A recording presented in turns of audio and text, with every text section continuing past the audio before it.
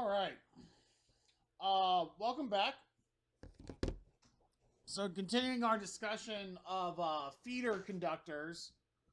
Um, Feeders shall not be derived from auto transformers unless the system supplied has a grounded conductor that is electrically connected to the auto transformer grounded conductor. All right.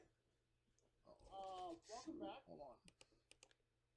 Okay. So, what I really want to do is this is the first instance where they mention a grounded conductor. So I don't really want to get into what a auto transformer is, although they are used in solar sometimes. The most notable example is the when you have a 120 volt battery inverter trying to supply a 240 volt system, you would put a transformer between the two to basically rearrange the electricity to step up that voltage, turn it into a split phase system. So they're just saying that when you have a system that is supplying the system through the transformer, then the neutral needs to be connected to the system. What I really want to explain is this neutral connection. And so here's a line diagram of the electric grid, a generator, a battery inverter that is a battery inverter and a solar inverter. And this so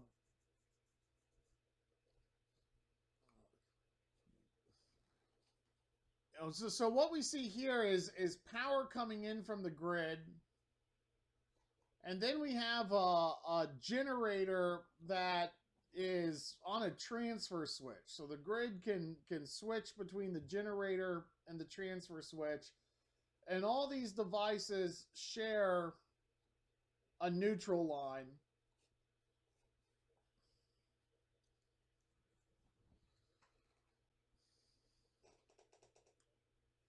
And then I guess we're just going to kind of move on. This neutral line then gets connected to ground. So I don't want to, this is kind of a special case. I want to keep going for a minute. Here we're talking about nickname nominal voltages again. So we're just going to keep going.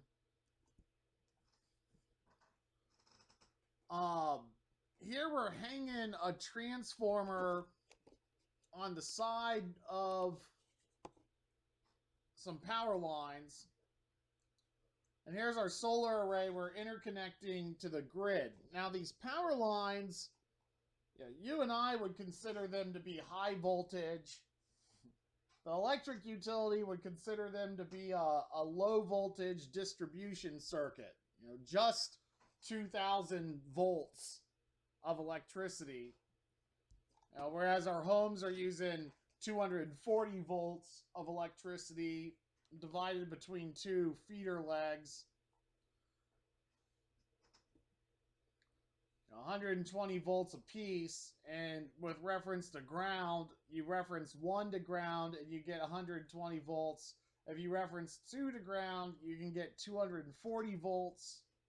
And so this is a wiring diagram that reflects the coils of copper that are actually inside of that inverter that are wound in a way to take that 2,400 kilovolt connection and step it down to a 220 leg volt supplies.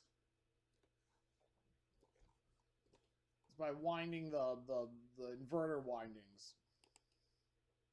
Winding the copper coils will manipulate the voltage. So looking at some parts on this kind of connection to the utility grid, we got a high voltage line We have a neutral, this utility transformer, and these fuses. When you're connecting the transformers or cutting power to the house at the utility side, they can do it by coming and pulling the meter, or they have really long poles that they come and press the fuses up and out of the circuit to turn off power to the transformer itself. Now here we have a ground wire going to a ground rod down at the side of the pole. Here we have the weather head where our power lines are coming into the home. This is kind of interesting.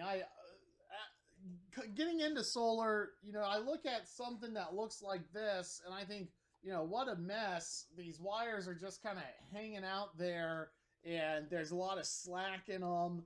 Why is that? Well, it's so that, water is going to fall on these cables and it's going to travel down these power lines and you don't want that water shooting down the power lines and into this conduit and dripping down onto the live terminals inside the meter base. So they're arranging the water so that when it comes down this cable, it's going to drain. It's going to drip off the cables rather than go into the weatherhead.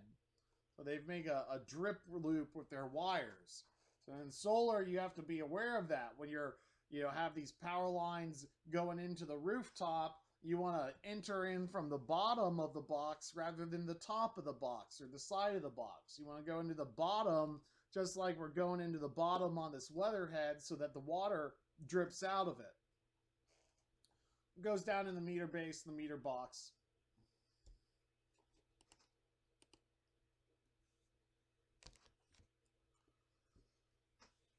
So the neutral conductor,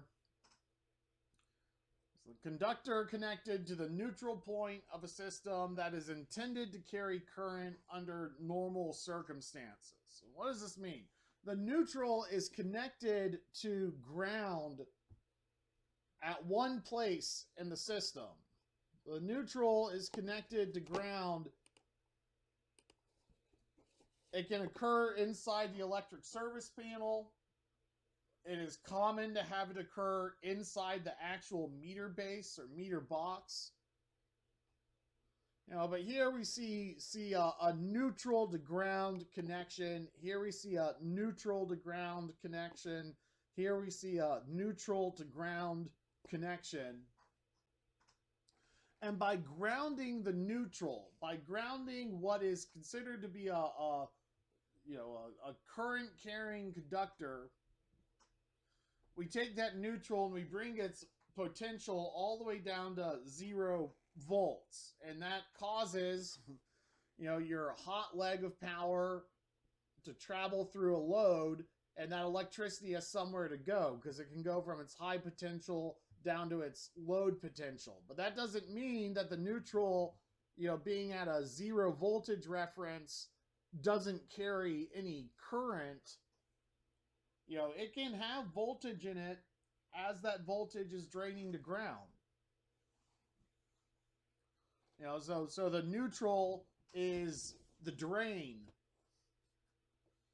So if you have a power outlet and you have a neutral line going in and you have a ground line going in and you check the voltage difference between the neutral line and the ground line, it should be 0 volts. You check the voltage between the ground and the hot leg and the neutral in the hot leg, you should get 120 volts either way.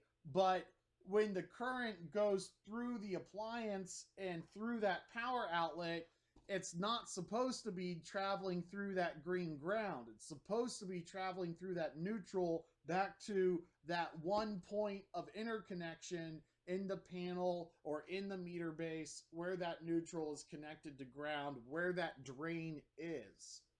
So in our electrical drain, there's not just the grounding electrode and the grounding electrode conductor. There's also that one bond between neutral and ground that'll also come up in a few minutes. So these are just different electrical services.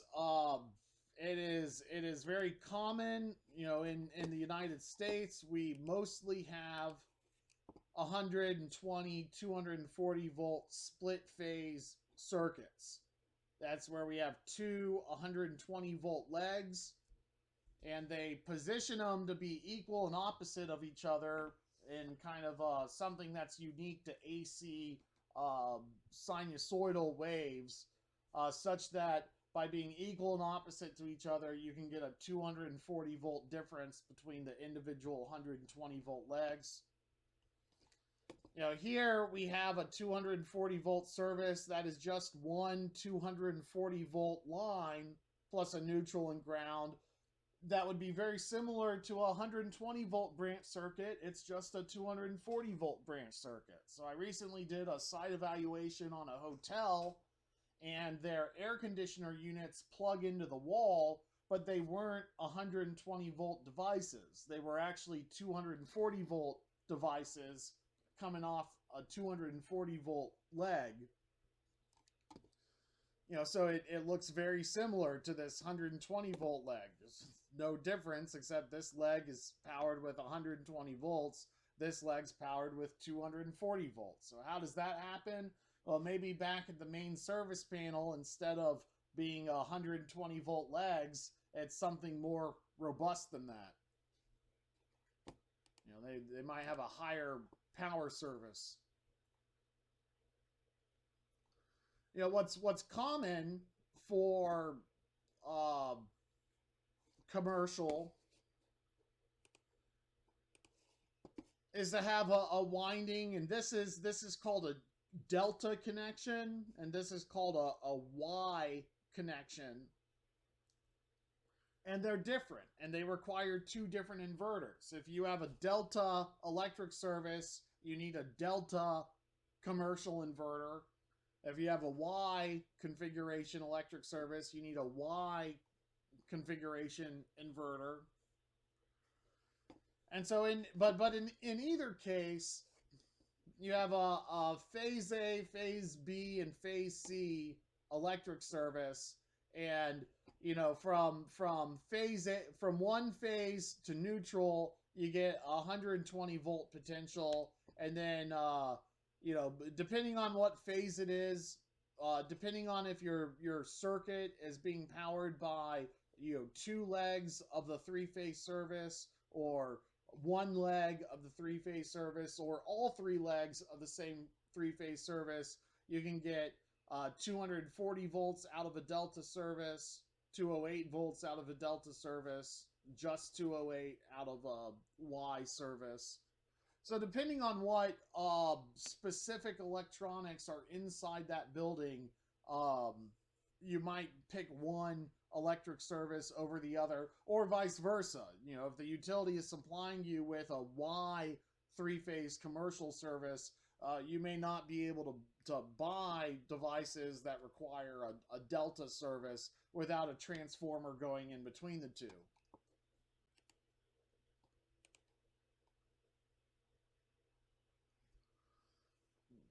So as an engineer, I am very well trained, going back to, you know, college homework exercises that would just give you nightmares years after college. It's numbers and numbers and numbers and numbers, and we're drilled into the concept of significant figures. You know, how far out, how many decimal points out do you need to carry your calculation so that you know you are exact, versus how many decimals do you carry out where the numbers become meaningless because your numbers weren't that precise to begin with. So if your numbers are measured in inches, dividing numbers to get millimeters may not matter because your level of precision was an inch wide, not a millimeter wide.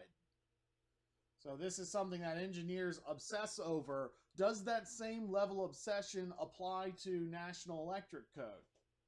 How precise do you need to be with your calculations? This says, you know, when we're talking about amperage, we don't need to talk about amperage with decimal points. Just round down to the nearest amp. Okay, that's easy enough. So when you're making out nameplates where you have to list the operating amperage or the operating voltage, and you're running your electrical calculations with your significant figures, and you say, oh, that's going to be precisely 12 and a half amps, on the sticker, on the placard, on your wire size, you'd be looking for 12 amp cable. And why is that? Remember, electric code is not trying to be a precise engineering calculation. It's trying to give you some kind of like fudge factor that's not too much but not too little. And so they're saying, because we've been kind of fudging the numbers up to this point, once you get to a decimal, just round down and drop the decimal. Likewise, you'll get into exceptions in National Electric Code that'll say things like, you might not need to size it for this amperage if you have a precise engineering calculation done where someone is stamping it. That might be how to get around abiding by this temperature D-rate figure.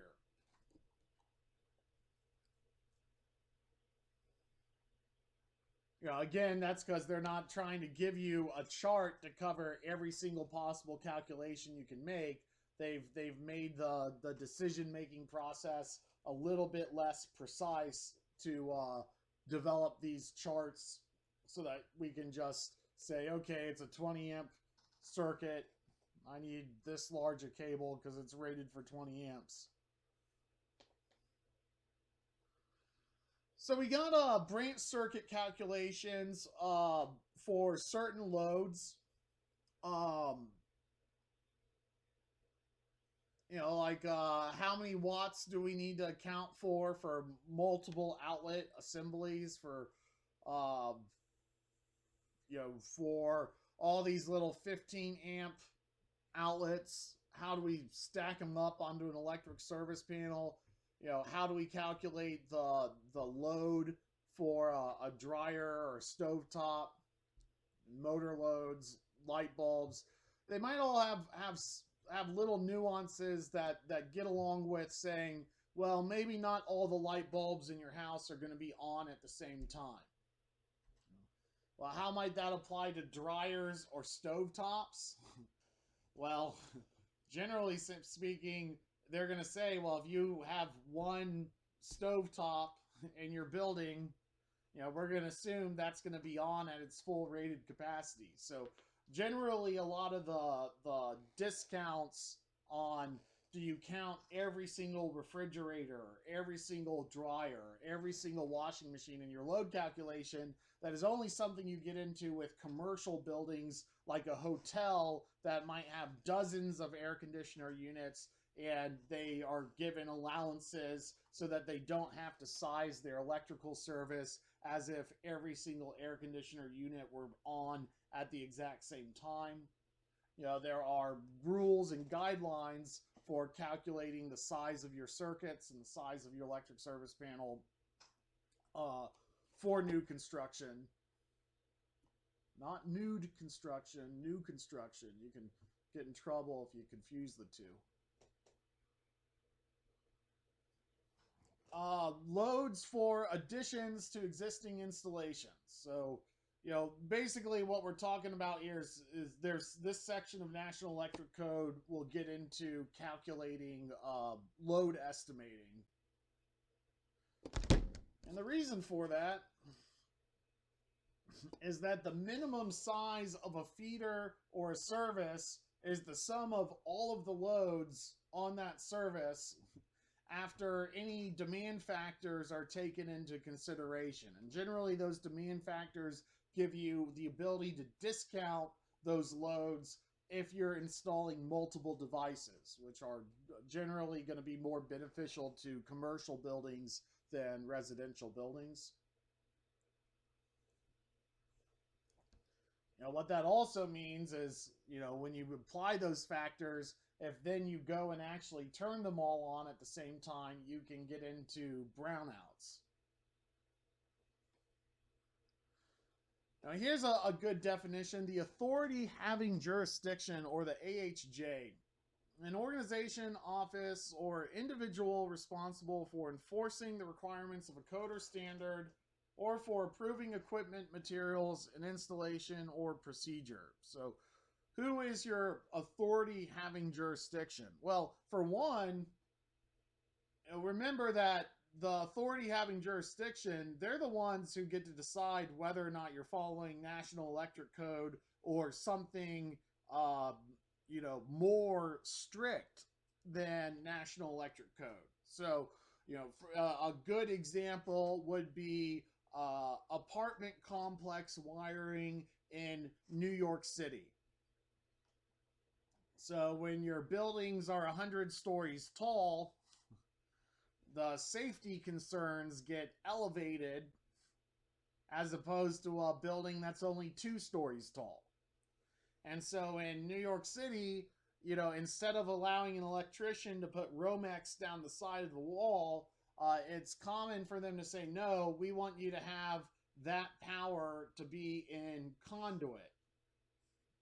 And for supply cables, which might need some mechanical protection, like to be in metal conduit, the authority having jurisdiction may say, you know what, code says DC wiring has to be in metal conduit for protection, but it doesn't say whether that could be metal clad conduit or EMT conduit. And often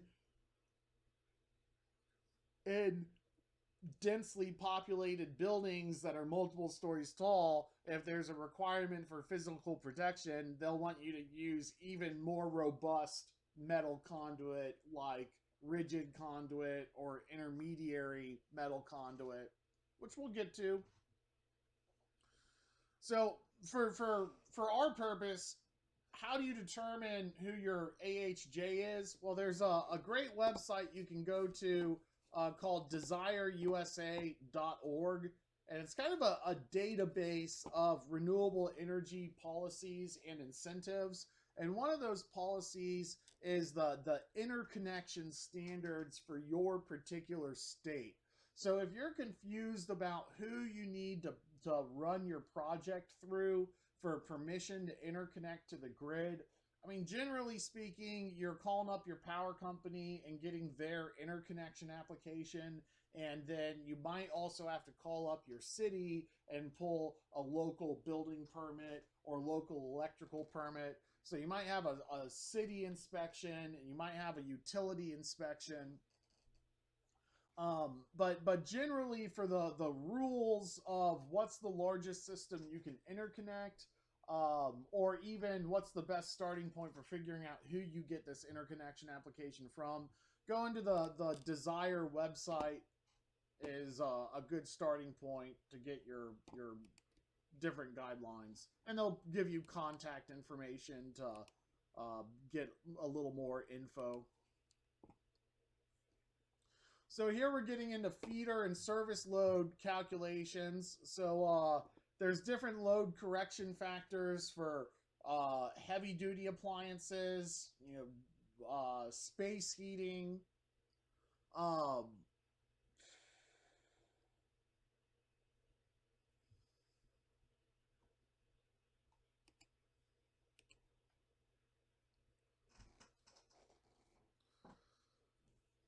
So then we get to calculating the neutral.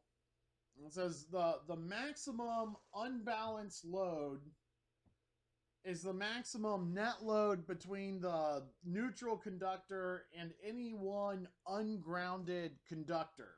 And so the neutral conductor has that connection to ground. And so there, the neutral conductor is a current carrying conductor. It carries the current from the device back home to the service panel. It's forming that drain that gets down to the main drain at the service panel. But the neutral conductor is a grounded conductor, whereas the supply conductors, often they're called the hot conductors, The hot conductors are ungrounded conductors.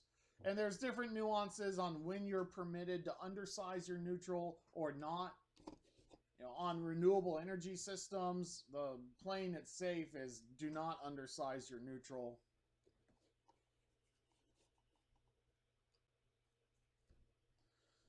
And so on a dwelling unit, to calculate what's the size of a electric service panel you need, you can say, okay, well, starting out, you need 10 kilowatts of general power plus 3 watts of lighting per square foot at a discount factor of 40%. 1.5 kilowatts of power for each 20 amp branch circuit. And then you take your kind of non-continuous loads, your water heater that only turns on for a few minutes, then turns back off again. A dryer that is certainly a heavy load, but your dryer cycle is only for 55 minutes. Since we know our continuous loads are for 3 hours or more, your dryer is not a continuous load.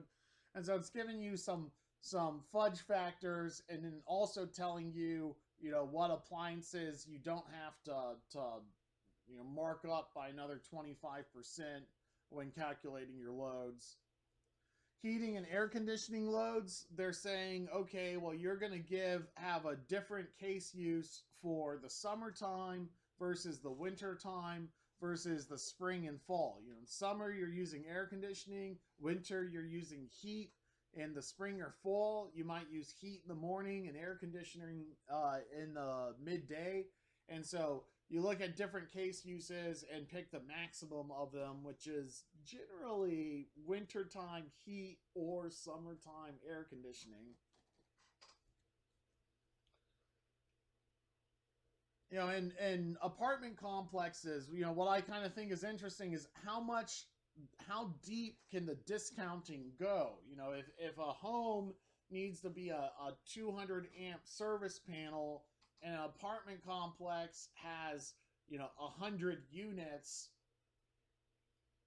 does that mean we need a 20 megawatt electric service for the apartment complex? The answer is no. The apartment complex for the supply feeding the total complex can be discounted to say, well, if one home needs 100% of its rating, whatever that may come out to, then if you have 60 units or more, 62 units or more of that exact same household, just like in your electric service panel, we're assuming that not all the circuits are coming on at the same time. In the apartment complex, we're assuming that not all the houses are using their power at the same time, and they can discount that load for the supply to all those houses by as much as 80% for each unit. And that discount factor is substantially less the smaller and smaller the apartments get to, until you get down to a single unit where there's no discount factor or broad-based discount factor for the whole power supply. Schools might get a different consideration because of the safety considerations of lots of little kids. Restaurants have different energy profiles than other buildings. A big lunch rush and a big evening rush, but they're not full-time use buildings.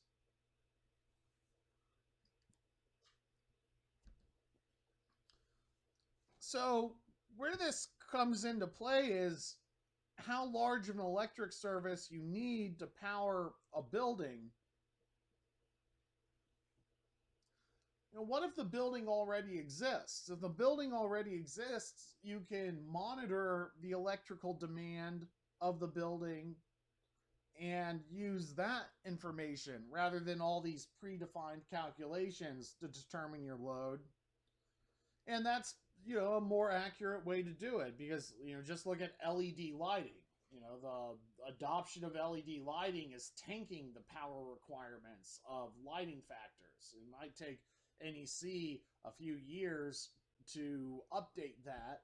And so if you're just using the rules of thumb for determining your building load in NEC, you will often be overestimating your power supply.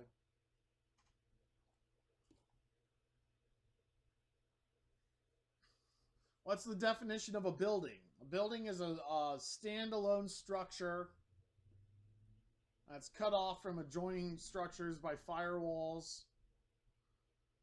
You know, a garage is considered a building. Now, why is that important? Well, there's different physical protection requirements of conduits for those that are on buildings versus not attached to buildings. So, you know, if you are doing solar that is inside a building, it needs to be in metal conduit. If you have a ground mount, that's not, the wire's not going to be inside a building. You know, plastic conduit can be acceptable.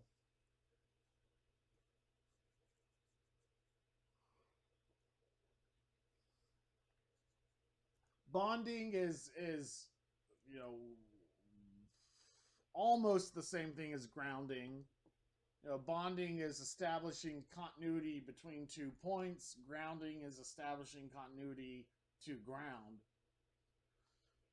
So the bonding jumper system is that connection between the grounded circuit conductor and the supply side bonding jumper or equipment ground conductor or both. What does that mean?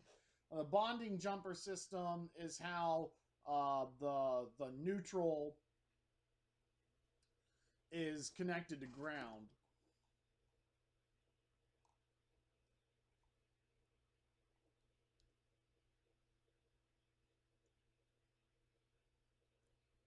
Or how the ground system is connected together, for that matter. And so here is a solar rail, and it's metal.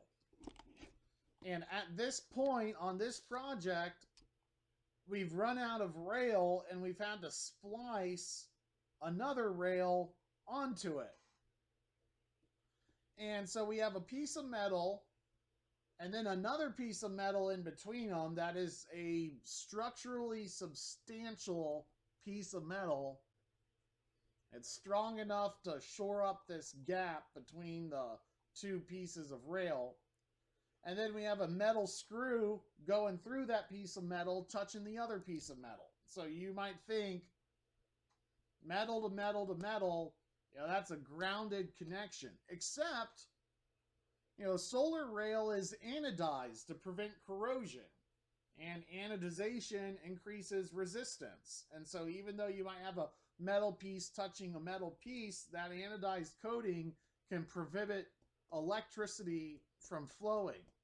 But all of your metal racking on your solar array has to be grounded. So, you know, you can do that in two ways. You can run ground wire throughout every piece of metal up on the roof and have grounding lugs touching every piece of metal on the roof along with that ground wire. Or here is a listed component that ensures that this piece of rail and that piece of rail get grounded. And, you know, maybe that splice is a listed grounding component. Usually it's not. Usually it's different. And so, you know, just because you're screwing some metal into some other metal does not mean you're officially, in the eyes of code, bonding the two pieces together.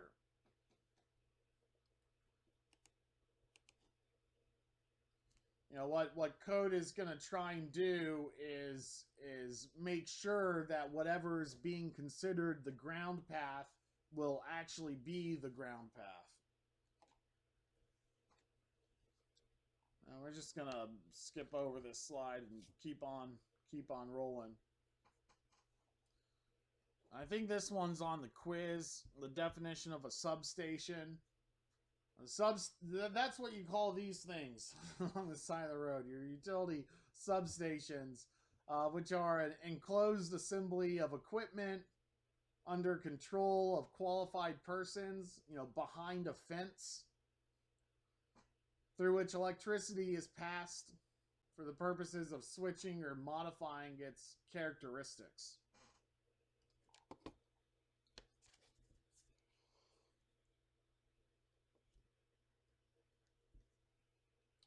Branch circuits. Branch circuits are on or between buildings or poles or equipment.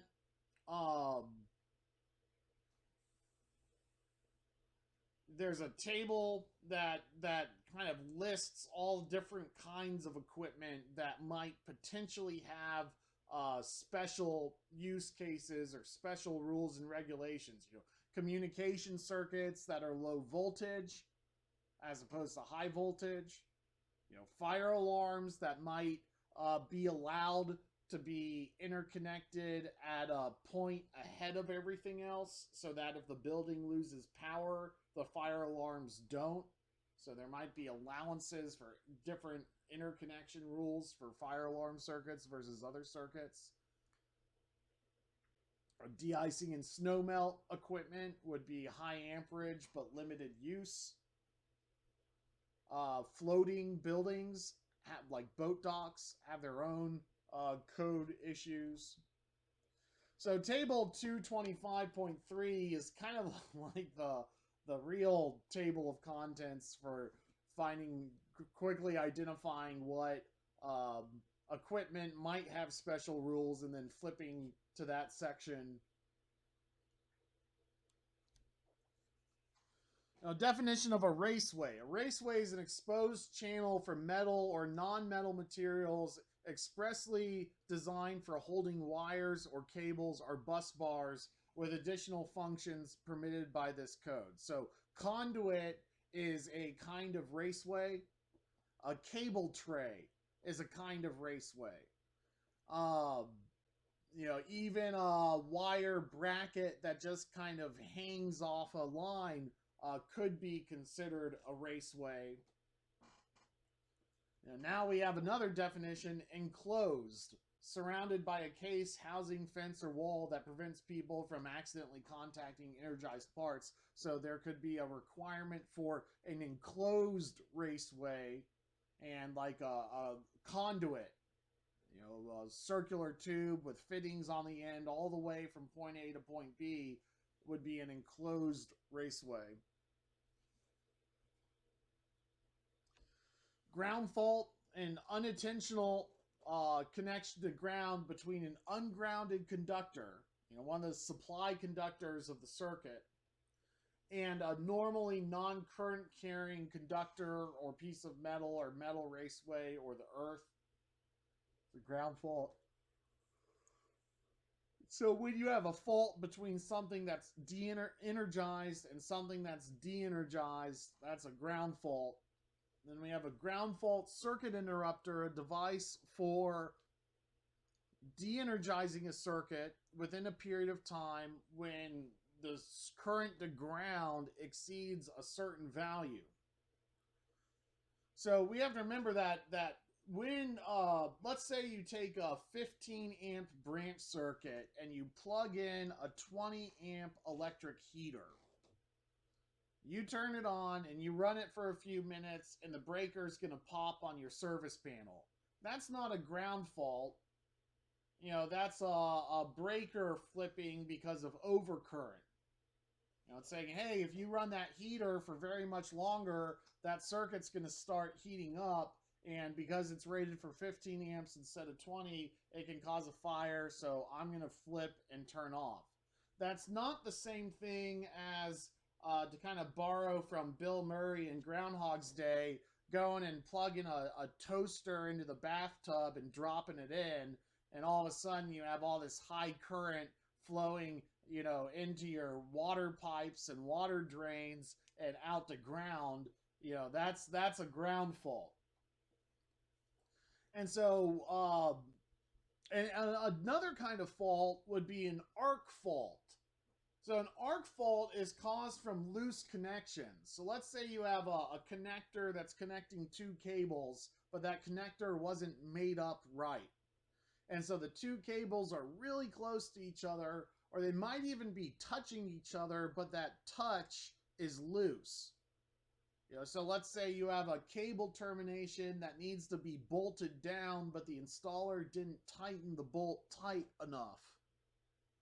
You know, maybe they didn't install the bolt tight enough because they weren't strong enough to do it, or they weren't checking it with a torque wrench, or they didn't have a torque wrench and they didn't want to put all their hand strength into it and break the bolt and over tighten it, which can be its own issues. But for whatever reason, that electrical connection's not made up tight, and so the electricity is not faulting to ground, but it's jumping almost like static electricity from one side to the other side, and there's a small air gap in the middle of it.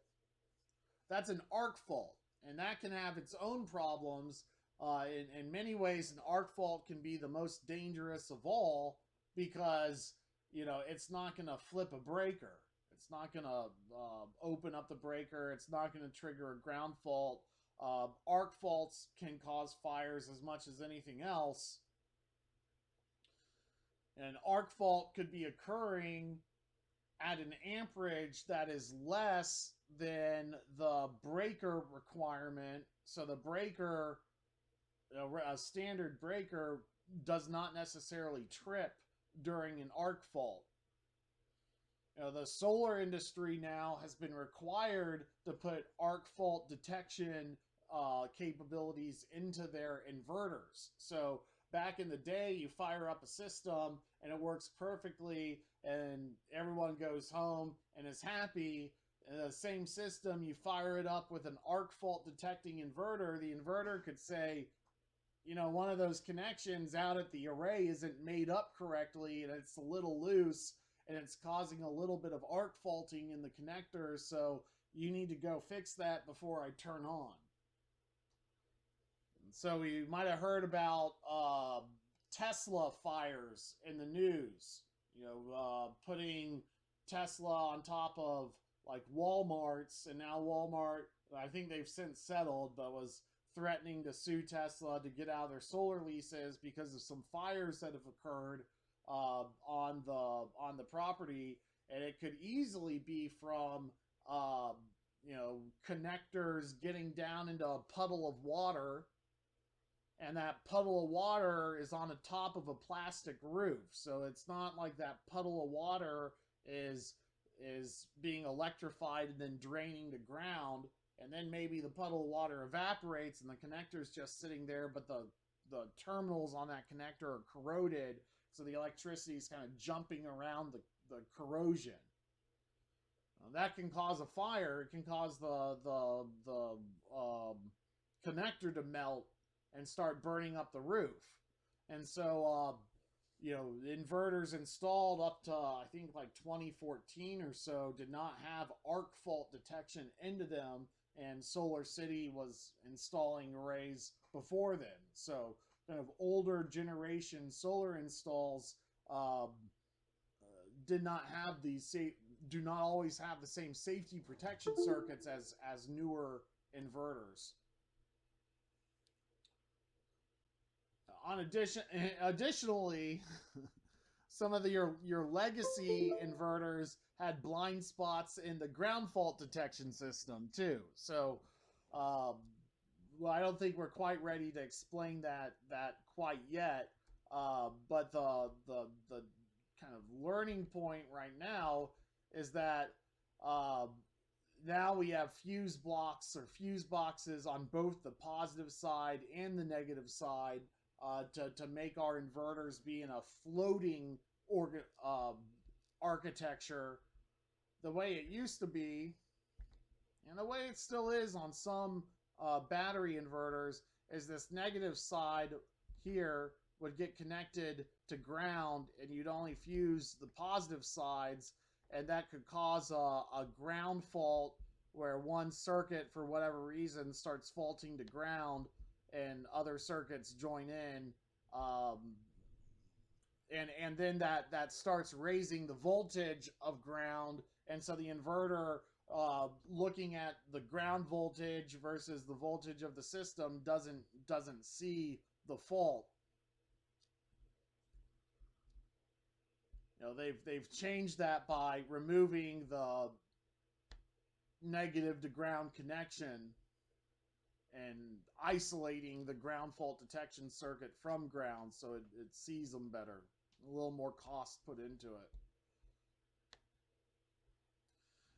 And so there's different ways to reduce ground fault versus arc faults. You know, a ground fault would occur when you are pulling your cable around a very steep curve, you know, like a steep fitting, like a 90-degree elbow. And to make that hard to bend cable turn 90 degrees, you're shoving it into the fittings and you're eating into your cable jacket and you nick your cable jacket. So now you have some exposed copper. You know, that exposed copper then hits the side of the box and it causes a ground fault. A common way that happens, again, going back to these Solar City fires, is that they may be bolting the conduit that runs across the roof.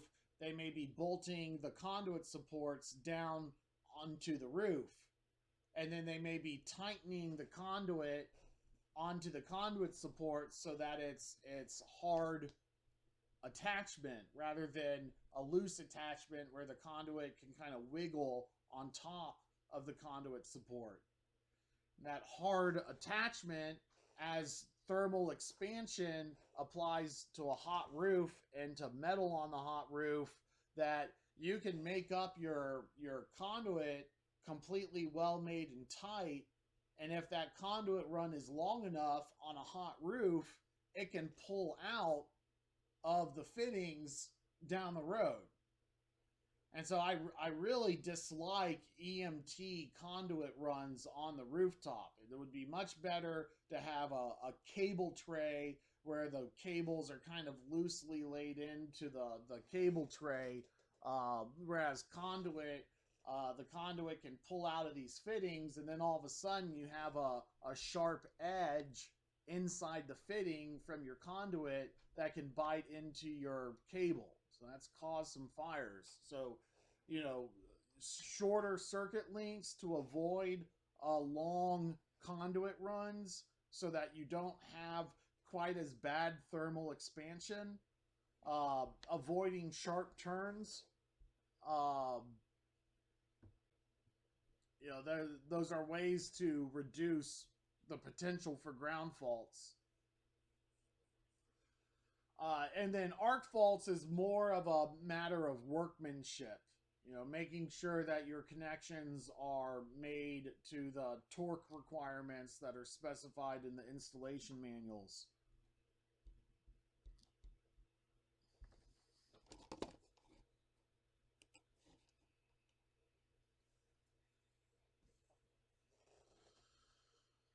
Okay, so outside branch circuits and feeders. The installation of outside wiring on the surface of buildings is permitted for circuits not over 600 volts.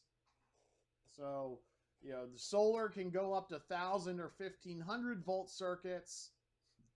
They can even go up to 1,000 or 1,500 volt circuits on a residential setting, but it can't be on a building. It can't be on a garage.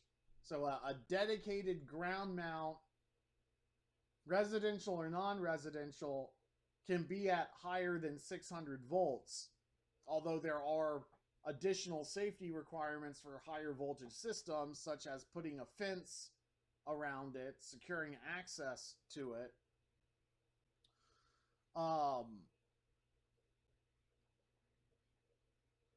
And it's specifying, you know, what is allowed as your raceways and cable trays for that exterior branch circuit. And it's saying there's a bunch of different ways to do it. You could have it in metal conduit, you could have it in non-metal conduit. You know, all of that is acceptable. Then there are rules for where outside branch circuits go into the building. And generally speaking, those rules have to do with either the physical protection of the wires, such as protecting them in metal, or it has to do with the temperature differential between the outside of the building and the inside of the building, and that is generally solved by sealing the inside of the conductor.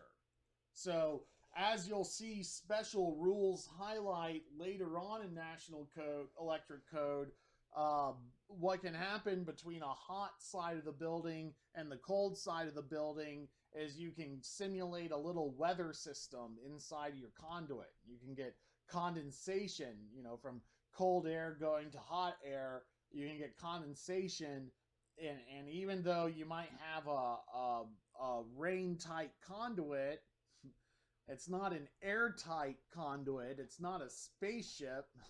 So the air gets into the conduit and goes from cold to hot. It can rain and get water into your rain tight conduit, not because rain is getting in, but just because, humidity is getting into it. So there's spray foams you spray into the conduit to block that airflow, to block that humidity from getting in.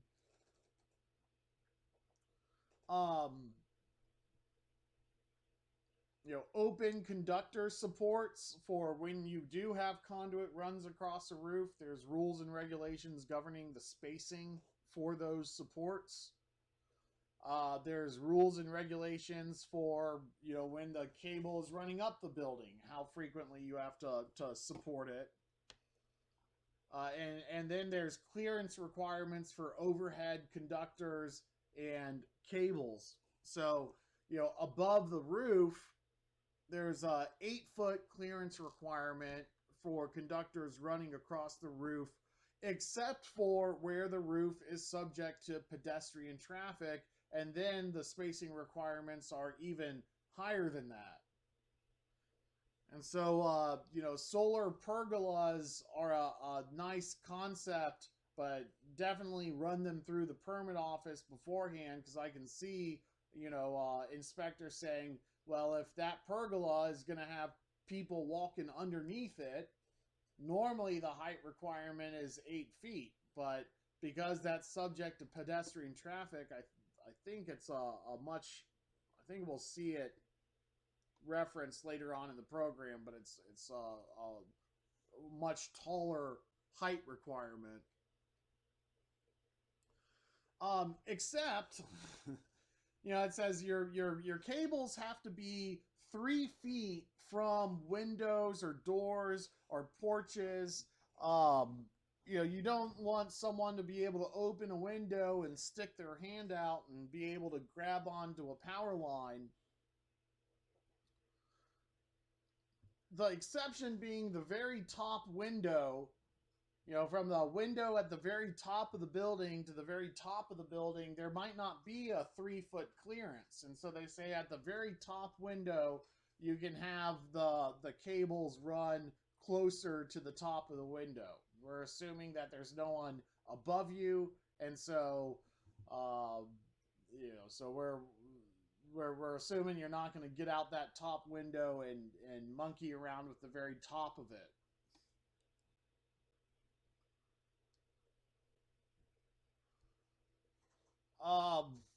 Mechanical protection of conductors on buildings or structures is deferred to a little bit later. Here's one that is commonly overlooked if you just get to the solar specific sections, is that raceways on exterior surfaces of buildings or structures shall be arranged to drain. So I like doing funky things with my solar racking in terms of using the solar rails and the grooves inside the solar rails themselves to arrange and tightly manage the cable. But when I'm doing that outside and I'm using my solar rails, running it across the rooftop, I have to be cognizant of the fact that I don't want water to accumulate in the solar racking where my cables are also present. So I need to make sure that whatever racking I'm using, if I'm using the rack to provide cable management for my cables, that the rack is not going to fill up with water and when it rains and submerge my cables. Instead, I need to ensure that my rack is suitable for drainage. or relocate my modules. So in other words, I really like using a particular racking method that has a U channel in the rail. And what happens is you get a bolt and a lock nut that comes in, and this bolt is connected to a clamp system that comes in and clamps the module frame to the rail. And then sometimes, depending on the project, I will go and put my cable inside this channel and run my solar cable into this channel to keep my cable tucked out of the way, and that way it's protected from birds and critters from chewing on it. But I also have to be aware that water can get down into here, and so I might modify my rail. If it doesn't have a tilt to it, then I need to be putting drain holes into that rail for water to drain out the rail. Here's our raceway seal. Where a raceway enters a building or structure from underground, it should be sealed. That is a common code test requirement. You're running your solar cables through a refrigerated unit to a non-refrigerated space, or adhere from a colder underground to a warmer above ground. You need to seal those transitions to prohibit the moisture inside that cable from causing rain.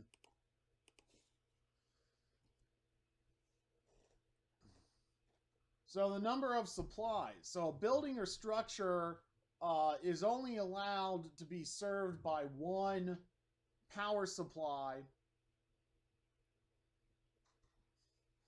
with exceptions. That emergency power system, the fire alarm system, is allowed to have its own supply.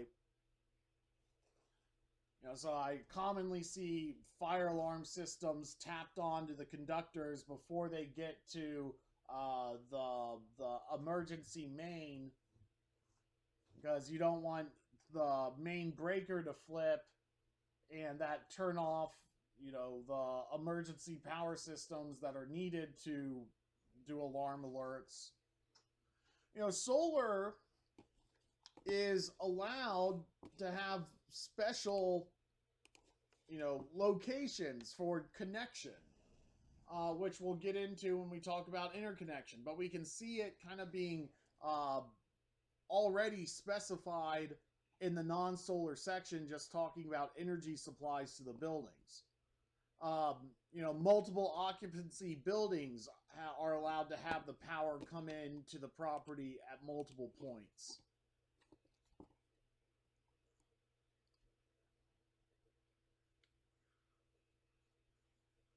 Disconnecting means should be provided for the ungrounded conductors that supply or pass through a building or structure. The location of those disconnects should be installed either inside or outside the building in a readily accessible location.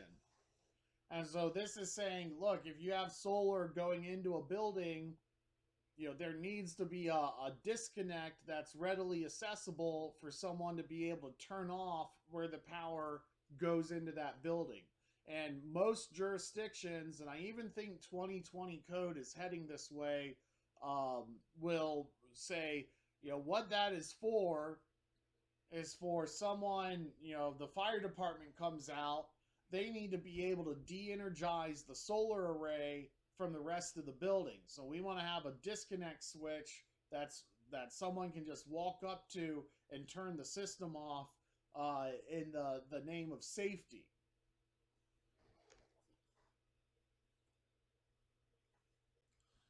And so we got a definition of what accessible really means, because of course, we want the fire department to be able to de-energize the system in the name of safety, but we might not want some punk kid coming in and doing the exact same thing. So where does the line drawn between what's accessible and not accessible? I mean, this knife switch disconnect requirement that's readily accessible on the side of the building, you also have to keep in mind that's a potential safety hazard as well, because someone could go up to that switch and open it up and stick their hand in and electrocute themselves. So, what's the difference between too accessible versus what's code required?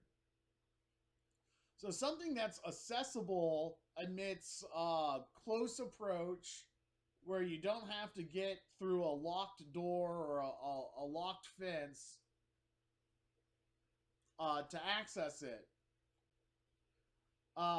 Capable of being removed or exposed without damaging the building or structure or finish, or not permanently closed in by the building or structure. That's accessible. So,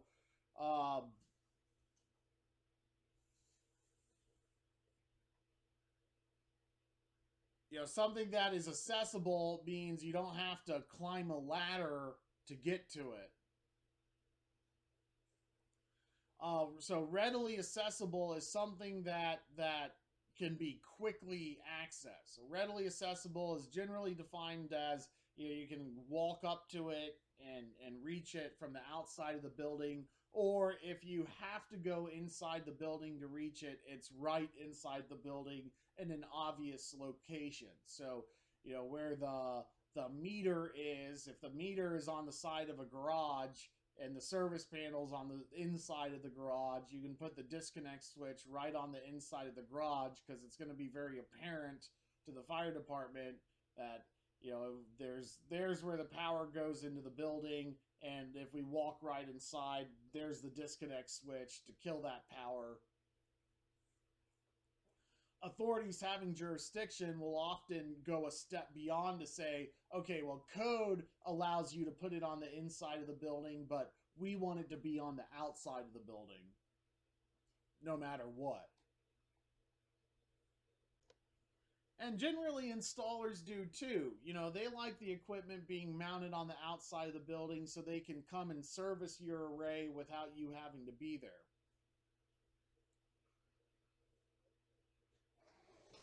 All right, so within sight, code says equipment, the disconnect switch has to be within sight of the equipment. Otherwise, you'll need two disconnect switches, one on each end.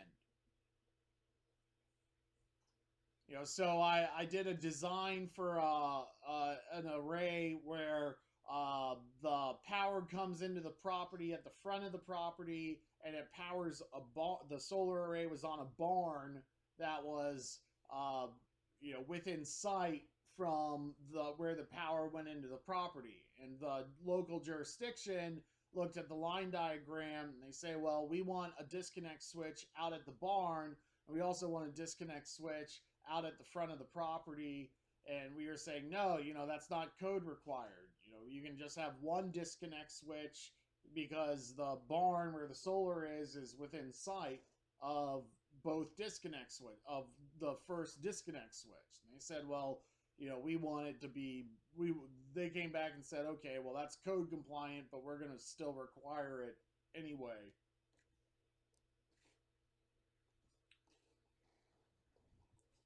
But what this is saying is your disconnect switch should be within sight of the equipment that it's disconnecting.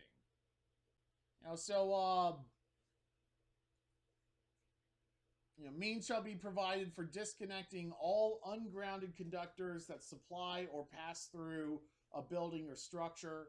So you need to have a disconnect switch when you're going from the array into the building.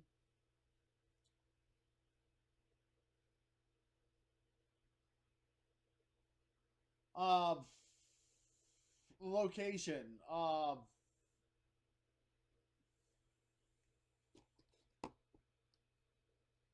Where the conductors come into the building, that's where the disconnect switch needs to be, but it also needs to be readily accessible. So, generally we're putting the disconnect switch, right where the meter is outside the building.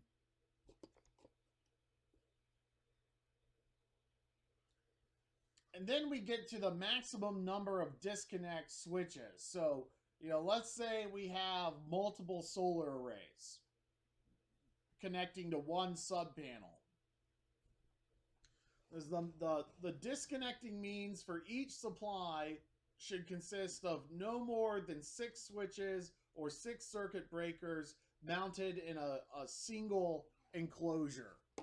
So this is known as the 6-handle rule. And what this says is, you can have a service panel that just has a bunch of load slots on it, or you can have a service panel that has the breaker slots and then it has a main breaker slot. And so what this says is we need to come and completely de-energize a switchboard by flicking no more than 6 disconnect switches at once. And so if I have a service panel, let's say I'm building a solar farm, and I have 7 inverters, and they're all taking up, they're 3-phase inverters, so they're all taking up 3 slots on my service panel, but I can go and buy a 40-slot service panel. So if I have 7 inverters and they're taking up 3 slots each, that's 21 slots. I'm not really taking up the whole service panel for all of these.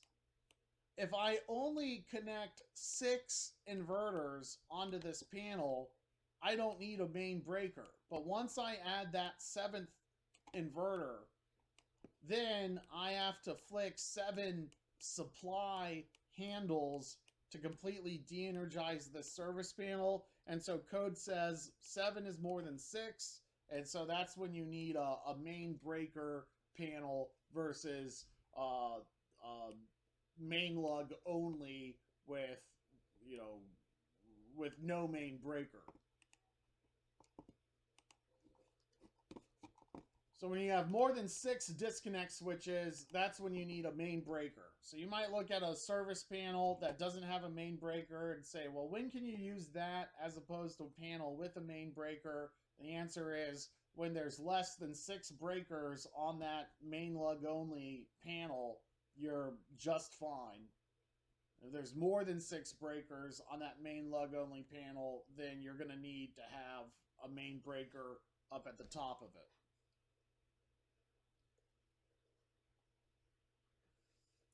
So your grouping of disconnects, 1 or more additional disconnecting means for special cases shall be installed remotely from the normal supply. Oh, what does that mean? Well, you think about it, if you have a gas generator supplying backup power to your building, it has a disconnect switch for that generator, and that disconnect switch is not by your main service panel. It's out where the generator is. Your solar array disconnect, that's not right by your main service panel. It's at a separate point. And so they say these disconnect switches need to be grouped together, but a backup power disconnect or emergency power disconnect needs to be grouped separately from your normal power disconnect, because the fire department, when they come out and they de-energize the building, they need to be able to do it quickly, but they also need to not make a mistake. If you have a emergency power system that the rest of the building should be de-energized, but you don't want to de-energize grandma's ventilator, that disconnect switch for emergency power is located in a separate location than the other disconnect switches. And so like your solar disconnect switch, your battery disconnect switch, are allowed, should be located separately from the disconnect for the main building. Should be separated differently than the disconnect for that main breaker if they are supplying emergency power systems. You know, basically what that is to me is saying you do have some flexibility to not have the disconnect be located right next to the main panel board. You can locate it outside the building.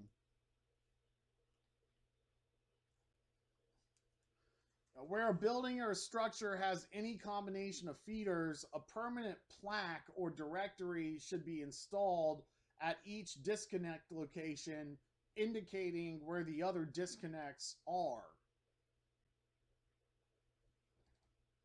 You know, so that's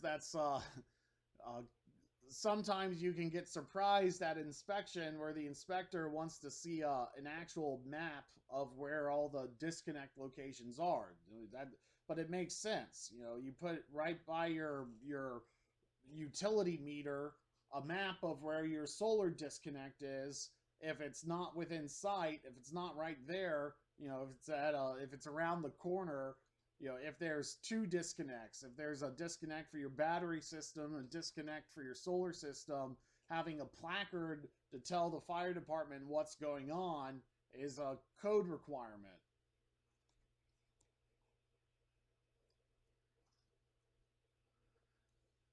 So what constitutes a disconnect switch?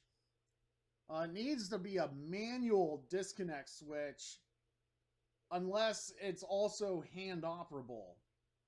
So a motorized breaker is only a valid disconnect switch if it can also be switched by hand. So sometimes you might have a contactor that is purely a digital control. So I might put my solar array on a digital control contactor so I can press a button and turn my solar array off.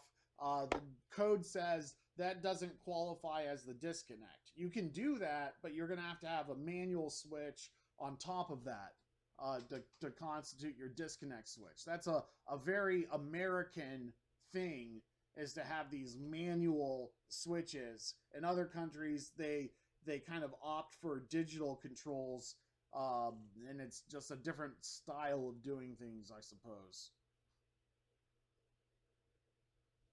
The disconnect needs to indicate whether it's open or closed. So I'm building a battery bank and it's a custom job, and I need to buy a battery disconnect, and I find one that is a knob switch that does a quarter turn and it turns to the right. You know, my problem is it's really designed for like a marina battery for a boat. You know, to disconnect the battery from the boat. You put this little switch there. You know, the problem with that switch, that's a handle that just turns to the right, is the switch that I had, it didn't indicate whether or not the switch was opened or closed. And you might think, well, okay, well that should be kind of obvious. If you have a battery, so here's our battery, positive and negative, and then I have cables coming off of this battery, and they're landing on my bus bar. 215. And so here's my positive bus bar and my negative bus bar, and I put a switch on both sides. I turn the switch and it should kill voltage to the bus bar, right? Well, not necessarily, because I might have other power sources on that bus bar, like a charge controller. So I go to my battery bank and I turn the switch, and I go and I check the voltage on my bus, and I still have voltage on my bus. And so it's very hard to determine without this disconnect being visually indicating whether or not the switch is in an open or closed position. So as a solar installer, I can get upset with jurisdictions that come in and mandate the use of a knife switch that has a handle that's either up or down for closed or open, but that's generally the convention. You know, I'll say that a breaker is visually indicating whether it's open or closed, but in the eyes of code, that breaker needs to be going up or down rather than left versus right to visually indicate whether it's open or closed. And some jurisdictions will, for that reason, go above and beyond and say, you know, we just want to keep it simple. You got to use a knife switch for your solar disconnects because that way we know it's going to be open or closed, and we can open up the dead plate and we can see it being opened or closed. That's actually not part of National Electric Code at this time, but it's much more convenient than other kinds of disconnects as far as visually indicating. At a bare minimum, your disconnects need to indicate whether or not they're in an open or closed position. Most inverters now do have little handles that do disconnecting that are just open or closed, but there's a visual marker on them that tells you which way to turn it is whether or not it's open or closed. It has a little sight indicator that informs you of it. Minimum ratings of disconnects. The minimum disconnect for a single circuit is 15 amps. For 2 circuits is 30 amps. Minimum size for a single family home is 100 amps.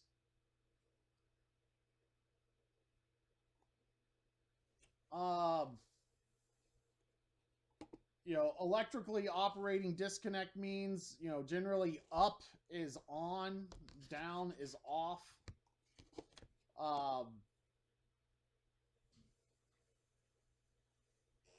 You know, here's a substation warning that says we want a permanent legible single line diagram whenever you're being connected to a high point of voltage. You know, that's in a substation. You know, when you're messing around with electricity, going from very high voltage, utility voltage, down to circuit or from the utility point of view, power line voltage or distribution circuit voltage. So that becomes a common jurisdictional requirement on commercial projects where not only do they want a directory that shows where the disconnect switch is, but they also want a single line diagram that shows how the high voltage solar is connecting through the inverter into the service panel. So you might, as a solar guy, if you just stick to section 690, the solar section, then the local jurisdiction hits you up with all these labeling requirements that aren't in 690. There are basis for requiring disconnect placard directories and single line diagram placard directories in other parts of National Electric Code. And it doesn't take that much of a stretch of an imagination for a jurisdiction to say, well, we require it in our substations, so we're also going to require it at these homes where, you know, we're not just talking about 240 volt circuits, but we're talking about 600 volt, and there's products out there that can do 1,000 volt or even 1,500 volts, so we just want to know what's going on. And so the same requirements for our substations, we're going to go above and beyond National Electric Code and also require for our residential households. The number of services, you know, special conditions, we already talked about that for feeders, but now we're into electric services. You're allowed to have, you know, solar and parallel production systems feed into the house. One building or structure is not to be supplied through the interior of another building or structure, and so they immediately define what the interior of a building is or is not. And so if you have concrete vaults between floors of the building, you can feed from one building to the next. You know, if your concrete slab is more than 2 inches, which they normally are, you can go under them. Uh, you know, when you're not going through a slab, but you want a direct burial, you know, at least 18 inches in conduit. Some jurisdictions will require more than that. Um,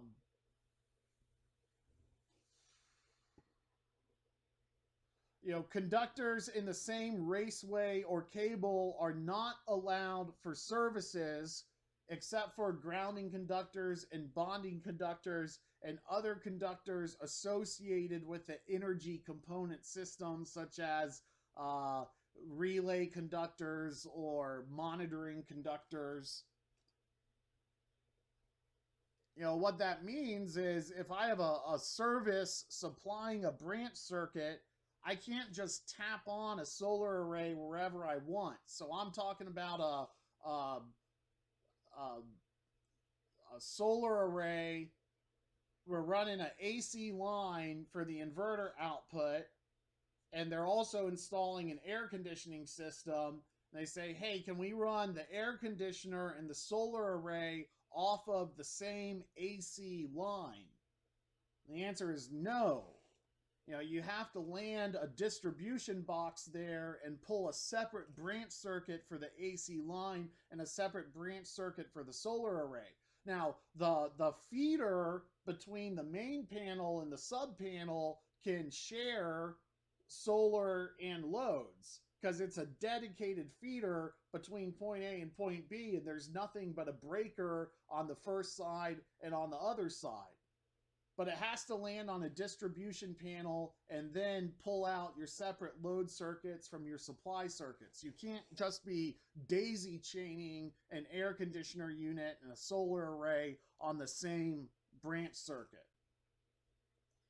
You know, and then we see another requirement for the raceway seal. And so this is, you know, we've talked about Section 200 and established a lot of definitions and explanations. But what we see in the next section is a lot of the requirements that we just saw for feeders, such as a raceway seal between the building from underground to above ground. It just repeats for services because the same principle applies. And so that's, you know, where you get into more fine-tuned rules and conditions in the later sections. You'll often see the theory for it built in the earlier section. So that's kind of the theme I wanted to get into today. As we go into tomorrow, we're going to be talking much more specifically about balance of system selection, like conduit and fittings and cable jackets. And then the second half of tomorrow, we'll be getting into the solar and battery specific sections of National Electric Code. So again, we're still just in the early sections of National Electric Code. Starting off tomorrow, we're going to go much faster and really just highlight some common gotchas. But remember, when you actually open up your code book, you know, the first 3 sections of code are, you know, the first 80% of the code book. This is a long presentation. Just, you know, the first 80% of code is you know, section 200. By the time you get out of section 200, you're halfway through your code book already. So with that, we're at the end of our time today. I'm going to review the quiz really quickly to make sure we covered the section for the quiz so that you can get it today. Yeah, we covered electrical spacing. We covered the overhang being no more than 6 inches. We kind of covered with auto transformers that the system, that the grounded conductor needs to be connected to the grounded conductor. Basically, they need, you know, when you're outputting power with a neutral, then that neutral needs to be connected to your supply. Let's see. The other parts I think we've gotten to. No, the raceway needs to be secured when it enters a building from underground. It needs to be secured within the first 36 inches of where it emerges from grade. A ground fault circuit interrupter we didn't get to, but the ground fault breakers trip at a lower current than the non-ground fault breakers. So when you drop that toaster into the bathtub, it may only be ground faulting at 5 amps and it's a 20 amp circuit. But the ground fault circuits are special. We'll get into the details tomorrow, but they can detect ground faults that might be lower amperage than what the breaker is rated for, and they still trip. So the ground fault detection circuit can trip at lower amperage than a non-ground fault protection circuit. And then there's something called the 6-handle rule, where essentially if you get more than 6 disconnect switches on a panel, that's when you need to add a main breaker. So I think we've covered all of that. We're out of time today, and so with that, I'm going to pass it back to Half Moon. Thank you, Mr. Cromer, and thank you to all those who attended today. Please note, if you're taking this course for continuing education credits, you must complete the follow-up quiz. Yeah. If you're logged into the webinar on your own device for the duration of the webinar, as stated at the beginning, I will be emailing you a link to the quiz in approximately 30 minutes. The quiz software this quiz software will automatically grade your quiz. If you score 80% or higher, a button will appear after the quiz, which will allow you to instantly download your certificate. Don't worry, if you fail, you can retry as many times as you'd like by clicking the retry button. Please note to enter your name correctly at the beginning of the quiz, as that is what will appear on your Makes our decision for us. I'll go figure out what's going on. Frank Chapman, if you encounter any problems, at fchapman@halfmoonseminars.org. Please remember that Part 2 begins tomorrow at 11 a.m. Central Time. And thank you once again to our speaker, Mr. Cromer, and to all those who attended today.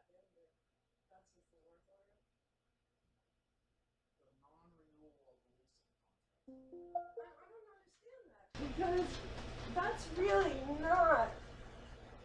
I don't think that's technically legal.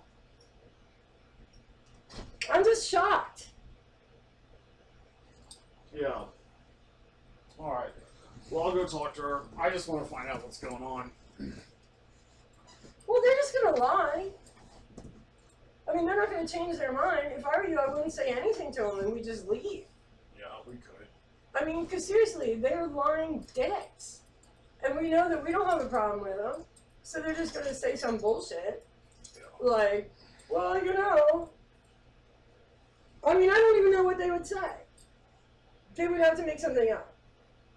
What it really comes down to is they probably don't like the fact that we contacted corporate or something. No, that's exactly what it is. That's exactly what it is. But, like, nothing's happened. Like, there hasn't been, like, a reason or something. You know what I mean? Like,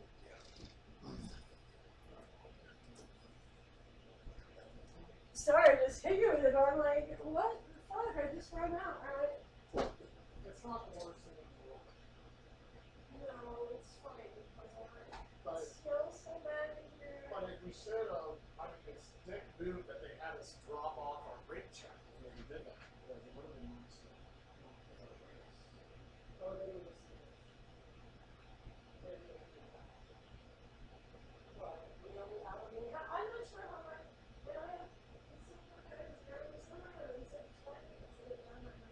Thank God I didn't sit in the kitchen all morning. I stuck this place down. Then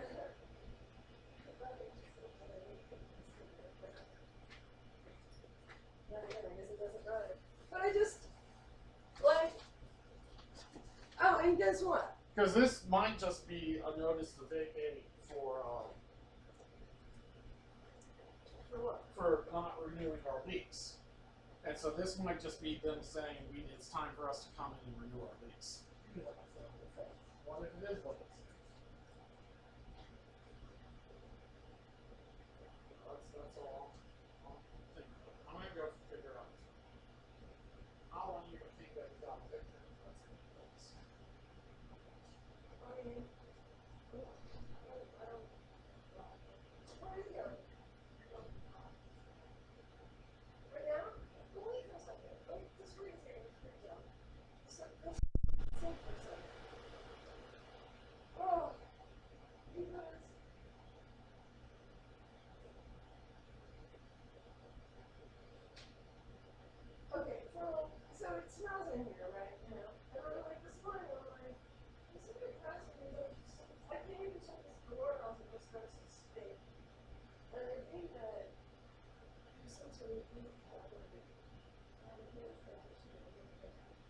Anyway, whatever. Sorry, listen to this. So,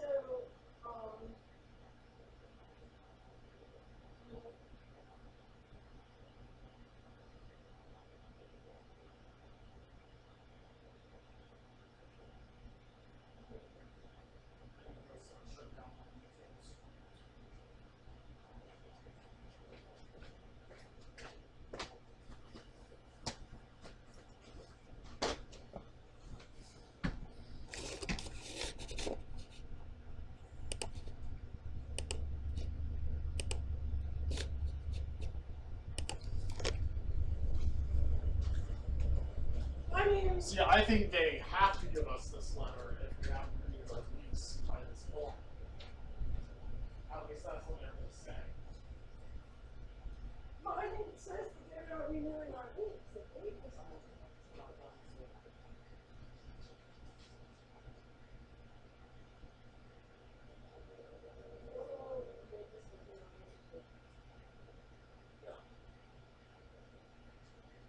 So they're not saying that. They're saying the lease is up. It's not been renewed. Here's your notice of non-renewal. They're not saying we're not going to renew it. They're saying, Should I call her? we want to. No. Huh. That'd be interesting if I read it. Recording, please. They have them both working out. There's like 4 cars lined up trying to get in. People are like confused and whatever. They should have things that are going to that place for the day. No. They should have paid for it. They certainly should have just closed during the day and just run into it.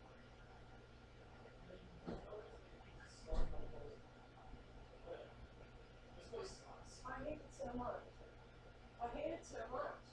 I'm like, I hate it. Like, I know, even if we just move by the thing, we'll be so much happier wherever else we go. You know, this place is a nightmare. Yeah. So, wait, do you want to talk? Yeah, I'll go.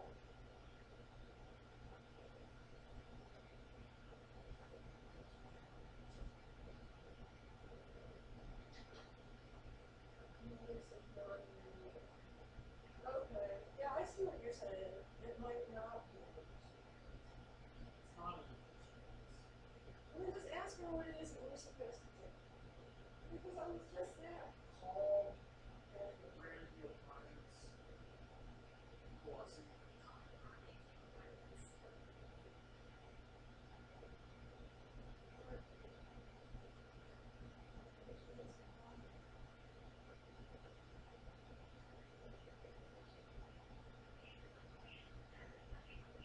Natalie, is the cold milk?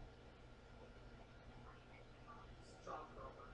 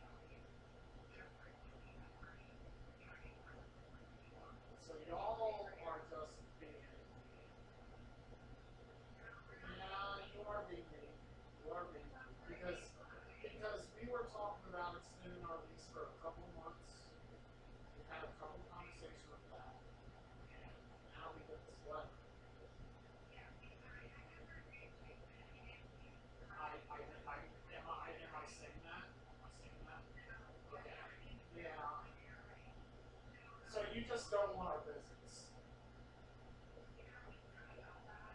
How's it not about that?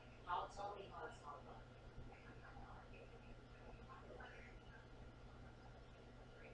I did. I'm giving you a call right now. Why are you choosing not to renew our lease? It's not my best interest.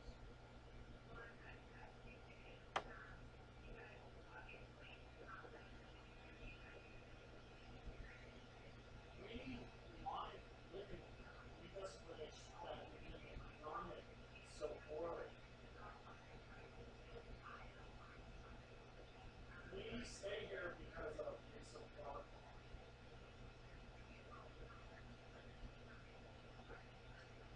I didn't break in the dog park. The dog park fences left open.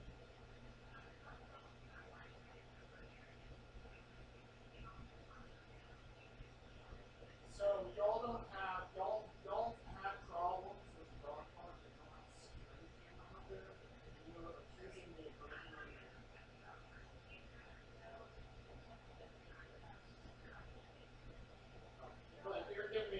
But you're giving me an example that doesn't happen.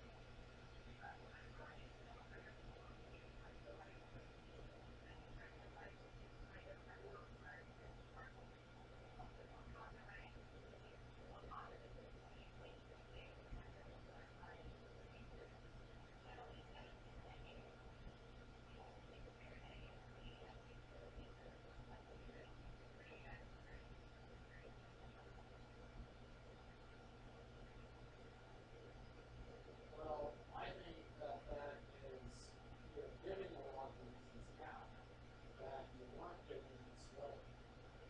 That's what I think.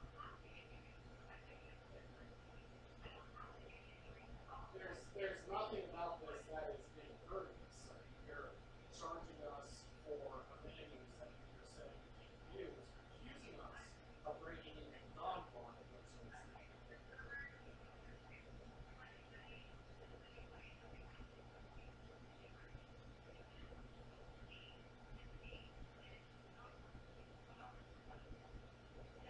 There's no walk on that dog park page, Nicole. There's no walk there. And you list the dog park as an amenity. And y'all freaking left a bunch of junk in the dog park too.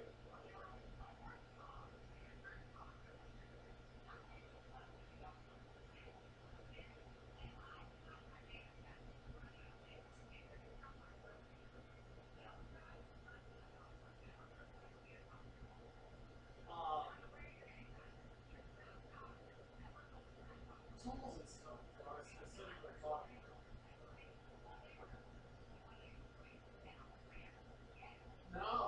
No, Nicole. No. There's.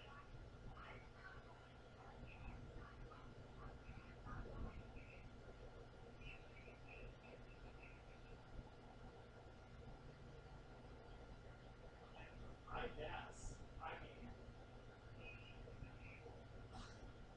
what I guess is that you just for no reason don't want our business, but you also don't want to take care of the dog park. You're not concerned about doing.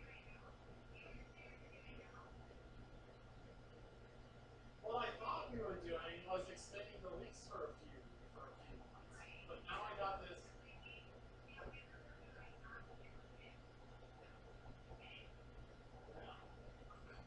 You don't give a military discount, and you have a swimming pool or dog park. Yeah, all right. Well, yeah.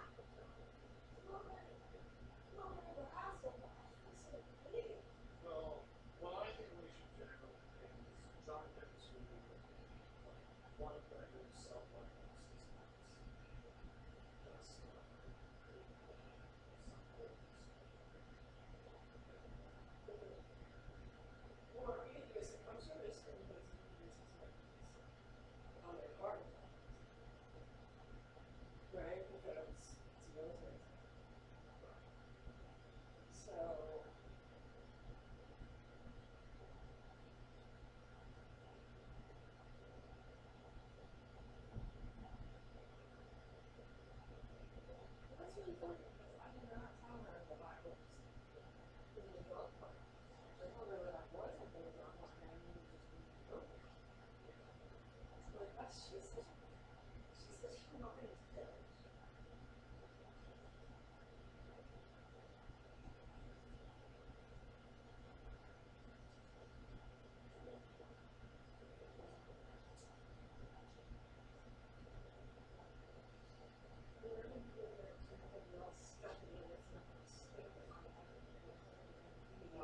Whenever I take a shit, And I feel I always thought like my stinks of hair.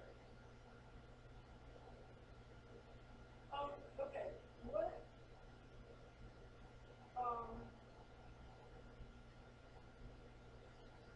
what's happening now? I.e. all this. Not today, but we checked it around meetings. We didn't have today. When we have let's go check it now.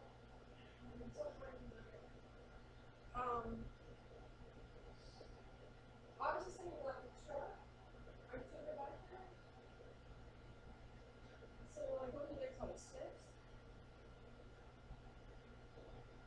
So let's go take care of that. And we'll well yeah, let's go take care of that. I go on to which is car wash. So they will just pay for yours. And we're together. I hope you clean it out. Alright, because it's almost correct.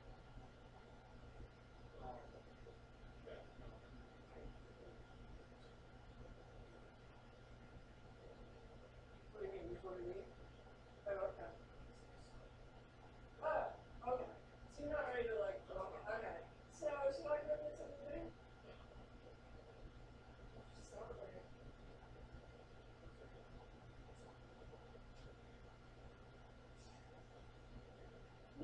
No, it's going to be great. I mean, it really is. As much as it's like kind of surprising, I couldn't be happy. I like how she says we don't want to put you down because you don't want to shit in the things that don't have that. Because we don't want to put like trash and rubbish in maintenance. Oh, we're complaining because we want to, not because we don't want to. well, no. We're complaining because it's a two-way street exchange of services. And it's not where we pay rent and they leave dog shit and black spoilers and fucking trash everywhere. And we should have gotten a new apartment. And you've probably been studying for a year because of that. And like you said, it's noisy in your bedroom. Like,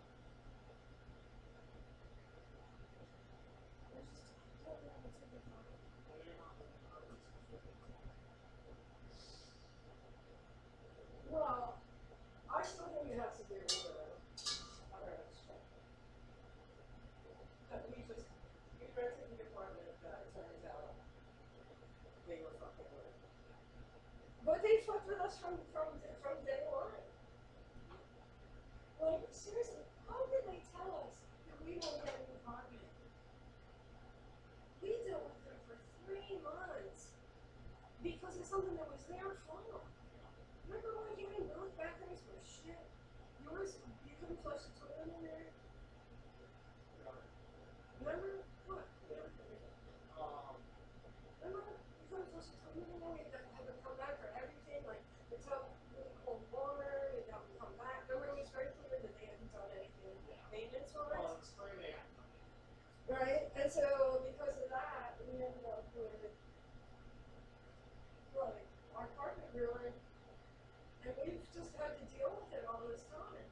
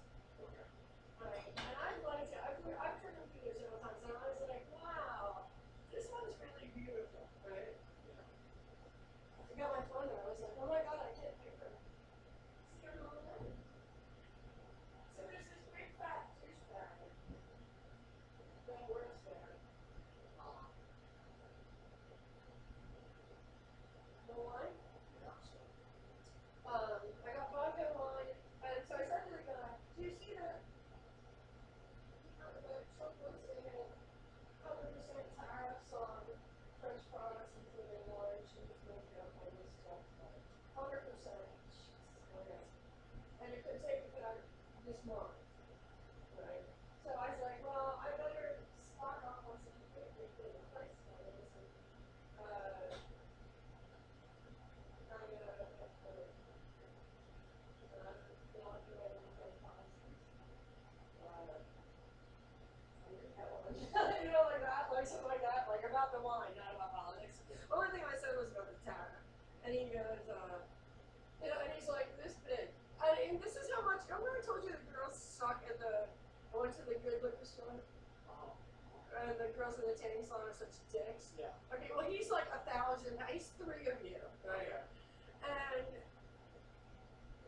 she comes over, in the middle of he's ringing me up, she goes, may I have a hug? And he stops what he's doing, and they like hug, and she's like, so who's working tonight? And they're like chatting, and I'm thinking like, you know, so he turns back and he goes, I don't agree with all of his policies, but I respect the way Donald Trump has made us, people don't laugh at us anymore, they treat us with respect. And I didn't say anything, as I'm like, didn't say anything, and he goes, you know, because for the longest time, they go, and I interrupt him and I go, hey, this guy in a suit that just walked in, and I go, hey, I don't talk about politics when I buy liquor. And the guy in the suit started laughing, and I was like, what the fuck? Yeah. I'm here because I need something to drink. You know, you can set me off with a sentence like that. That's like the last thing a guy in a liquor store should be saying to somebody. But anyway, okay. But this is the one I think that the guy, the Pats fan knew too. I mean, if he's going to say anything, he should be sizing you up for your political beliefs and trying to make it yes and to agree with you. You know, push more wine sales, not fucking have a political. Yeah, you should have been like, yeah, get two. You know, I was talking about champagne. I wasn't talking about anything else. Okay, here's what I'm talking about.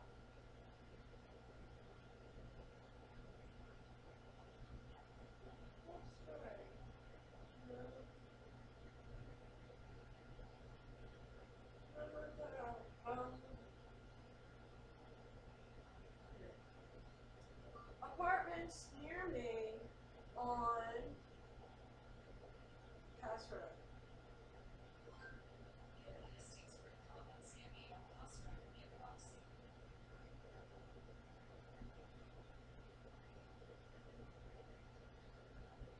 Okay. Here it is. I don't have to tell you why, but Susan Wilkins is another one. Oh, really? Because I don't think I did. I think it's even worse than she said that there's no reason. Why are you turning down our business to go? Oh, no reason. I don't have to give you a reason. Here it is. Okay. Take a look at this. I don't know how much this.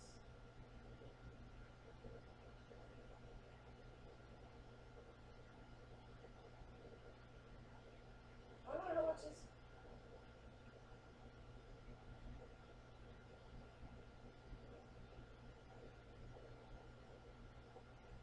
Why you use? This is right near the dog park. This is one of those crack bins. Yeah. Is that what you're telling me? I didn't know they were crack bins. We can't look at crack it. No, it's crack. It's crack. It's crack central. This is where the dog park is. I'm pretty sure. Yeah, no, it is. That's why I said. Yeah, no. They don't even want you to go to the dog park at night because of that place. Look, because of that specific complex. it's baby blue, and some are blue and some are pink. It's the one right there. I would recognize it anyway. They whitewashed this picture. No, these are the crazy ones. Yeah, these are the crazy ones where everybody sits outside. Well, we're at the dog park, in the dog park. Those shitty ones, that's where. No.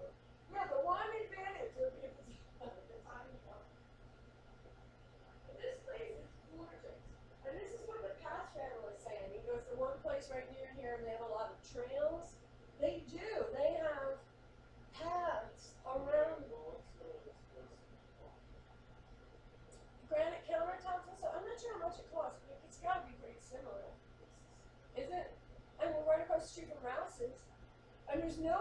to being beach. I mean, it's beautiful. It's beautiful over there. It's beautiful. And their pool is not bad. Like their whole thing is bad. It's what we hope this way. So I think that could be real simple. And I'm still down for a 12-month lease because I feel like we need to really, when we do something that we really want to do, I want to be ready and pick the exact place. And like, let's say it's Mexico. It could easily take more than 6 months for us to. I mean, I think it would take more than 6 months. Like, if there's enough opportunities, like I would be happy down the road. I felt stressed out for sorry. I felt stressed out for so long about where we're gonna live that like I have no problems that signing your lease in a better place.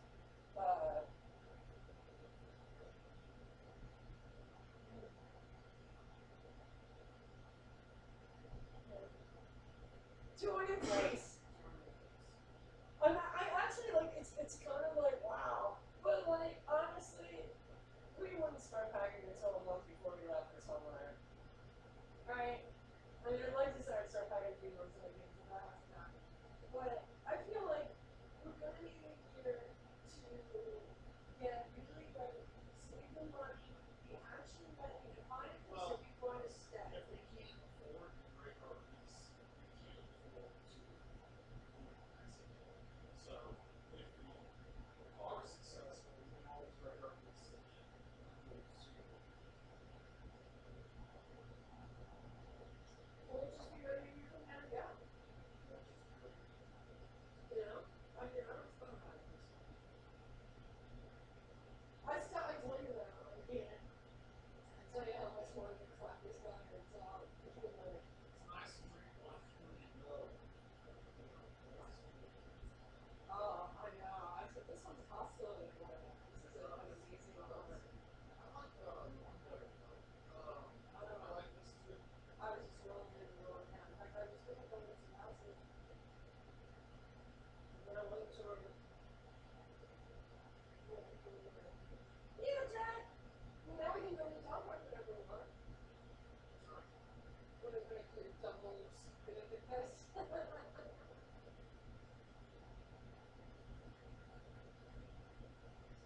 I just think it's funny because like I go to the dog park all the time. I didn't work in. And that's what ticked me off is like specifically when I saw that the park was locked and it was locked not because it's covered into it. I was like, okay, well I'm not gonna go in. That's right. So it's like you have a dog shit problem. You have a dog park problem. All of that can be solved with camera and a light. And the dog park would be that much better. And they could find the fun out of whoever's not going to be on the dog park. 2 sparkling saltwater pools with sunshine. No wonder they look so much nicer. They're saltwater pools. 2 saltwater pools. Grilling stations. Whatever. Playground. Gated community. 24-hour service. Perfect. There you go.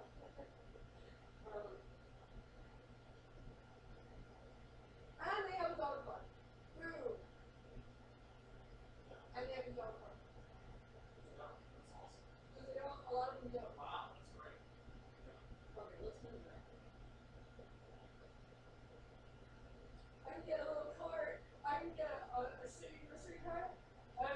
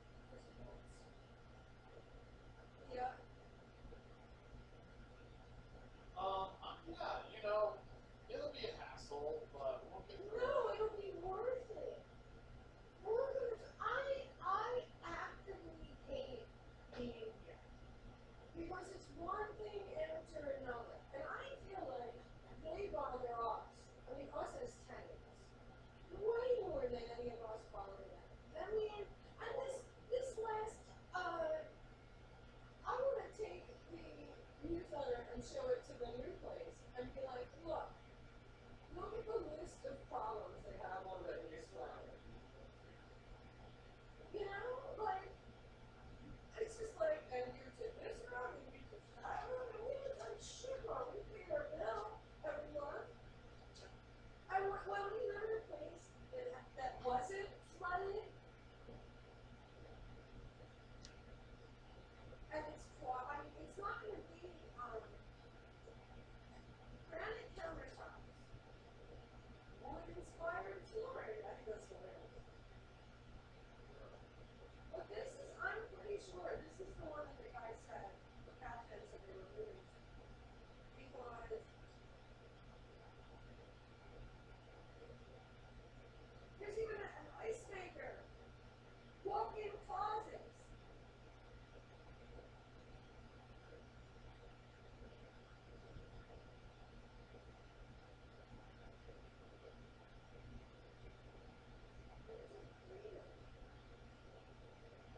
Oh my God, a 3-bedroom there is the same price as a 2-bedroom here. It's $10.79.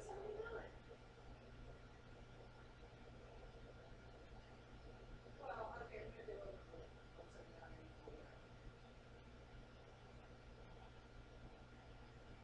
Okay, probably. But still, it's not going to be more expensive.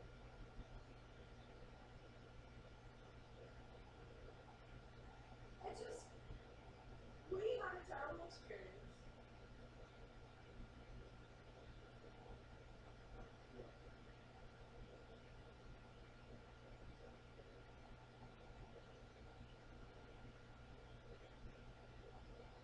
Okay, here's a review from 2 days ago. Yeah. It's amazing. They have 2 pools, a gym, a dog park, a kids park, and a rock walk path. I saw that. That's what the guy was talking about. The rock paths in the woods, and you walk the property on these nice walking trails that are all gravel. Oh, there. I thought you were talking about here. So I was like, what the? No, I'm reading the reviews. Okay, newest reviews. Oh, okay. This is from 2 days ago. It's amazing. They have two pools, a gym, a dog park, a kids park, and a rock walk path. And they're using the office are so amazing. They give free snacks and have amazing events for all patrons. Here's one from a weekend. The staff of the business office here are excellent supporters, constant maintenance, social events on a regular basis. I've seen that in other apartment complexes where they're like, we love the social events. Yeah, Right? yeah. They don't tell me all that here. Oh, their social events are there. Nice. Yeah. We have so.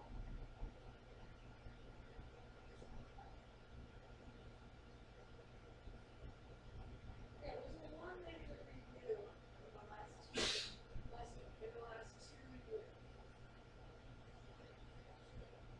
Oh yeah, Papa Man, I didn't even here's what I'm thinking about making for dinner. Enchiladas. Because think about it. I saw a recipe in some friend. So and I looked at it. And it's like, okay, we have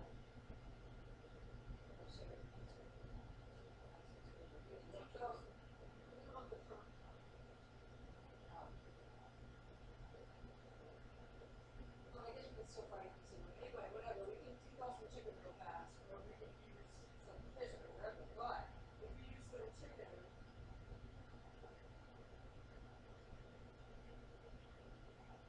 we've got the corn tortillas, we've got a can of tomatoes, crushed tomatoes, we've got jalapeno peppers, we even have fruit. But we have everything we could possibly need to either. Okay, put it this way. Here's your vote. Your vote is for some type of Asian stir-fry thing, because we love those type of fresh veggies to use, or from good noodles, or would you like to try chicken enchiladas? I feel like that'd be something a little bit different, right? We'll have the Asian shit first, then every other day. No, there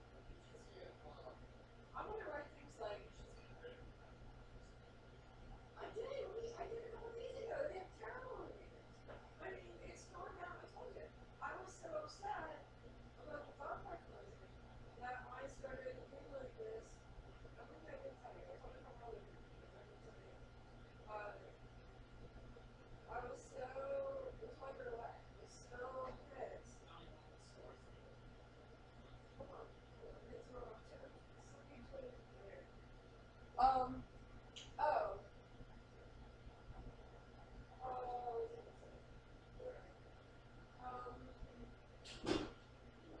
didn't stop it again. See, I have this, hold on, I have this thing where I have a bunch of shopping going on here. Right? I'm doing really well. My biggest reason, every other retailer, Target, anybody, Walgreens, anybody else that was open for Thanksgiving, this time and a half, right? That's what Walmart did for Thanksgiving. They refused to pay time and a half. Oh, I heard about that. And we gave them a 10% off coupon for groceries that was only good for 2 days. So if you didn't have any money or you're waiting to get your check or something, you couldn't even use the 10% off coupon for your groceries for Thanksgiving. Oh. And I'm like, you know, I know a million horrible things about Walmart. You know, 10% off is like insulting.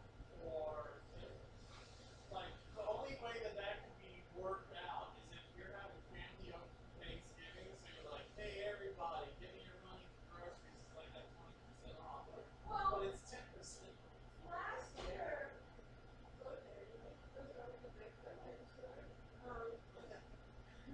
was going to make some diamonds together for fun.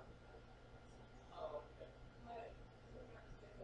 But anyway, like in college, we learned about, with my classes, they kind of people of the negative implications of big box, right? Which is many and varied. But, oh yeah, we're going to have a quick talking stuff.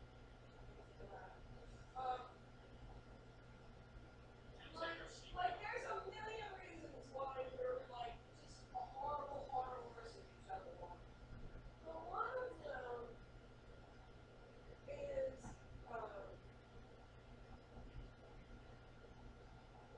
like on other Thanksgivings, they would spawn, look at last year, in years past, and historically, they'll put in a canned goods box in the break room for the Walmart employees to help other Walmart employees that don't have enough food for Thanksgiving.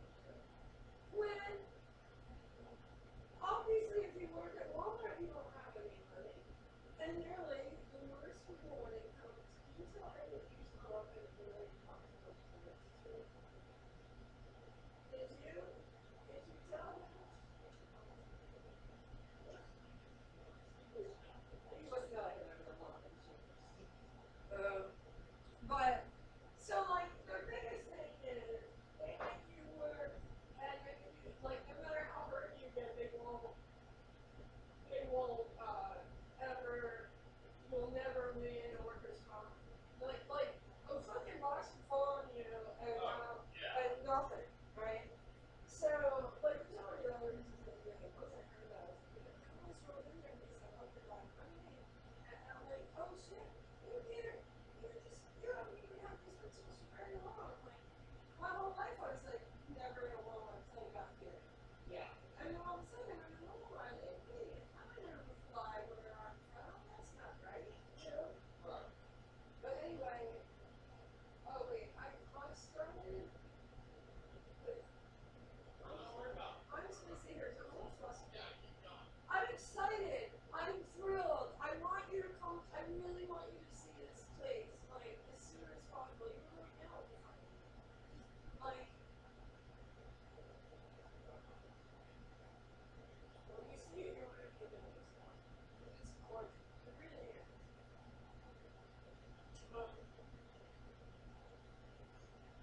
I think this place is just like a big giant ripoff because it's at the beach, like quote unquote at the beach, right?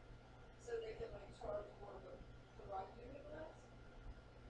Yeah. Remember I was telling you before we ever moved here about how the beach works? Like when you charge money on the beach ride, but 2 blocks in, 3 blocks in, you can't get the same money, right?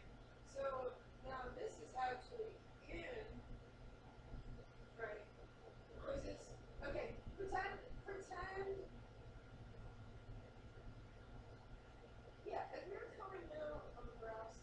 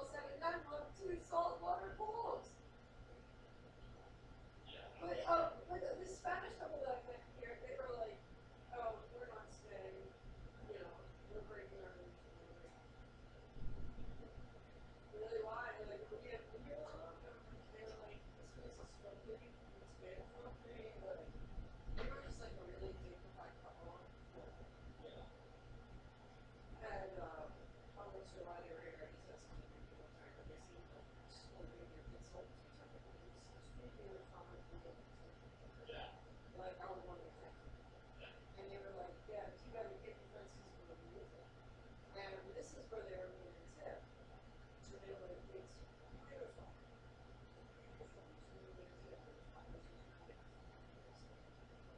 If you really think about it, people live here constantly. Everybody lives here, losers. John. Yeah. John.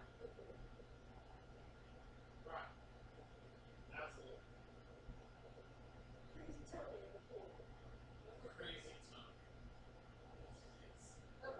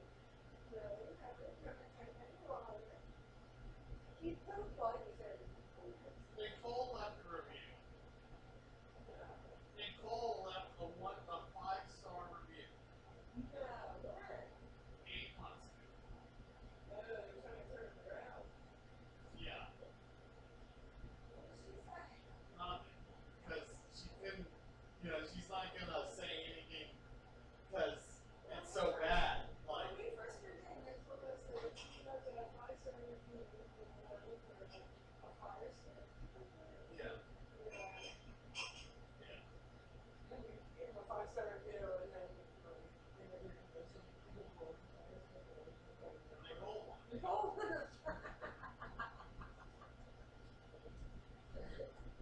I mean, did you like having the Christmas candle in your room while you were teaching?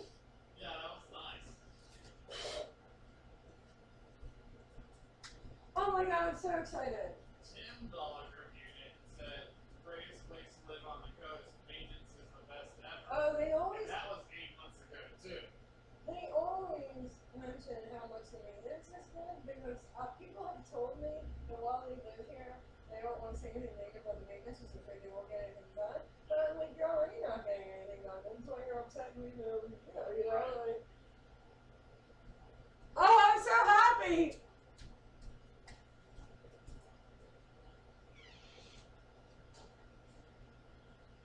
I just feel like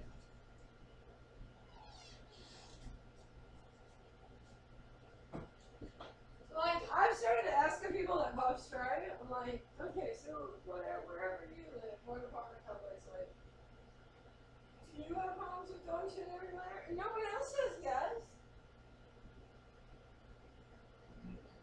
Right. No one else says, oh my god, there's dog shit everywhere I live. No, nowhere. No. Now that I know that you have a dog park, oh my god. Tim Dog has 4 reviews 8 months ago and gave it 5 stars. Well, Kimberly. he's the quiet, small. Yeah. Kimberly, I think works there too. Kim, yeah. 8 months ago, 2 reviews, 5 stars. Yeah. Nicole, 8 months ago, 1 review, 5 stars. Chad, her husband, 8 months ago, same last name, 5 stars, no review. And then the person with 87 reviews chimes in 1 star. Oh. 1, so it's like 5, 5, 5, 5. Well, that's what I'm saying. Like, that's obviously. And when we get this place, we have the highest review, highest rating of what we live in. Right. That was before they used it. Yes. Then the other thing that you know what they do from Shannon is they suppress the 1-star reviews, right? Just gives them, like. So I should make 1 and 2 stars. No, I mean, but eventually, remember if the 1-star reviews for left for Shannon, for a while they went there, and then temporarily were not doing anything there, and used that, then you all came back. I think that when you get a big review, you have, like, you can suppress it for, like, a month or something, but not permanently.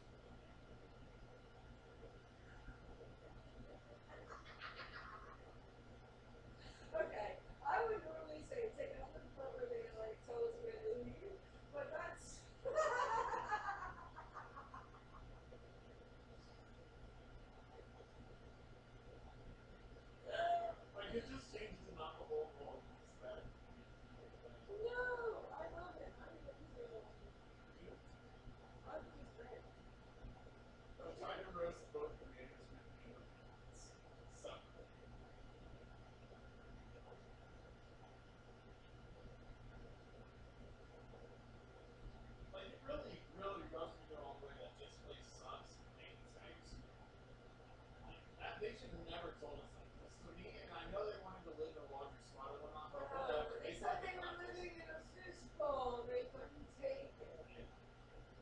Yeah, why not just say we want to do that here? But that lady had nothing. Why, when you're moving out, why tell us that you work here and that you fucking do information moving out?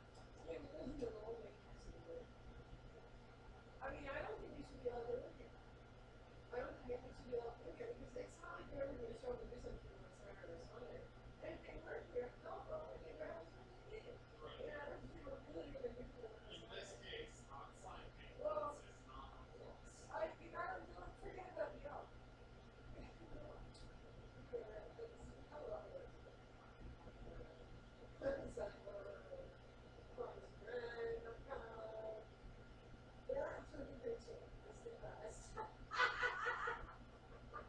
I mean, look, the thing is,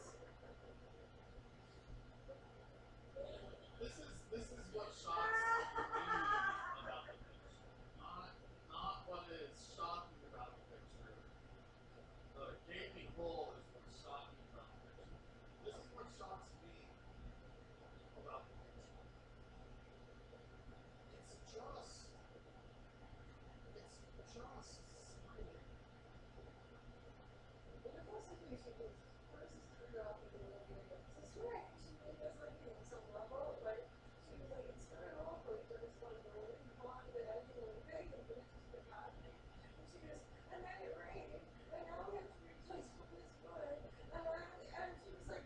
Stressed out about it, and I'm like, yeah, I can see that, you know. And she was like, it's terrible. You wait until Wednesday for the holiday, and I'm like, No, you don't. No, you don't. you have to wait to tarp it up. Right, you go Rent it up. You go rent lift equipment and get your fucking guys passion. And people are still doing it. You know what? But when you're okay, wait. Oh. I'm really tempted just to change it back to like a performance. If you hadn't had that picture, I would have been like, okay, we need to take out the part about how they can do this so that people future tenants don't feel like we're just selling things. Right. Well, I want to take a picture of the dog though. Okay. Oh, I did too. This is my dog part.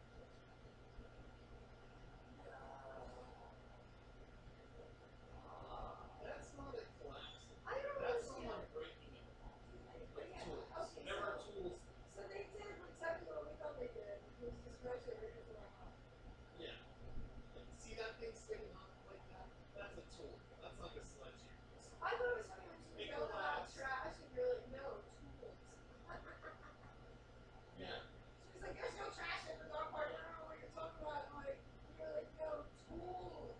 Yeah. They left their tools here. And she was like, oh, no, they did. Like, what about these people that walk back and forth? Like, there's a clear path where you can see people walk back and forth. But you know what nice it's going to be? So, To like, not have to turn on the TV because, you know, like, these drinks go away. Yeah, no, that's really great. That's what always got me about the whole side of this ramp story is, and I think that you're right in that she was telling the truth. But to me, what the truth was is the ramp, in probably the same windstorm that did whatever the fuck that was. No, I didn't find this appealing. Killed And I'll tell you why I didn't think that because I think they added design to it with structurally damaged it. And if they just left it alone, it would have lasted a lot Couldn't longer. breathe and Well, they banged it. Yeah. Until they just launched it. But still, that thing was going to collapse because it was damn quiet. And so it fell apart. I meant the ramp. Oh, right. It fell Oh, apart. the replacement ramp. And I mean, then it's like, so this ramp collapsed, and then the Tuesday before Thanksgiving, Friday before Thanksgiving, Tuesday before Thanksgiving, they took, we saw them. They went into the park, yeah, and we heard it because Jack wasn't there. and they They slashed were the and then we left it there. and then they left it. And then the next day, we were at the dog park for an hour and a half.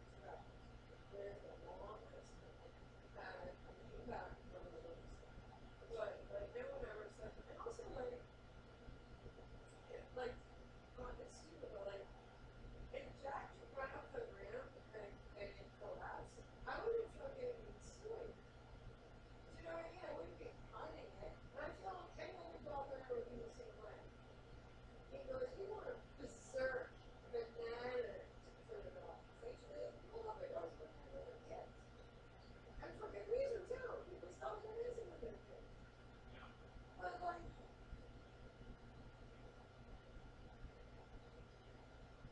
I don't know how you fed him so much. And I know that you get people to say, no, you're not saying that. Look.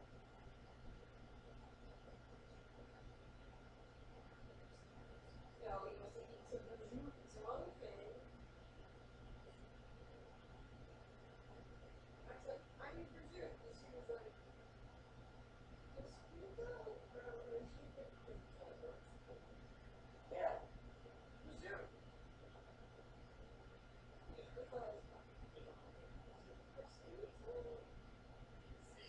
Because you know what? Look, your juice.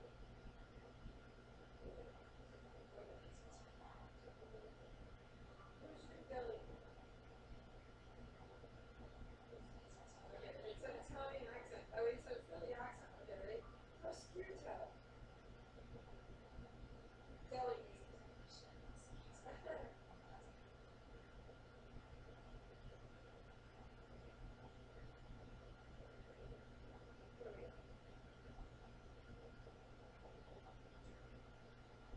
There, that's how it's spelled. Right?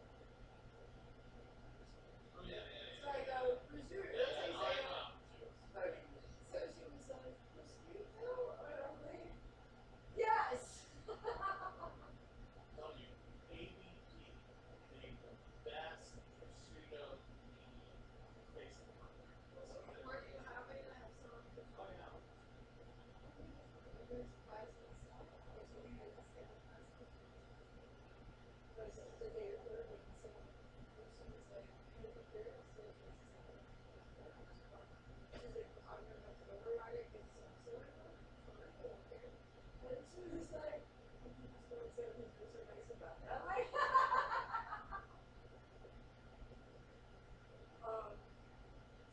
can I show you? He's trying to make this. Okay, sorry. Or it's really safe. So I'm listening. And then I'm also interested because I mean, farms have food. Yeah. Farms have food.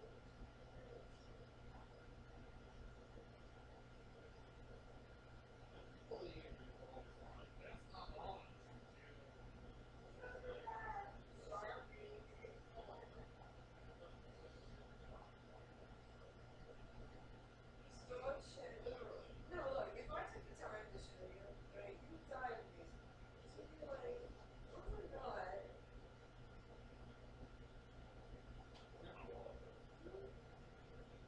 And I have my phone. You tell me. You know, while they were out.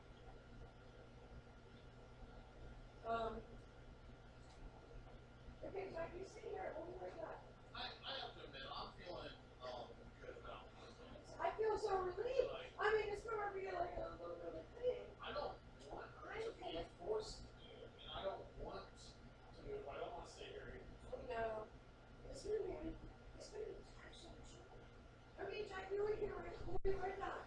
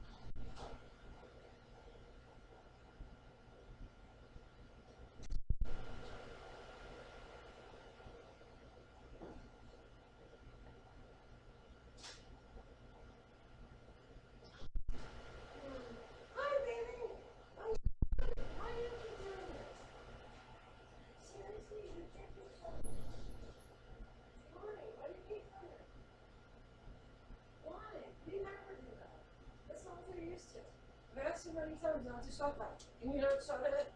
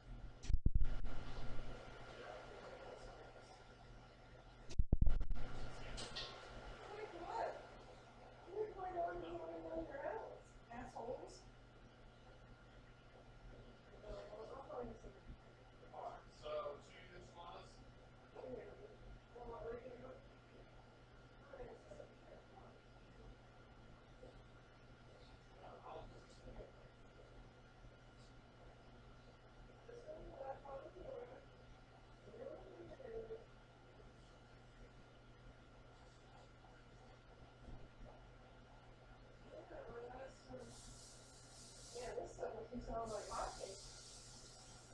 It's gonna be one of my things, got it.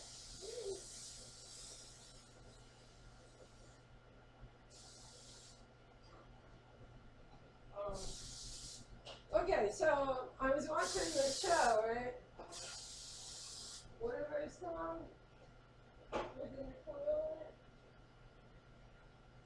What? No, okay, think for a second and guess which one I'm talking about. So, what is it? On Epics. Come on, John, I don't. The guy. Oh, that guy. The McCoyle. There's the McCoyle and Godfather Arnold. No, it's not. It's the one you told me to watch with the McCoyle in it. Something limited. It's on Epics. And you told me to watch it. You said it was great. You know, I've seen every episode of Jimmy Thompson. The McCoy, you haven't watched it? You told me you'd seen it, and I needed to watch it. It was really good. On Epics? Yes. The kid's story. And I'm drawing a blank on the shows. The one, okay, then you haven't seen it. Yeah. I said, well, let's see what that's like. And you told me to watch it because you'd already seen it. It's like, John, how come you haven't seen all these shows that just came out? Remember? I was like, Yeah, why were you, how do you know all this stuff when these things just came out? So I'm trying to think of if you didn't see it. Yeah. Okay. But it's, Oh, that'd be awesome. no, I'm not totally convinced. Jimmy.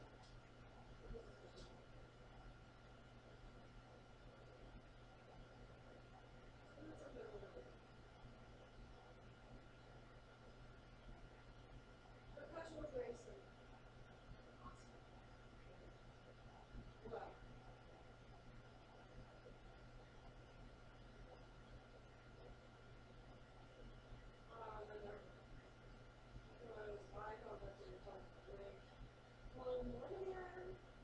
I think it's absolutely genius.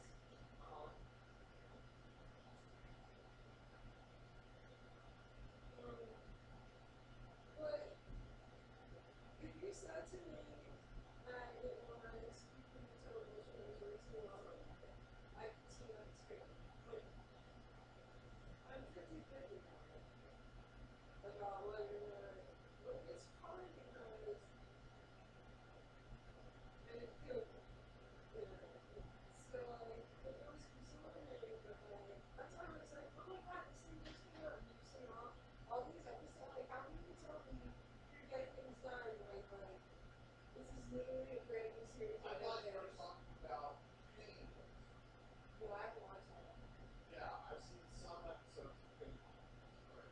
Oh, yeah, that's what happened. Yeah, no, it's Like, I wanted to be ready and make sure I'm happy. But, we're gonna find the next one. anyone's gonna be better than this. We're gonna be so much after. And who cares better than this? Yeah.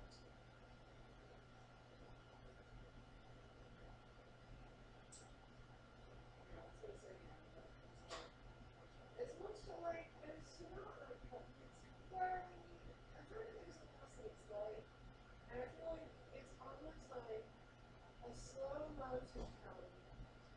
Like, you really have to be looking. What? It's good. Napoleon's It's so Island.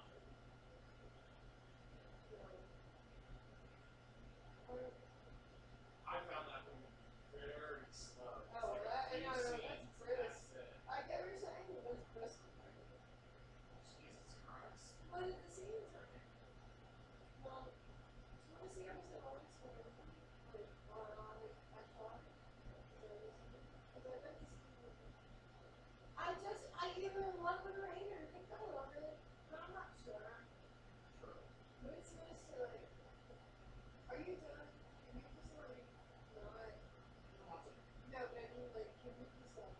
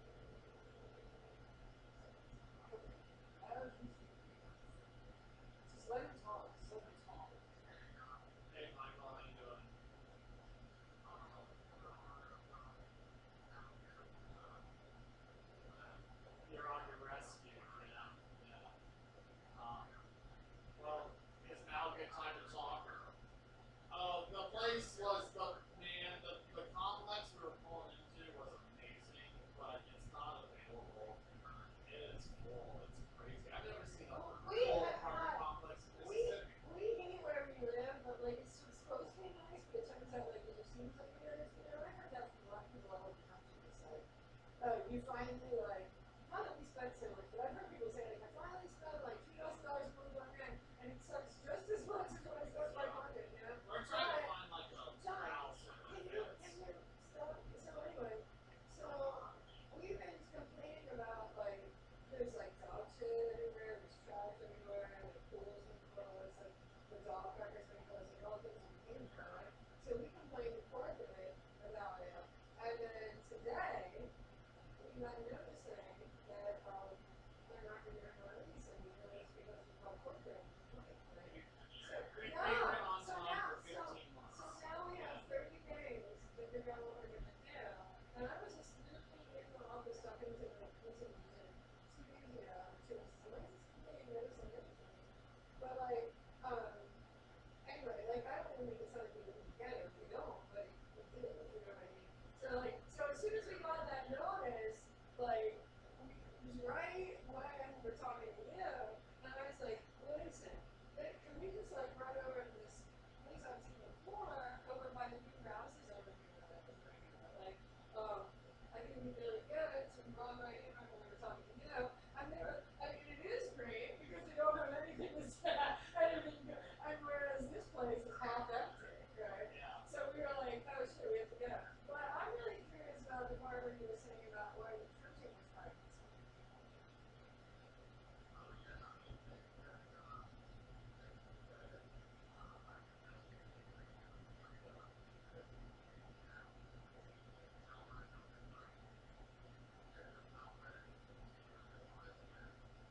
What?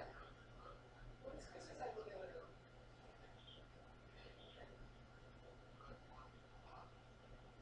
Say again, you feel about this.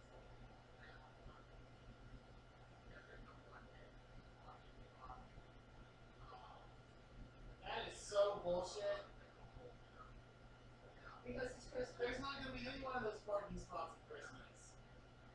Well, our place is like right next to Keysler. Let's all go to the military base for No, Christmas. but listen, our place is like, you know, right here, right next to Keysler, right on Keysler. And a lot of it is military. I can tell you from last Christmas, and during Christmas, this place has zero people in the park. Like, no one's here. So,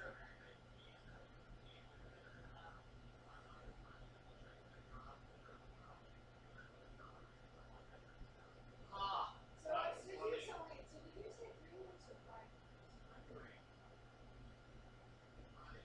Oh, sorry. Before we were pulling up that place, I know it's 5.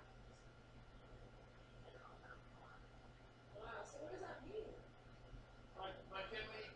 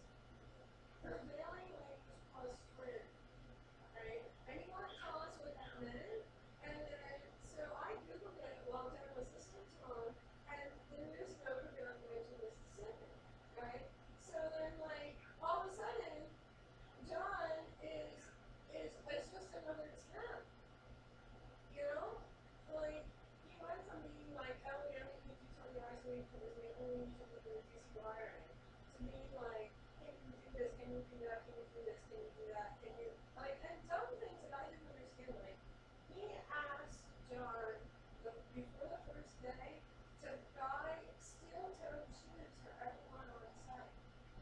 And we're, but I mean, like, what, okay, let's just say that I would put this on my car, like, oh, like, why are everyone fucking shoes, okay? Well, how would I even know what to buy? Like, what am I supposed to do? Like, and also, anybody that's worth their salt has to learn steel-toed shoes. I mean, usually he wanted us to provide those yellow, like, don't get hit by a car vests, right? But they're $3 a piece in Walmart. I bought them for Tom 2 jobs ago. I got a whole pack of them for $15.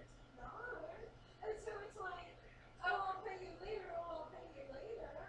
And I couldn't understand for the life of me how anybody that knows anything about construction would be willing to talk to Justin.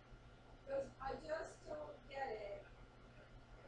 Right? And every time he sends you guys off site, I feel like I'm worried that he is misusing his labor funds and that he's going to be trying to like do this perma guidance or else. So I tell John to tell me because it pisses me off so much.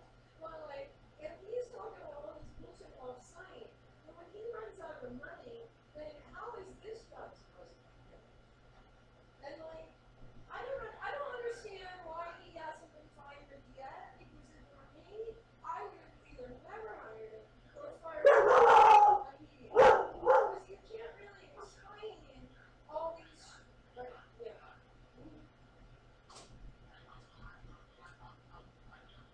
Yeah. Do you think? But I'm glad to hear that we're feeling the same way. Yeah. Yeah, well, call us whenever you have time. We're in for the night, so call us whenever you feel. Yeah.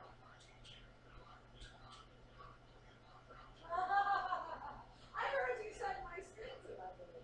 And I appreciate it. Yeah, anytime. That'll be fun. Yeah, like call us whenever you have time. All right, bye. Yeah, very soon. Okay, bye.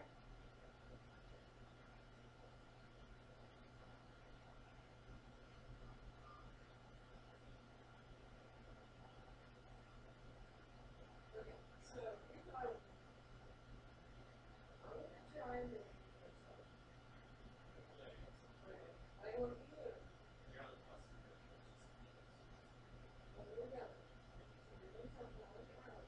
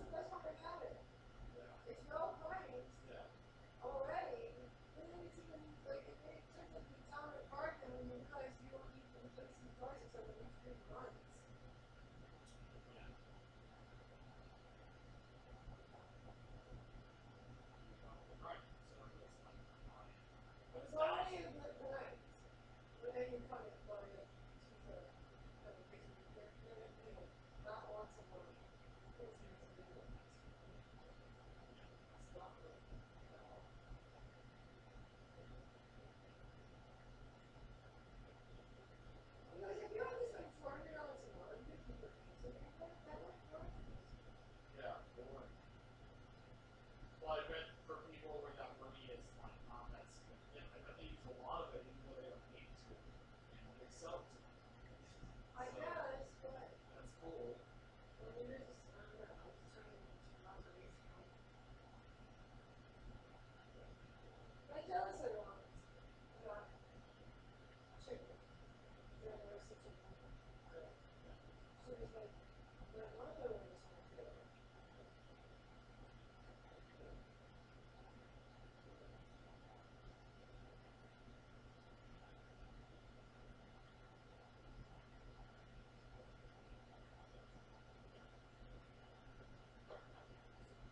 my mother's here.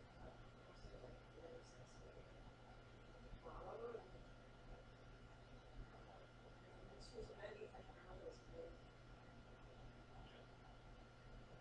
But she says that her mother did that. But her mom would make the organic distribution. You take the story, take the chicken, and you marinate it, and all the stuff for the day. And it turns out great. What do you do? What do you say what time about? It's like on your head. What do you say?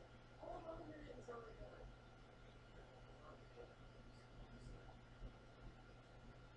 Yeah, but I thought you could say, hold on a minute, I'm not listening to you. Wait till I'm done. Yeah, instead of nodding your head and making me say what you times, so you can say I'm listening. Good cost me to be decent. Well, yeah, I've been trying to do the whole thing like figure out where to live.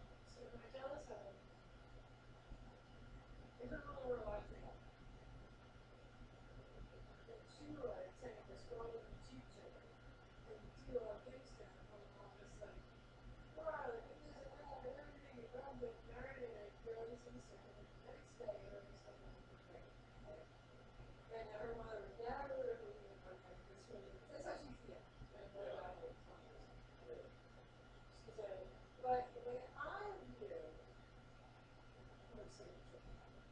If you spend as much money as you possibly can on shipping and stuff, and then you do as little as possible, as if you were running with an expensive AC. And yet, and let the quality of the chicken speak for itself instead of checking the just take any old scenarios, whole chicken and try to make it work. And you have to say, oh, we're going to do it. And it's going to be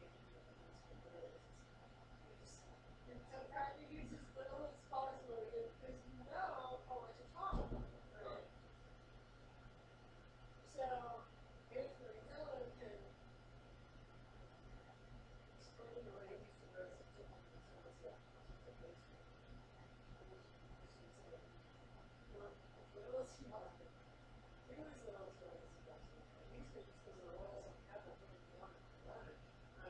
Very fresh chicken, you know. But that's because you're starting to know how to sell.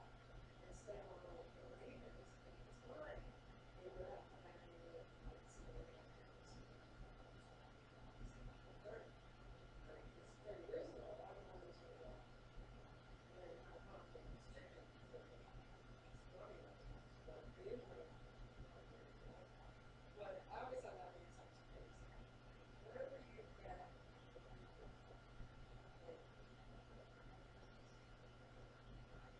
I got this for 20% off. I got it on Good Friday. For the first time ever, Good did a Good Friday 20% off.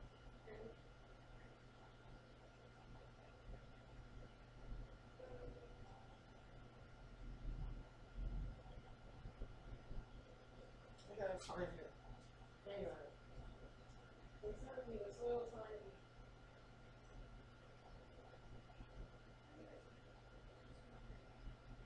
Okay, it's this size. It's tiny little. Right. It lasted me 3 months. Wow. Okay. So then, on 20% off, I got this. This is going to be a good 16 bucks. I mean, like, how can you say that that's expensive?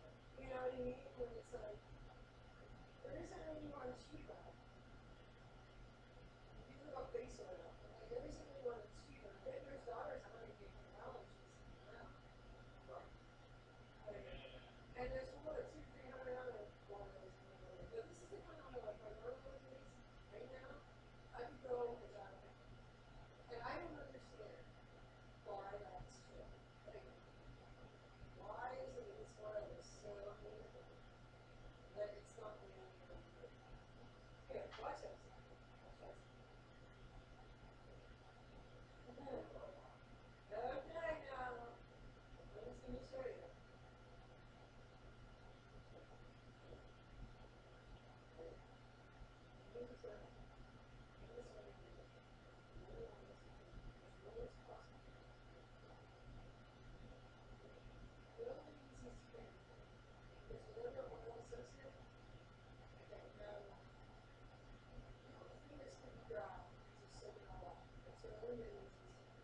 Rub this all over you, all over your skin, all in every pore. You're gonna rub it so it's good and warm. Just leave your skin as a cover, right? And like part because of this service, I know that's not great, but like it's like you'll feel it stretch. You feel how much it's working or whatever, right? I'm sorry. You feel like you can pull it all around your skin, so you don't need any more on your face than that. That's amazing, right? But you want to do it goes from in between your eyes, everywhere, okay? You want to rub it to make something cool and cute. So you don't take it and put it with your kids. You go all the way around and you go like, oh, okay, great. Now,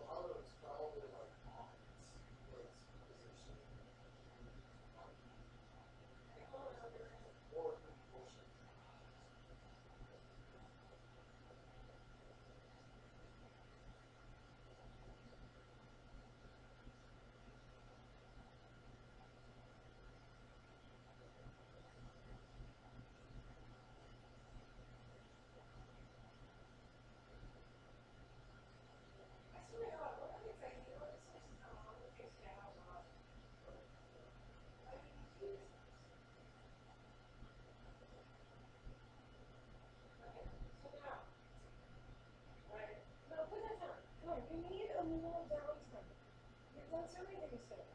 Now, when you take this, right? When you go in,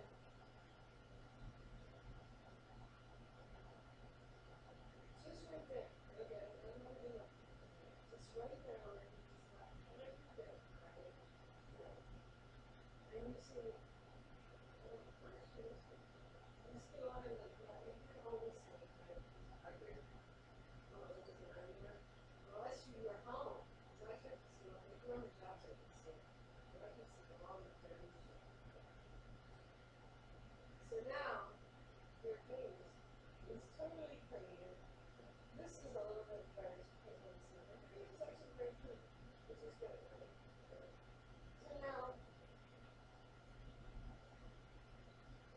I'm just naturally disgusting. no, after I was always turned off like this, but I don't know what I can't. Wow, okay, so now, you've done that. Now, I just want to show you how far this will go. This is like I'm amazed. Okay? Just start running like this. Okay. Just see how far you can do. Tiny bit of one. A little bit from your forehead.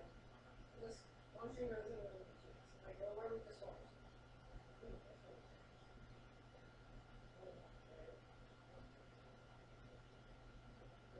Now try. That's 2 drops. Let's see if you can rub that. I'm trying to way. Do you see how much that's way too much? Like, how long is this gonna last? Right? What if you have a little in your lips too? Right?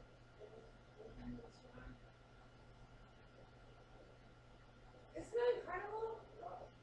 And yet, it's not like, and in like a few minutes, when you're like, it's not even there. Like, you don't feel like, oh my god, I'm this grease ball. I mean, yeah, you look good. And then you get the rest of it in your grease. I'm gonna have to do a corner with it. I'm just going to do this thing here.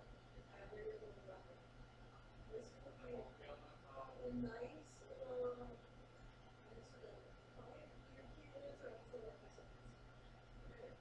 don't care what it's going to be.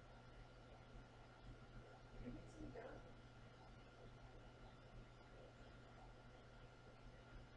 I love pictures like that. Yeah, so apparently I was testing because I'm like, Jesus, this show just came out. And you're telling me you're seeing all the time. I'm just having this like, as I was mad, I'm like, how can this have just came out? And as soon as one of my reps walked in, like, it just came out, right? But it's ethics that hard on the policy, right? And now we do a promo where it's too late to look at this. And only the 5 days, I don't know if these people are that. Yeah, no, it's a great deal for a month subscription.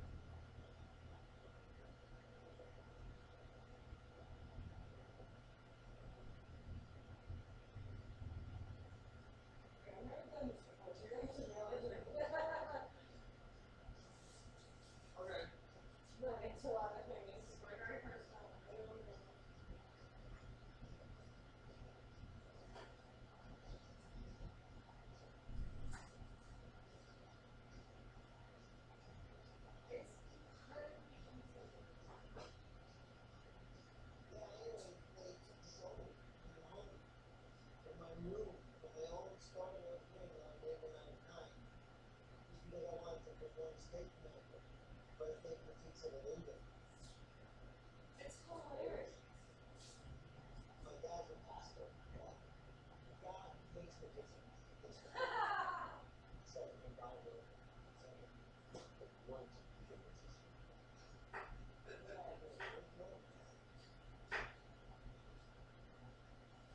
My dad takes things for people. He was in takes their money. Church. Puts people off. They have a saying they're supposed to help people, but they use it to put people off. It's their bank accounts, these shared accounts. They didn't want anyone to see it. Cut me off. So, you know.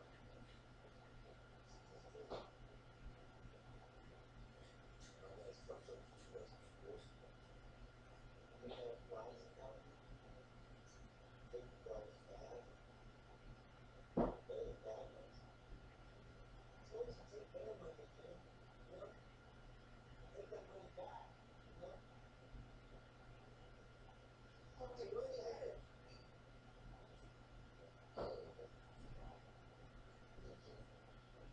What? For what, the tofu? It's divided on the door. There in the door.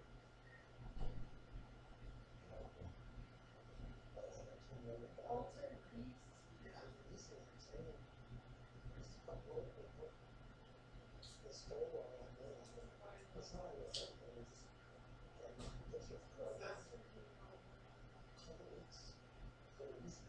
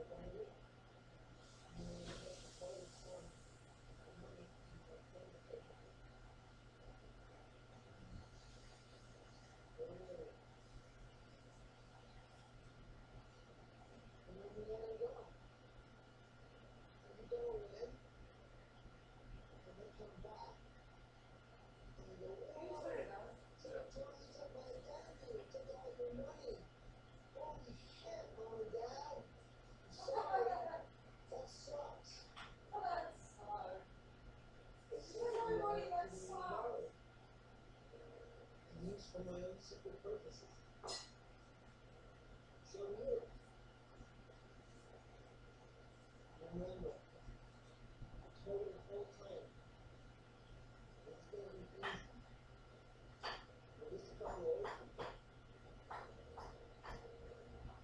The way you're feeling now is the way you'll feel the entire time before I get there. You feel what's going on a lot. It's fascinating. I feel, but it might be horrible. You do it. You feel experience.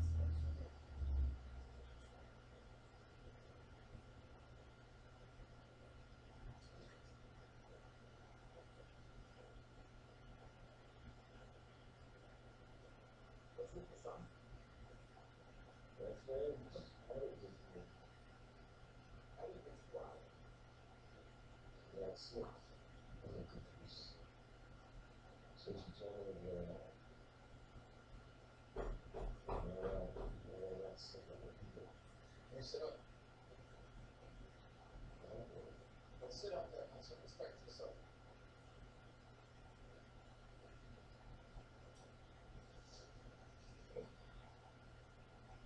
There you go. The eyes are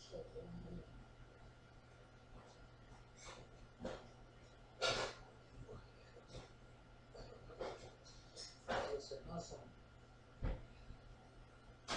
Sorry, would you like to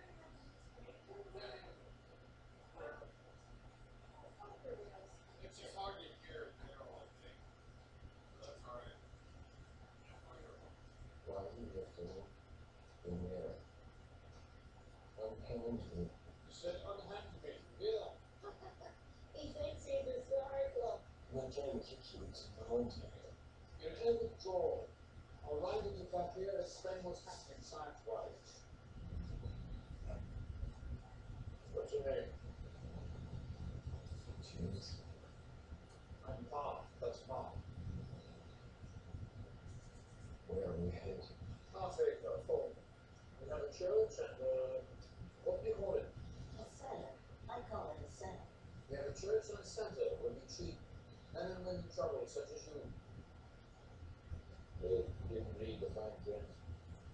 Notice it. You're gonna be okay, James. Gonna be okay, James.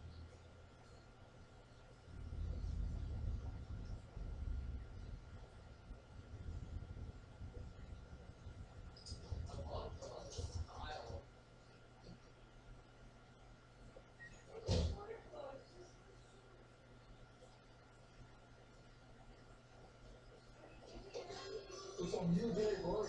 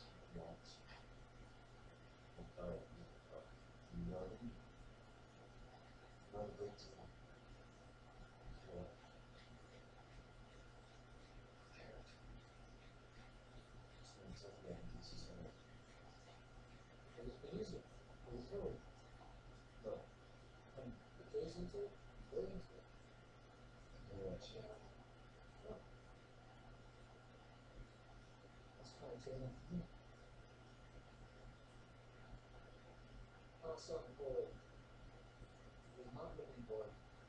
Come here with me. Excellent. And then as I grew older, it just something tormented and played with. He had this shrill, awful laugh. In fact, it just sticking around him, even when it was cheerful.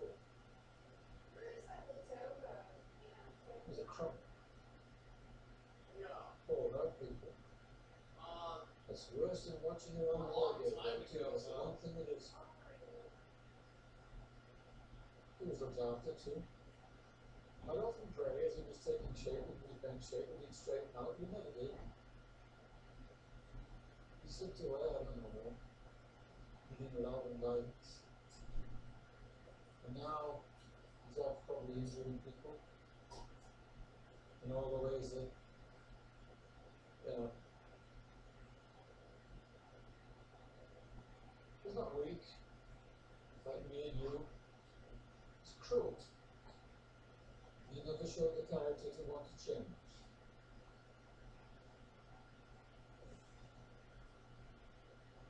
Sounds on the charge.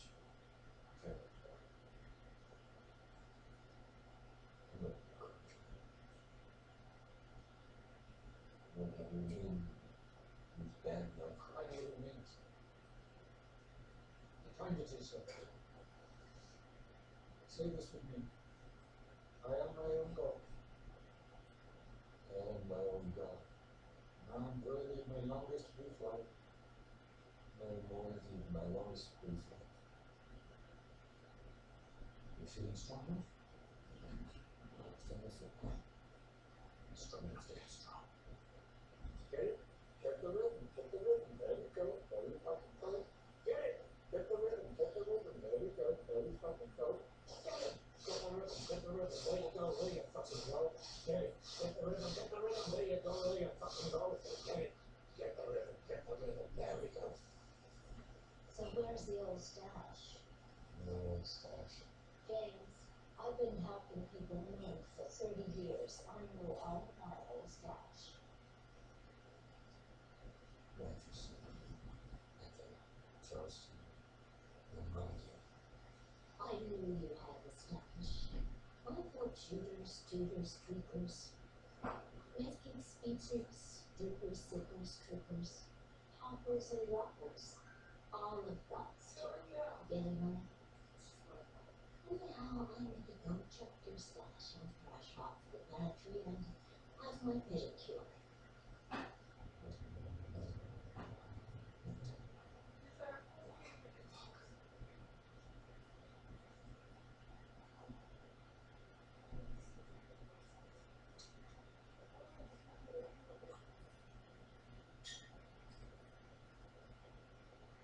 $6.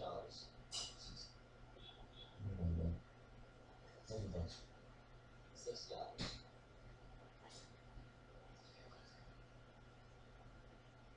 How about you? 15. You're the proprietor of the pawn shop. 15? I don't know what proprietor means. Really? Oh, no. I don't. My dad does. Where is he?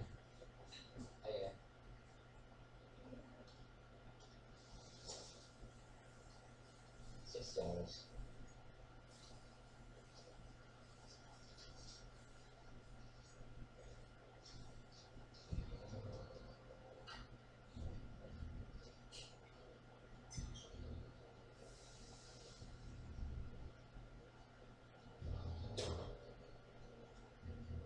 When did I get back? Minutes?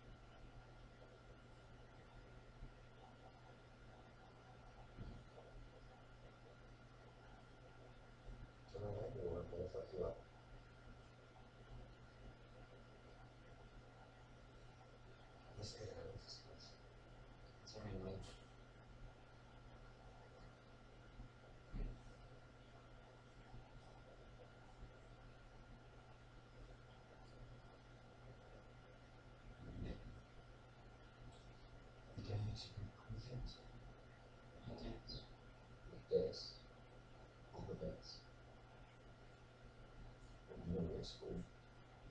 Needed here. Promotion.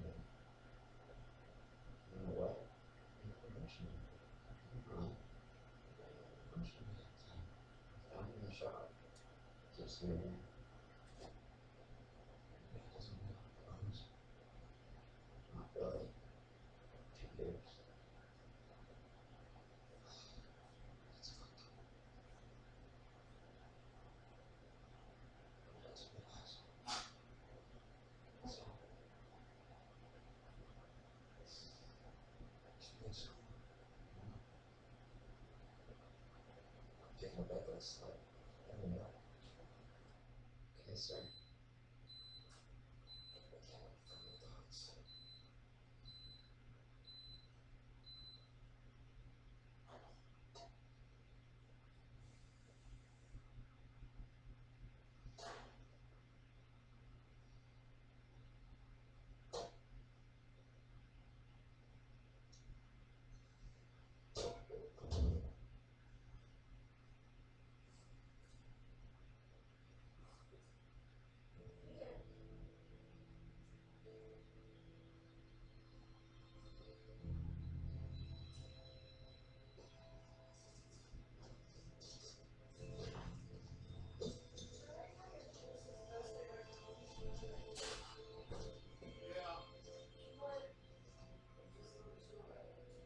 Mom, I'm home.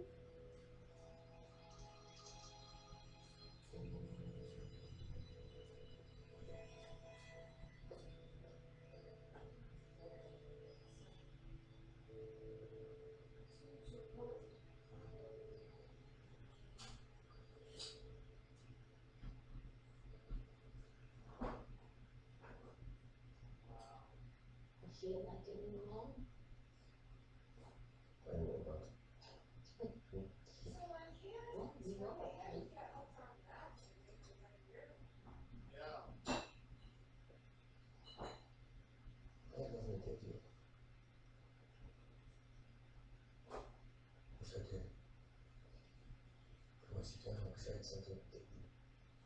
I could use the new lawn, valuable kind.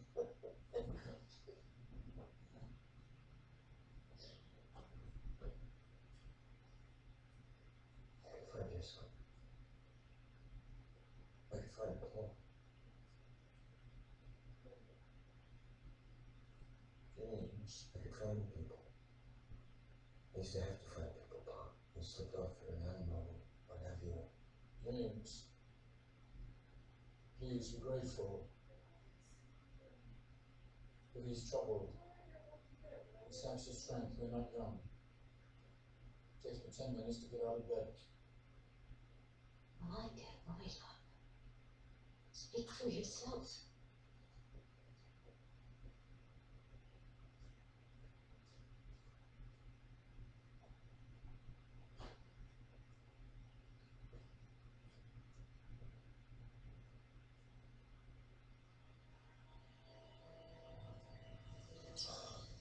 My mask was burning. That's not supposed to happen. What I'm always asking is, did I see him? Through the burning glass of the mask. Did I see him? And leave him?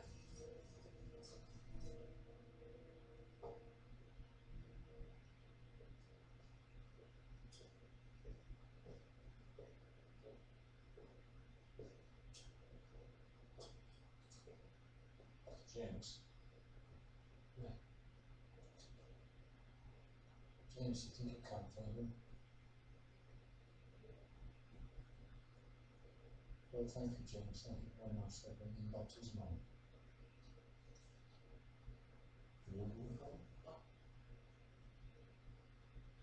Yeah.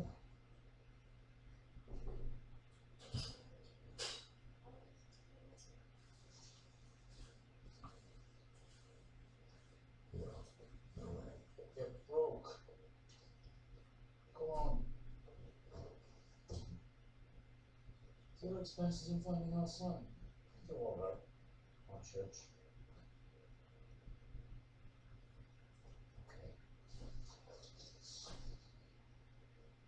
This is all of it. Now keeps it. Social Security versus Medicare. I think it Like how? tastes so good. It smells so good. And enchiladas are bland to begin with. They're not like spicy. So don't doubt It's a yourself. fresh start for me. Third one. We make you, me, and mom, you'd be on your own. We have some pull around town, you don't get too excited, we'll get you a car or anything, but at least you can get a checking account, a cell phone, some line of credit. How much? It's not.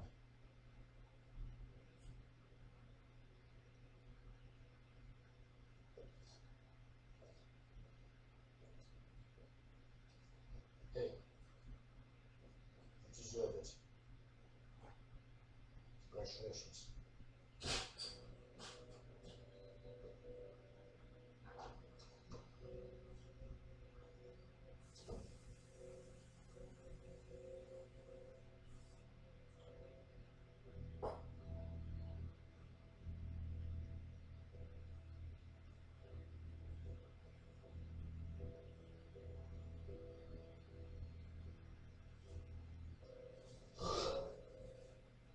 Second look, by the way.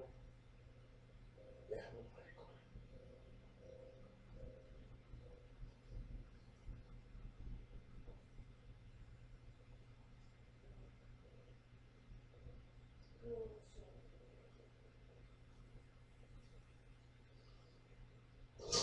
Mexico. What's Paul doing in Mexico, James? He's sick. He's great. Nuts. He's nice. Why isn't he here? Why is he there? He's in prison. He's in a prison hospital. In Missouri. Good Lord. Is he what? Sick? How? Taking care of liver failure. They said hepatitis, something was wrong with that. They said late stages, that was good. No, you're there.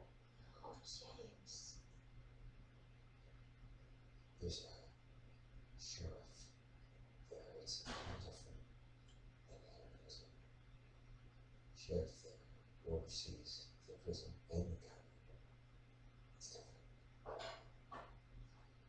He's going to apply for me. Let him go. They have to go there. They have to pay him. To let him go.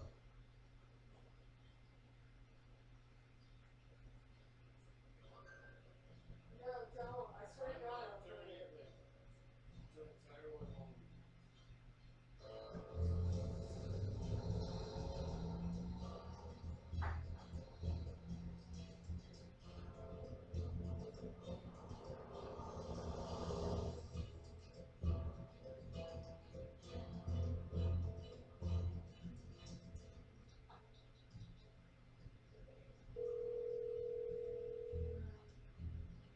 What do you mean? Right? They're on their way. They don't want to do it anymore. What the fuck you talking about? Yeah, I might change my mind. I'm sorry. They're on their way. Man, what do you still, what do you mean you're still deciding? Decide. You have 10 minutes, okay? Wow. Man. Not cool.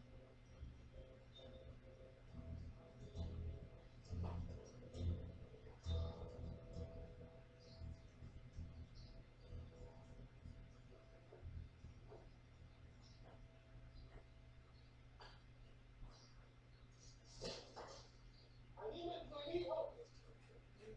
Este es todo el nuevo día.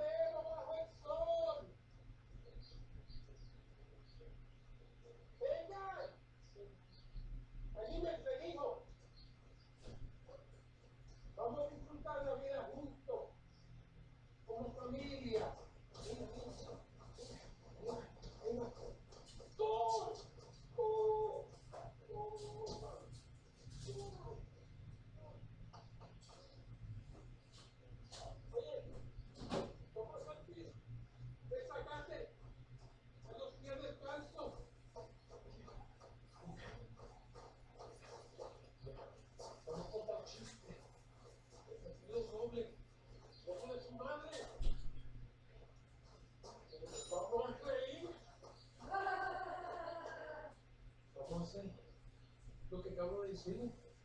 Vamos a aprovecharnos de los buenos tiempos. No quiero. Me duele el oído. Ay, Dios.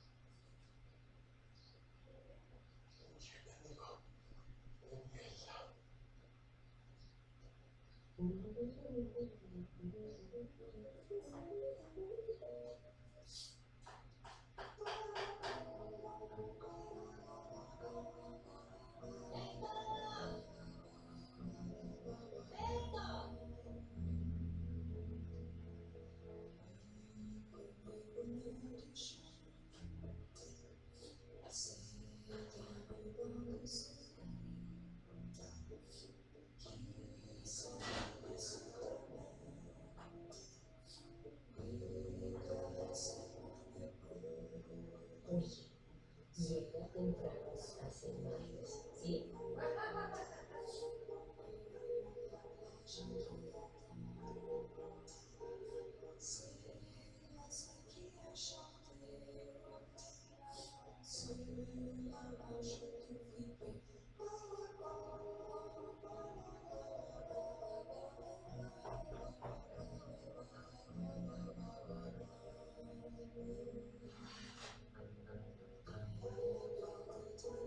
I like how it's actually a fast-moving plan. It's just about the slow scenes I'm putting on the They page. say that after watching for a few minutes of the TV episode, there was some like club dance listening. Yeah, of course you're like, oh my god, I went 7 episodes in, and you're like, I need more to happen. And it seems that a lot is happening, so it's kind of amazing. I'm really excited. Like, as soon as the season is up. But it's pretty new. I was ready for my son. We watched all 10 episodes and we couldn't see yesterday.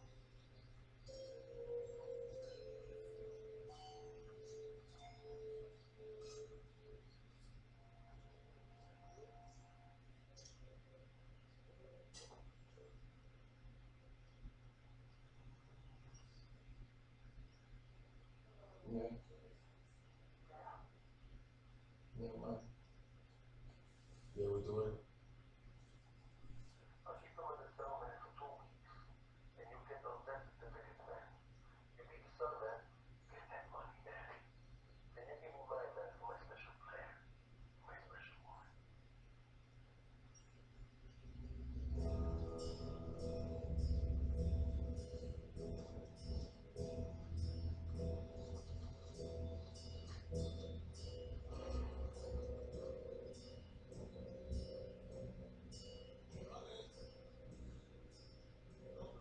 Brown. Body brown. Let's see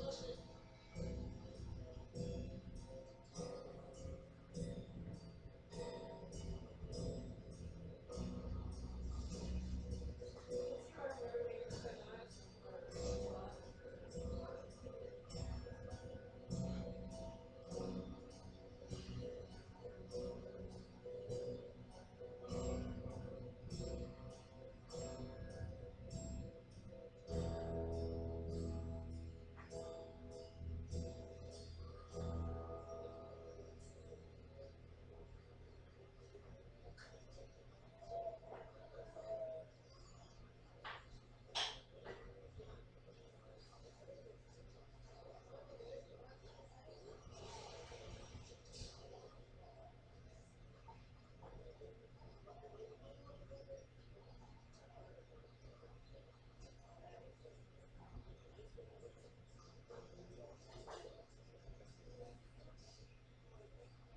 Listen,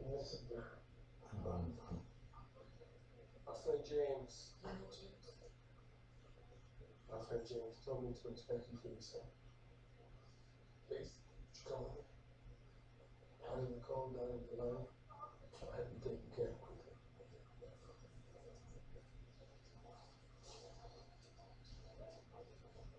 Sorry, Mr. and Mrs. Jones, as you can see, civil life here is different than the U.S. It makes greatly outnumber the guards.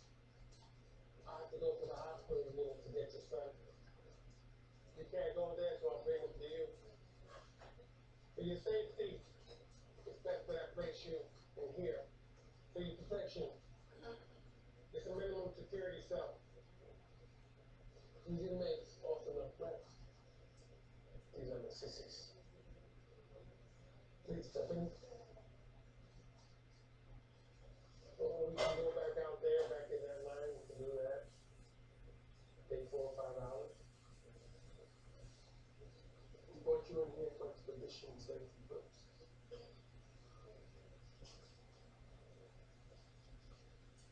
I'll be just a few minutes.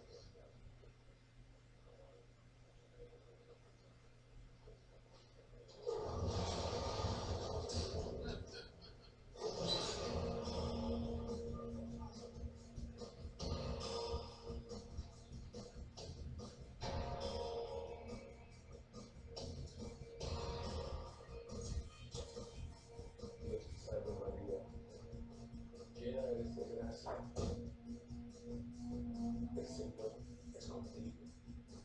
Pendiente tú eres entre todas las mujeres, y bendito es el fruto de tu vientre Jesús. Santa María, Madre de Dios, ruega por nuestros pecadores ahora y en la hora de nuestra muerte. Amén. I just flew to your place with my parents. Forget all that. We need to establish a UNESCO license. Do you have a birth certificate? Yeah.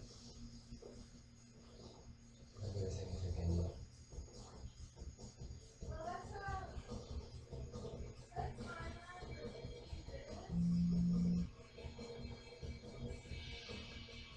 Alexa, set timer for 15 minutes.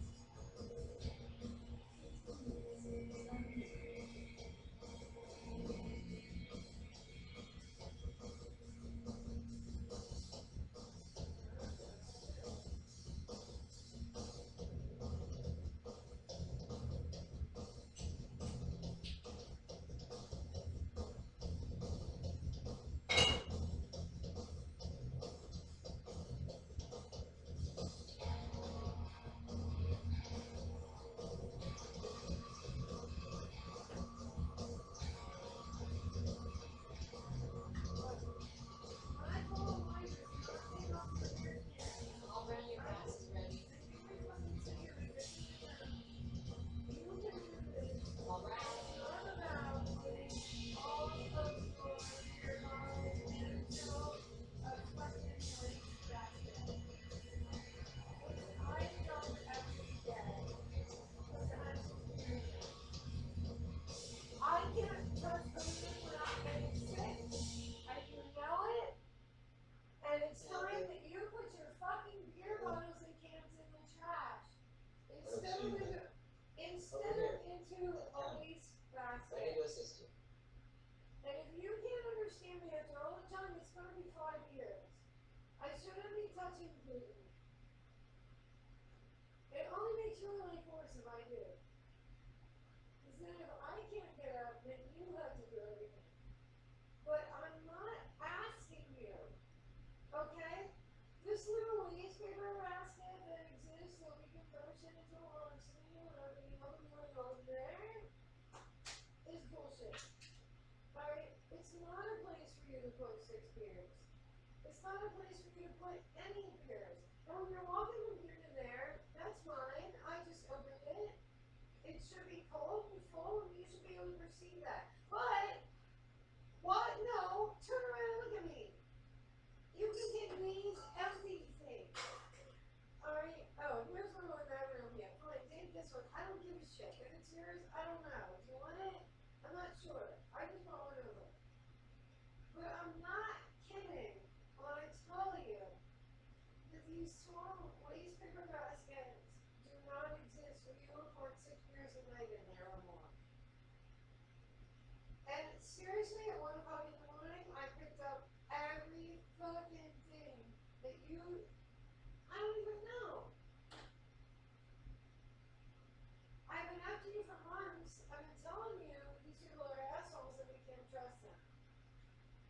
And you're like, oh, we can do whatever we want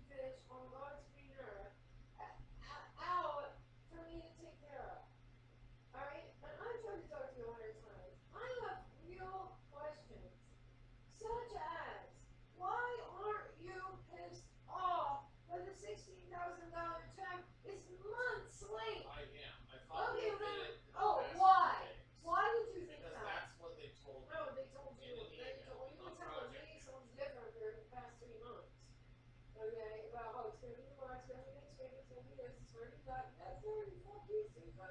Fuck you, don't understand what that 60 means. I listen to all of it. No, but listen. I'm not here No, for you to there's mouth dinner off. for me oven, and you owe me.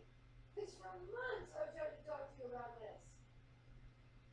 You won't fix the fact that they're evicting us because of you. No. Oh, they're not evicting us because of you. Yeah, they are. They're evicting Yes, they are. I don't know. Or They are. They're assholes, but they're evicting us because of you. I don't believe that. I know you don't. You wouldn't. Why What? would you? John? Why would you believe John, assigning. You don't cause any problems. What difference None. would it make? If they're mad that I called corporate, then they're mad that I called corporate. They are. Well, then they're mad. Okay. And they're not Okay, living around us but because of that. John, we have real things to talk about, like the truck. Has anyone replied to you? No, Oscar's replying to me. Okay, so why aren't you on the phone with him? I said, where the fuck your truck is.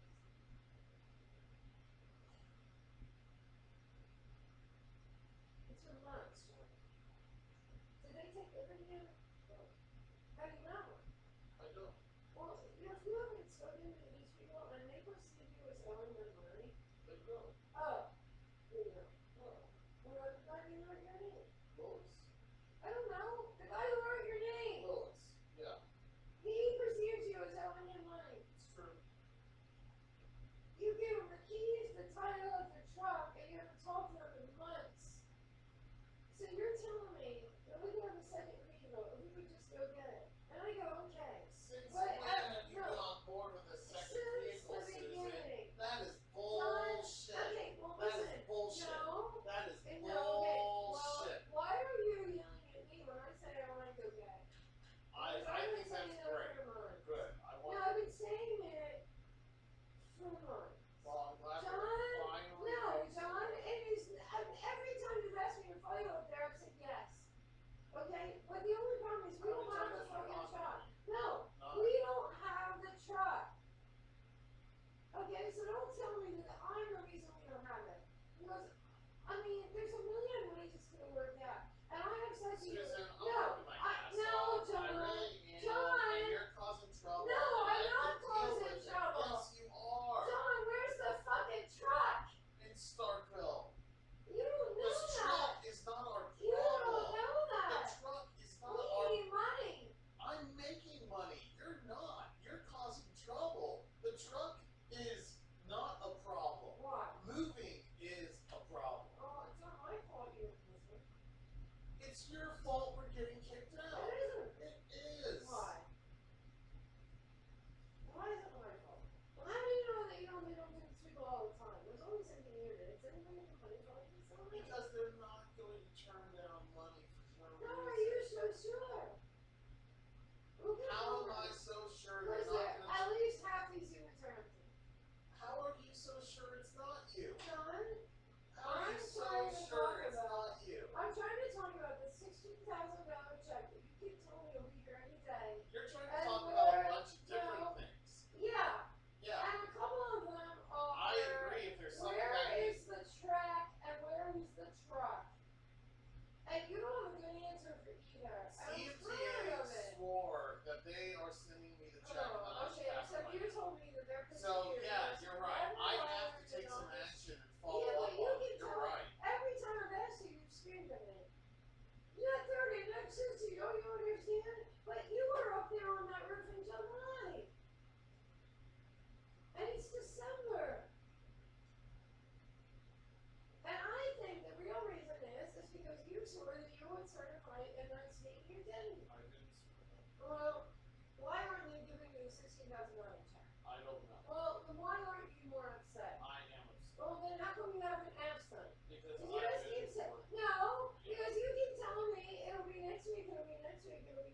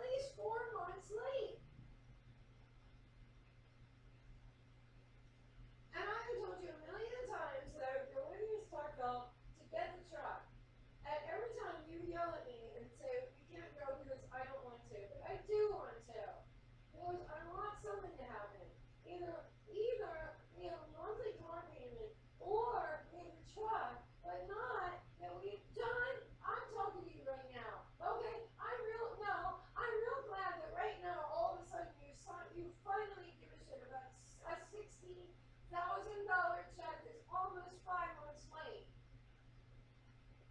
But I've offered multiple times to go with you and go get the truck, and that never happened. And they're not answering your text or you're not sending I know it. it never happened. No, I've told you a million times, Johnson, that I would go with you. No, you. Yeah, oh my God, why are you making it seem like I'm the one who doesn't... How many times have I gone up there and how many times have you gone with me? It's Yeah. like the Dolphins saying they'll win a football game. John, I've offered every time you ask me to go with you, we never go and get the truck. Alright, and now I'm not talking to you or you're not asking any questions, and I'm not sure which is right. But you're telling me that Oscar had your truck for months and you haven't talked to him? And now we have 30 days to move because you didn't listen to a word I said. I didn't want to move. Yeah, you did. I didn't. You did. No, I didn't. I was going to move, but I wanted to extend our lease. No, you and did. that It's all option. about Justin. Yeah, I've tried to be nice about No, this. you're but not being the nice about option it. of John, you're extending not our being lease nice about is it. not an option because of you. No, I disagree. Of course you would disagree. Well, John, You don't have accountability for a heartbeat of paying. I've been asking you for 6 months for the permit. And for 6 months you don't put me on. And I kept saying to you, what happens if they say they're not going to renew our lease? Well, why would they say that? Because I don't know, I don't need to know why. Because you John, fucking look at how fight with every fucking landlord I've ever lived with. With you. Okay, Every single fucking one. We have 2090. You're right. Okay, so But we when live are in you the gonna next fix place, it? and then we When have are you 364 days. When are you It's never gonna end. When are you gonna face it? We don't I'm know. not gonna face it right We now. don't know where the $16,000 check is. You're right. Okay, we don't know where the truck is. And we have 29 days to move. And you can get as mad as you want, but you haven't been facing up to any of this. And you knew this was a possibility since we complained about the rock. You knew that this could happen. And I tried to tell you, but What's going to prevent you from doing this next place you're oh, with? I don't know, John, but we have 29 days. You have 29 days.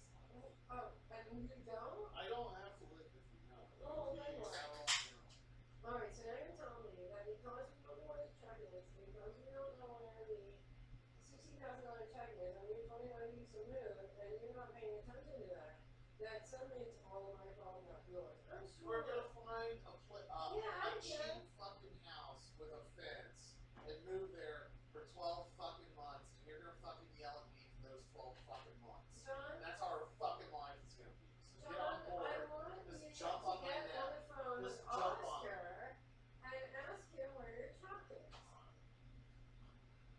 And this shouldn't have taken this many months. But he has a brother or whatever that sells cars. You haven't talked to him once? I say you call them and say, where the fuck is my truck? And why aren't you answering me? I mean, why do I have to say that? You know who you're dealing with. You're dealing with people that feel as though they owe you money, or you owe them money.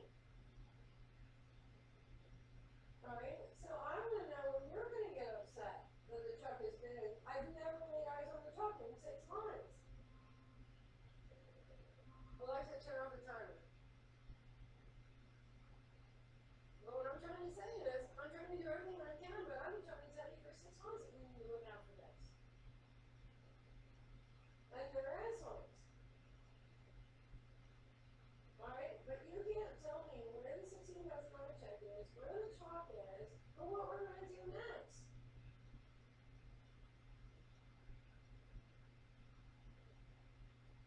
And I'm not going to let you label this on me because for 6 months I've been trying to get you to talk about all these things and you're always like too busy. But now, we're not too busy. I mean, you should have never been too busy to know where your goddamn truck is. And you should have never left it with them.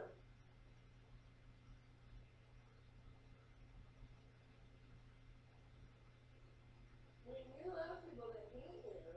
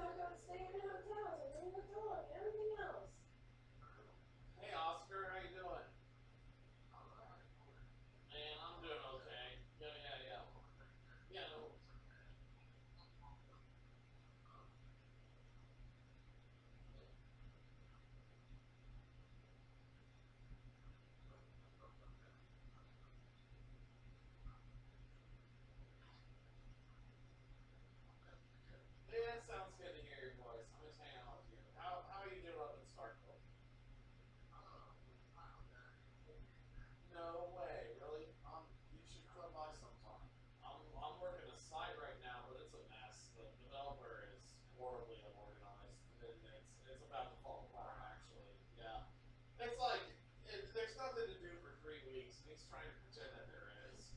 And that's really just aggravating everybody else involved, you know. But yeah, what are you doing mobile? Hotel renovation?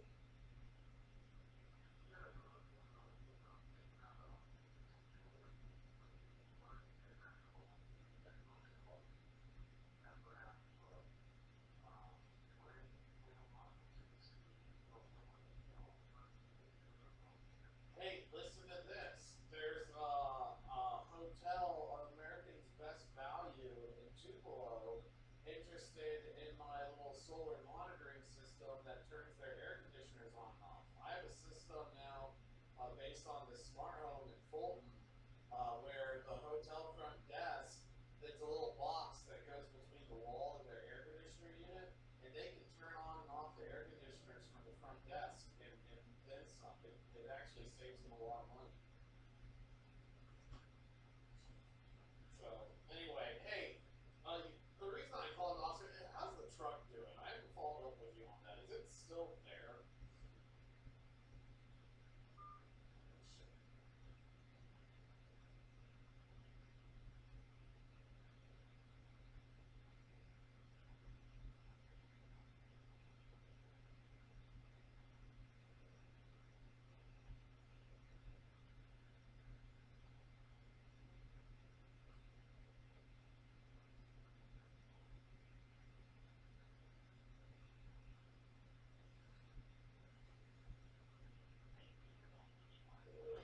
This fellow must have died.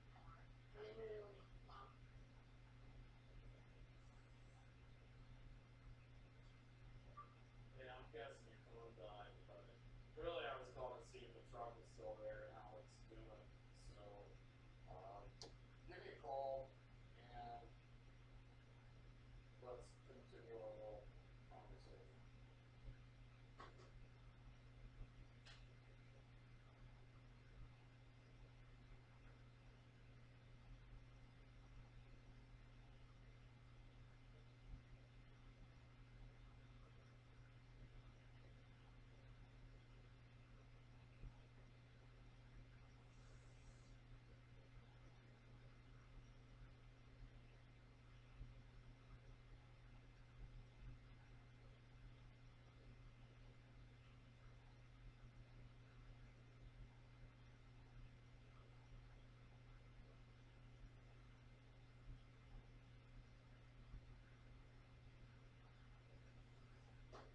Look, we're gonna find a place to live. Yeah, I'm not.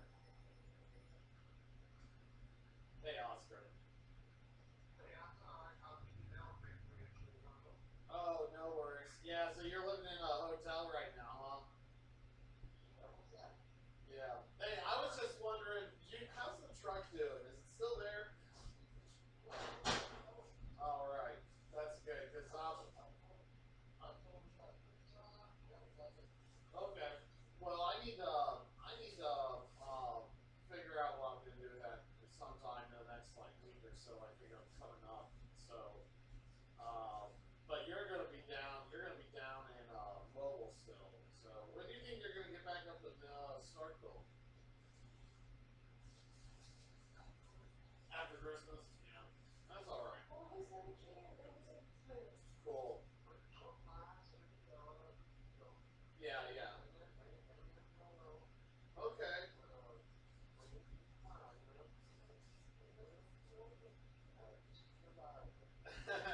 Yeah. Yeah, man, I worked Thanksgiving, man. I worked Wednesday, Thursday, Friday, Saturday, drove down here on Sunday after work on Sunday and went to work on Monday. And I'm like going a little nuts, but it's not my own jobs, so it's a little different and at least I don't have the stress of being the guy in charge. But yeah. Although everyone's really mad at the guy in charge, I can tell you that. Uh, yeah, it's on a military base. It's kind of weird. It's kind of weird. It's a carport parking lot. Oh, yeah. So I don't know. Man, I'm gonna hang out sometime. Oh, Jesus Christ, John.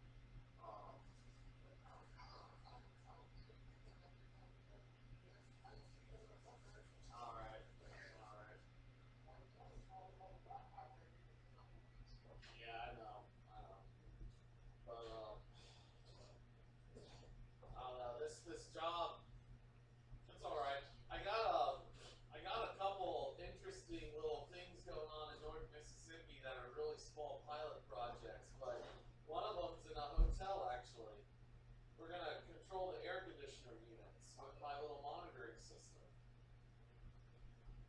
So it's when they check into the front desk, what I can do is have a little screen there for the person at the front desk to turn on and off the system.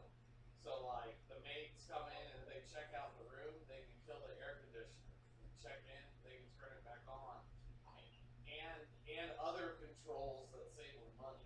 So there's the hotel it's an American's Best Value. It works best with cheap hotels actually. It saves them a lot of money.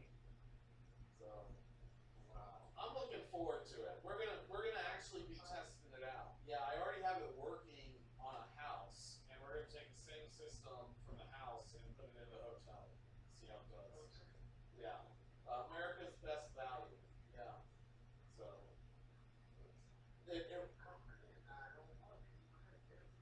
right. Right. Yeah. No. It works best for cheap hotels. It's great for cheap hotels because it plugs in between the air conditioner and the wall. So it's like I can sell it if I can sell this thing to cheap hotel owners. I can do that. There's a lot of them out there. You know that. Yeah. Yeah. Huh. That's so funny. Um, yeah. Yeah.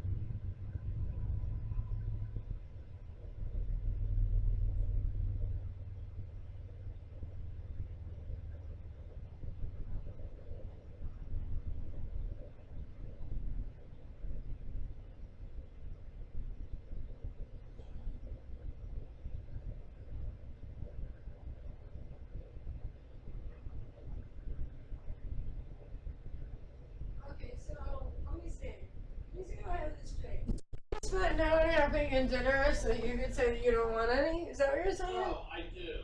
But you need to calm down. No, you need to face the reality that things are happening around you that you need to take care of. And that you can't just tell everybody all day long that you're too busy for years and years and years. Like you told the IRS you're too busy. I mean, I'm sick of it, John.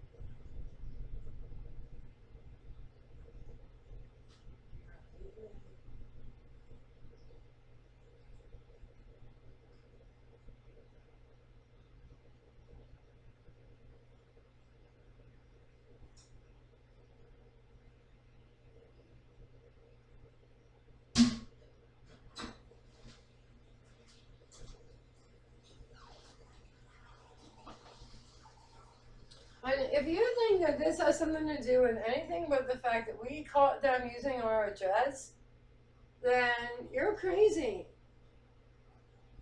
We knew this was a problem 6 months ago.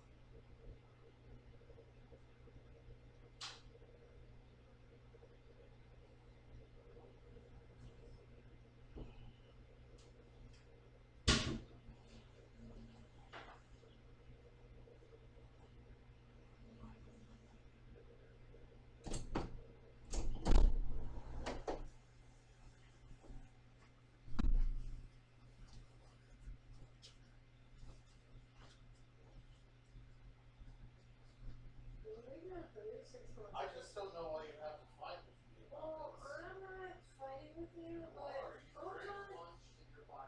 I want to know where the $16,000 check is that you've been telling me for 4 months will be here tomorrow. Brian Duvall. Well, John, you've been telling me it'll be here tomorrow for months. Well, you can stop lying to me. Because every time I ask you about it, you say it's going to be here this week. No, John, you say that it's going to be. What? The enchiladas, are they coming out? Are you gonna? When the cheese is melted, they are. Okay, so the oven be on then? Yeah. I turned the oven off so that the cheese melted because I didn't know if you were going to go in your oven if you eat anything. When the cheese is melted, it's done, John. I did everything else. What more do you want me to do? I want you to know. Okay, well, I want to know where the $16,000 check is and why for 4 months you keep telling me it's not a big deal.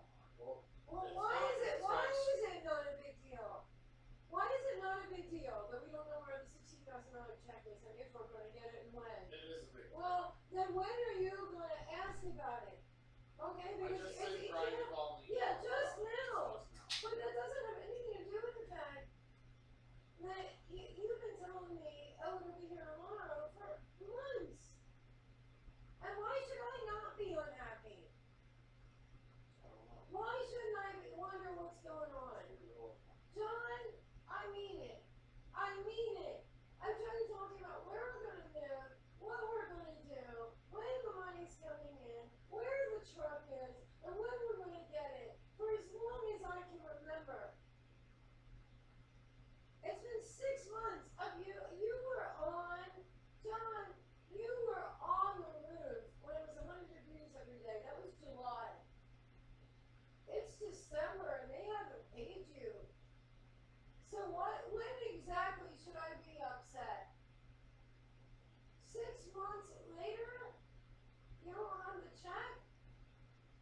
And you don't want to talk to me about it? And you just want to tell me I'm an asshole because John, that check is 6 months late. Look at me. That check is 6 months late. When are you going to stop lying to me and telling me it's going to be here tomorrow? How many more months have to go by? It's been 6 months since you did the project. So when exactly do we get the money? I don't know when exactly. Well, why not? Why not? Because they told me I would be getting the money last week and it didn't show up. They told you that you had not, something about how you didn't have the West Virginia certification. Yeah, they wanted me to get that. And you did it, and now they won't pay you. And you told me that. No, that's not true. Well, you told me that they won't pay you until you get that certification and you don't want to do it. That's what you told me months ago. Okay, so was that a lie? Because you told me that the reason that you don't want to check was that you hadn't gotten certified in West Virginia, and that you told them that you didn't have to do it because you worked for such a small amount of money.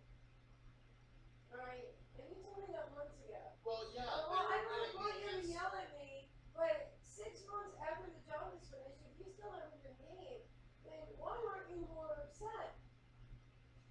Because I'm upset that you haven't been paid 6 months after the job is over. So when are you going to be upset that you haven't been paid? And the reason that you're not upset is because you know something I don't.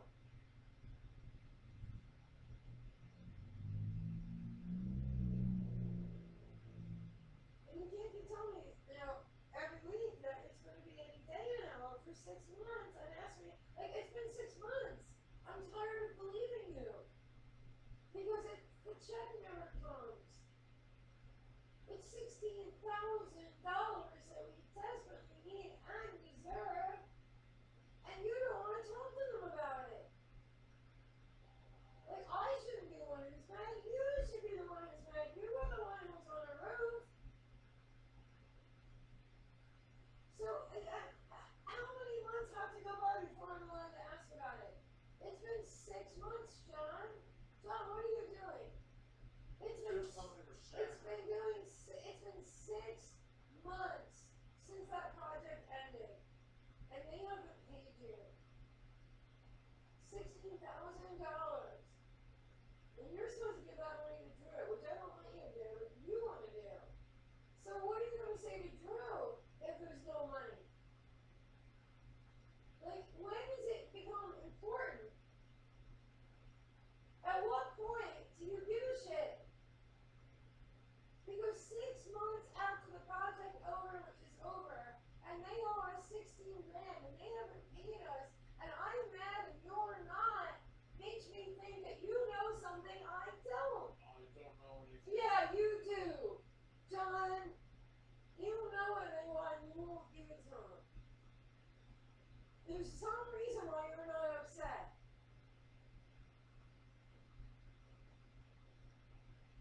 There's something going on, and I have a right to know after 6 months. You screamed at me and cursed me out. You kept saying, net 30, net 30, net 30, net 30. Don't you understand what net 30 means, Susan? Fuck you. Okay, well, I understand what net 6 months means. So why aren't you upset?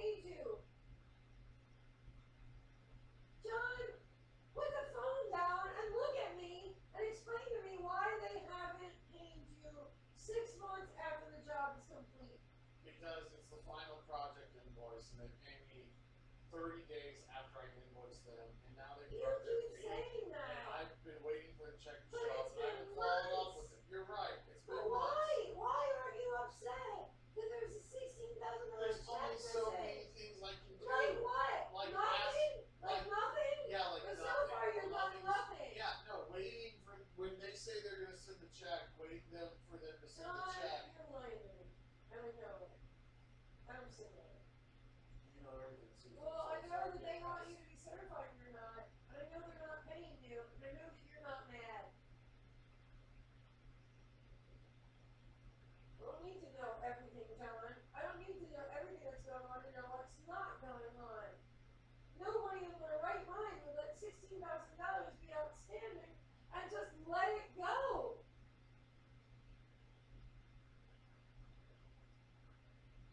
So how exactly can you explain why it is that you don't give a shit that these people have never paid you?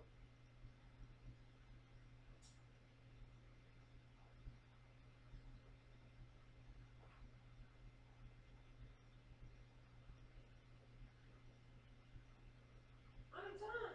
It's been 6 months. How much longer are you going to wait until you pretend that you're upset? You wouldn't have ever accepted this if you didn't know you were in the wrong. Because why would anybody wait and wait and wait on a $16,000 check without complaining about it? How is it that you're telling me that it's not a big deal when it's the biggest deal in the world? That they owe you $16,000 and they're not giving it to you, John. When exactly are you going to explain to me what's happening? Why do we have less than $1,000 at a time at all times when somebody else has 16 grand? No! Why haven't you done anything about it? Because I don't believe you. I don't believe you. Why don't you try saying it? No, I don't believe that any normal human being would go 6 months without $16,000 paycheck. But I'm not stupid. They're not giving it to you and you're not complaining.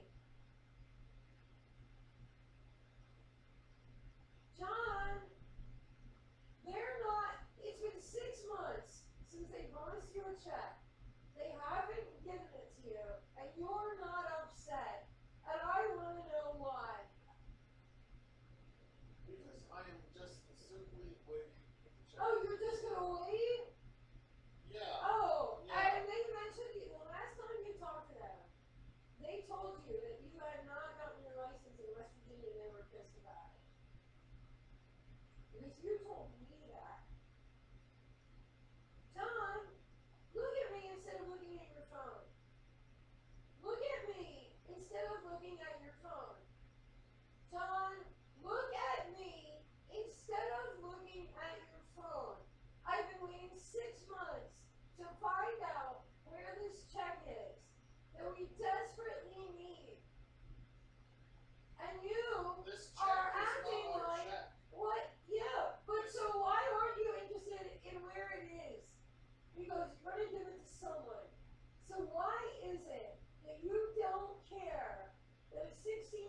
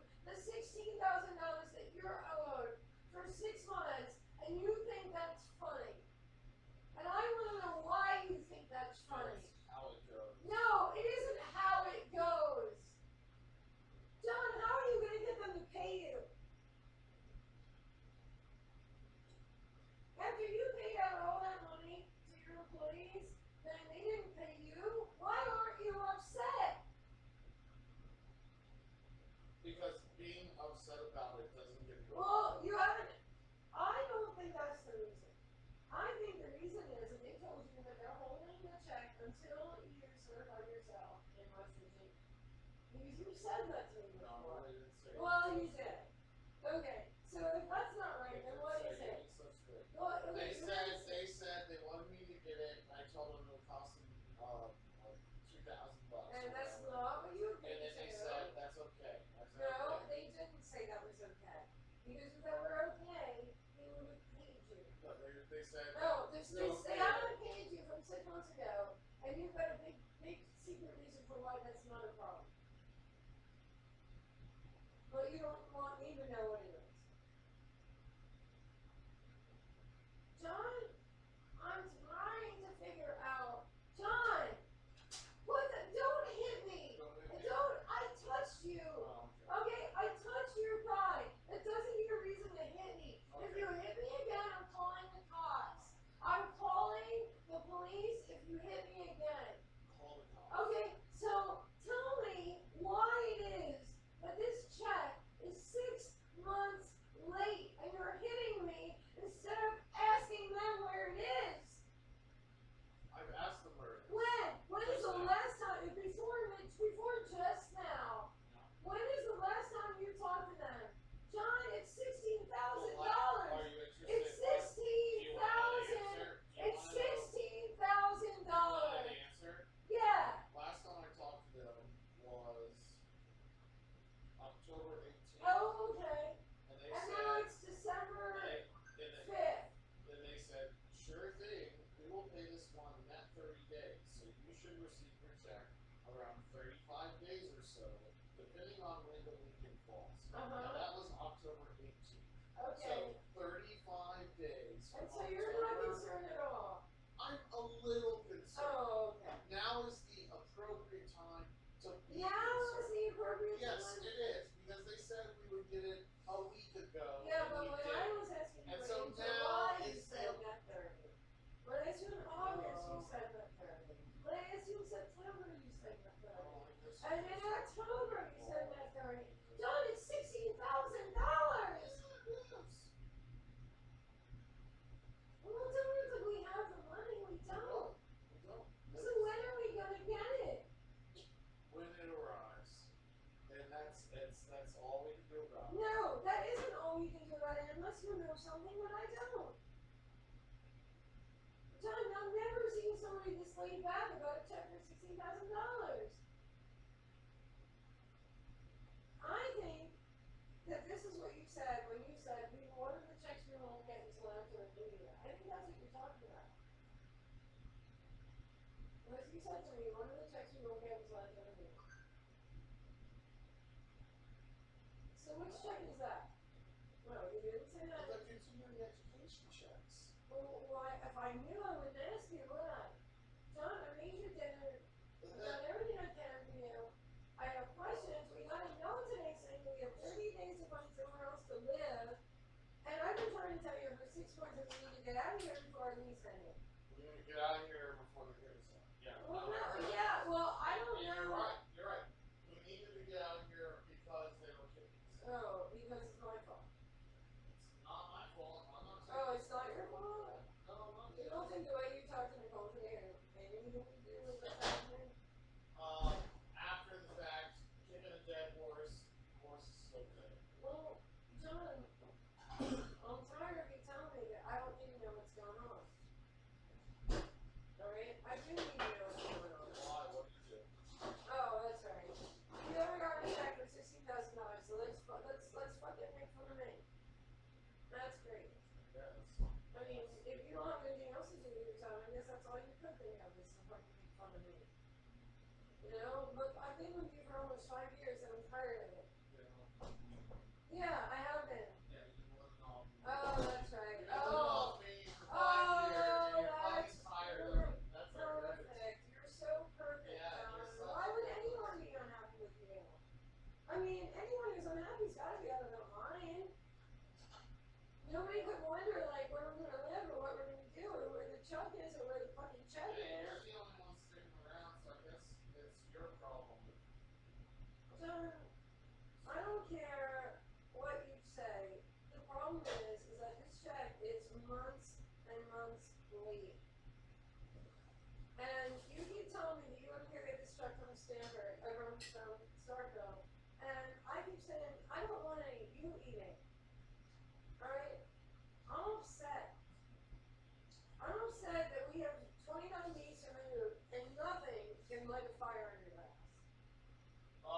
The fire has been burning my ass for like the past fucking number of weeks. Yeah. I fucking work straight through Thanksgiving. No, I don't know what the fuck your problem is, but you obviously do. just want to yell at me No, John, the fact of the matter is... for forever. You No. want to yell at me forever. No, okay. And No, that's wait, fucking turn it off. Turn it off. And No, I mean it. I'm not I'm gonna have trying to you talk fucking to you. yell at me. I'm trying to talk to you. You don't need to like text me No. dinner and tell me to not be on my phone and watch the show. No. So you can just yell at me. That's not how it works. Pause it. Pause it. Bro. Pause it.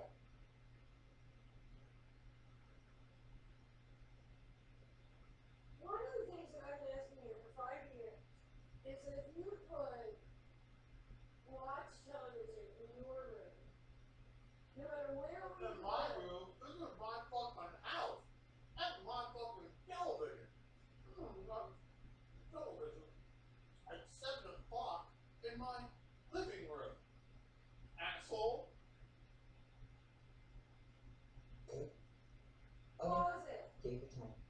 Pause Let me know if you have it. any questions. You don't get to tell me to go fuck myself. You pause it. You pause it right now. Okay. Now pause it. Absolutely. Pause it. It was $2.99. I have it in my Yeah, phone. that's $2. I'll give it to you right now. Do it. Pause it. Give it to me. Pause it. Give me $3. Pause it. It's I'm calling the police, John. Please. I'm calling the cops. Call them. Pause it. It's We have paused. neighbors. Okay? You're right. So stop it.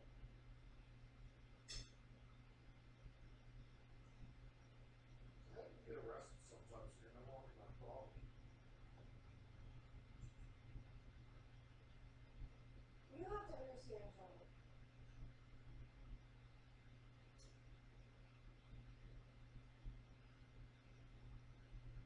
These old tactics don't work. Oh. And I'm not going to sit here. Well, call the police. I'm not going to sit here for months and months and months while you tell me that tomorrow is the day that the check comes and then I can't ask you 6 months anyway, so I'm here. And you tell me to get the fuck out because you're going to put in leave me. Okay? Alright, because that's not fair. What? Do you think yell at every day? Yeah. That's so unfair that I would not want to be abused by someone who mooches off me. God, that's unfair. So, because they won't send you a check, you're going to yell at me. That's not why I'm Oh, lying. yes it is. It's not. Oh, John. And they're not renewing our lease because Oh, no reason. okay. Nicole's told the truth. No Because of reason. me. No reason. That's because of me, John. No, Or everything is There's because of me. there's no reason. It's amazing, but there's actually no reason why they're not renewing our lease. Mm-hmm. It's Well, It's we still ruthless. have to move, Bludgeon. okay? And we had to move, and we knew we had to move. Alright? And one of the things that we knew was going to happen was this. And we knew this for months. We knew this ever since we knew they were using our jobs. And we knew that we had a big problem on our hands we had to deal with. And you kept saying, oh no, I don't have to listen to you. And now, I mean, I kept saying, what if they don't renew? What if they do something to us? We need to be ready. And you were like, oh no, Susan, we don't need to be ready for shit. well, And now, we have to move. And whether or not you want to believe me or anybody else, you don't know how many people they do this to. Look at how many empty apartments there are. You don't know how often they do this. I think it's pretty dumb to email Nicole a pretty acerbic email about the dog park when we're trying to renew our lease. Oh, It's really? almost Oh, like you you're didn't say that. sabotaging Oh, what we're I'm trying to do. sorry. Okay, well, I'm trying to figure out where the truck is, where the check is. Figure that out. Figure in where we Yeah, they we'll say have that's to wait for an he's update. not there. No, they're all mobile. We can drive over them. Yeah, but the truck's not there, is it? So when are we gonna get it?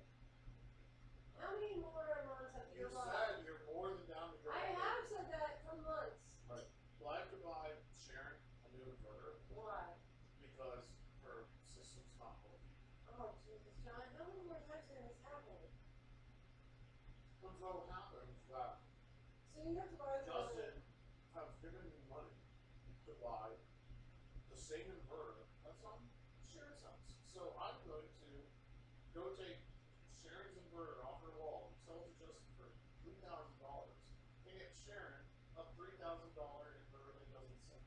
That's what I'm going to do.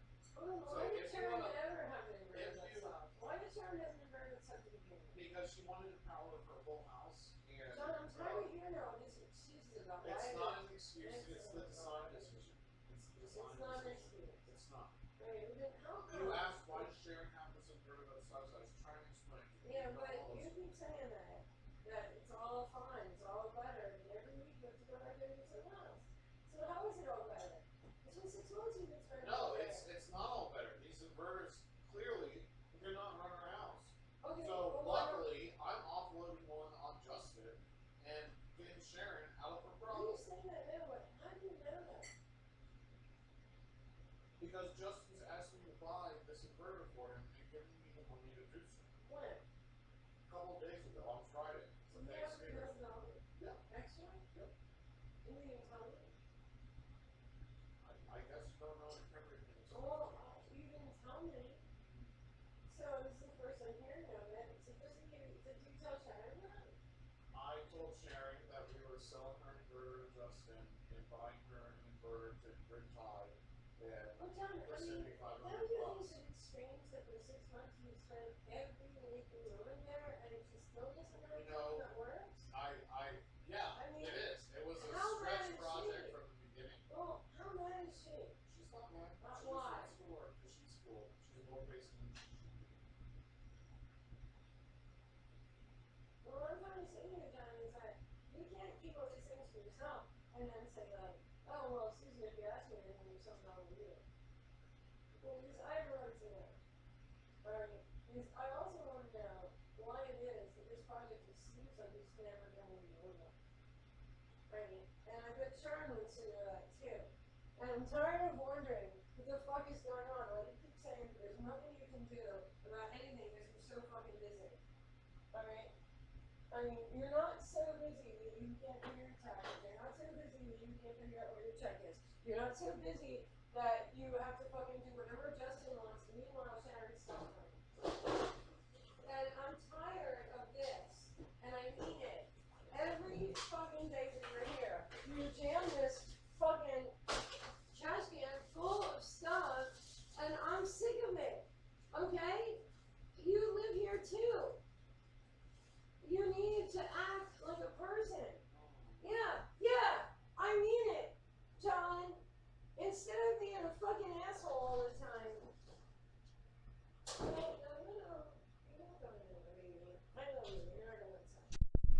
But I'm telling you, John, that I have a right to ask you questions without you coming down on me like a house on fire. Yeah, I have a right to exactly- know. That's my style. I have a right That's to my know. style. I John, show I have up. a right to know You where the check is at only $16,000. have the right to know the with proportion to how What? you comport yourself.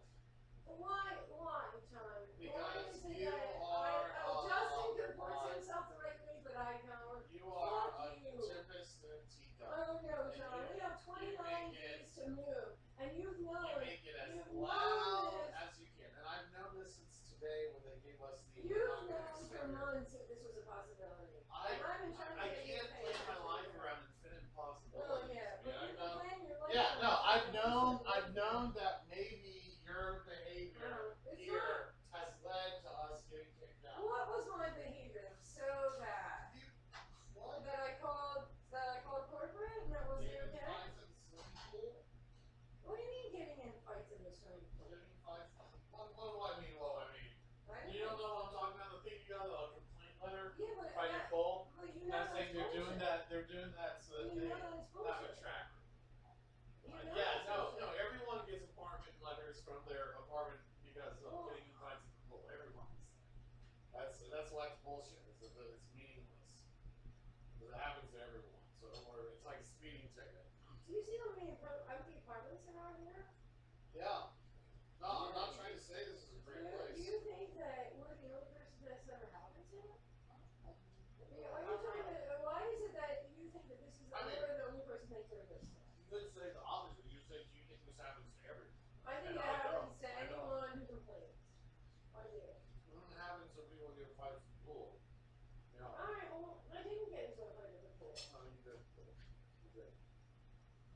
you think that's the reason why they don't renew their lease? I think Because that's- I stood up for myself and that girl said that. I think they don't like you, and you've given them reason to not renew the Well, lease. I think that that's really convenient for you because it makes you more perfect. It makes you be the Or it most. makes you less perfect. Well, John, I don't have to. I'd be happy to be more perfect because I'm not. I'd love to be more perfect. I don't know what it is that happens in your brain, but for You never admit that you're not perfect, ever. No, that's not true. Yeah, I'm not doing that. You're not humble. I don't know what. You're not humble at all. Okay, John. Mm-hmm. Susan, yes? This place has been a disaster since they flooded the non-suite and didn't do shit. And you can't blame this on me. And I gave you plenty of warning because at the 6-month mark I was like, what happens if you don't do your own? And you were like, oh, and then they didn't. And so now all of a sudden, like she can't even come up with a reason why, right? Like now she's trying to say that we're the ones that broke into the dog park. Okay, so how do you know that they're not talking about you? Like you took Jack out as much as I did. Yeah, no, they are. They're talking about me. I mean, we both use the dog park, so why wouldn't it be one of us? Yeah, no, it's me. I'm It's tired. not you, it's me. I'm tired They're of. kicking us out because of me. Well, They're not what taking are you our saying money that because of me. you're so perfect that they? No, I'm saying it's me. It's my fault. I'm tired of this. I'm tired of all the bullshit. I'm tired of you telling me that you can't, that you're too busy to pay your taxes, you're too busy to do anything, you're too busy to do anything, you're too busy to do anything, you're too busy to do anything. But if Justin calls you right now and tells you to leave right now, you need to do whatever the fuck he said. There's some money, yeah. Yeah, no, for $50 an hour. That's how cheap you are. I work for $50 an No, hour. I know you do. What do you work for? So a lot less than that. Oh, okay. I think Well, you're what a I'm lot saying harder. is that when you're done with all this, and when you're done with all your bullshit, we still don't want the $60,000 check. We still don't want the check, and we still have the move. And you haven't wanted to be involved in any of it, and you still haven't. Alright, so you can say whatever you want about how, you know, it's all my fault or whatever, but I don't really feel like that's true because we've been in it together for 3 years. And we've been mad about the same things from the beginning. And this is a bullshit place. And this place is literally half-empty. And I have a feeling that they do this to lots of people because we haven't said or done anything that anybody else in the ring on the women's center has. And you can It like was everybody. just on me. Well, Because I've been here so many well, do you like having days. dog shit everywhere you walk? Do you like having trash everywhere you go? Do you like the black spiders?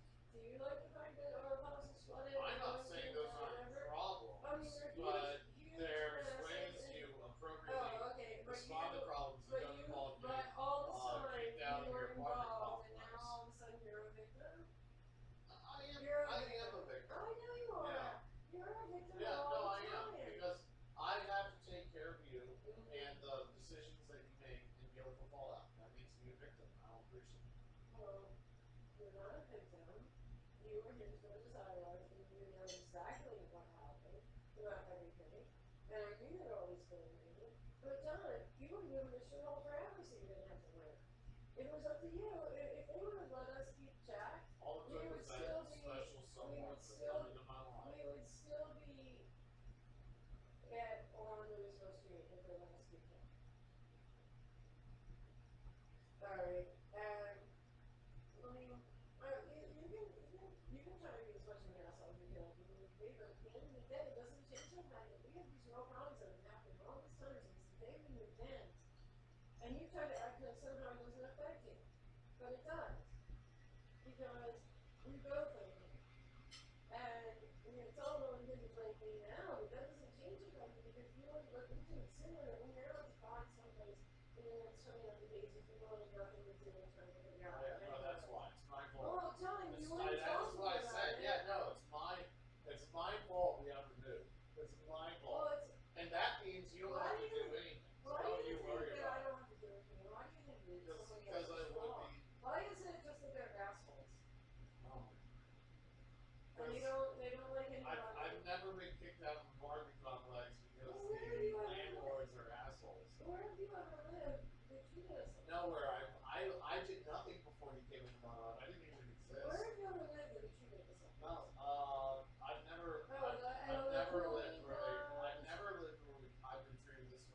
except for maybe after you moved in at the Listerine Winds apartment complex. And When we we were were going to evicted stay from. because of Jack.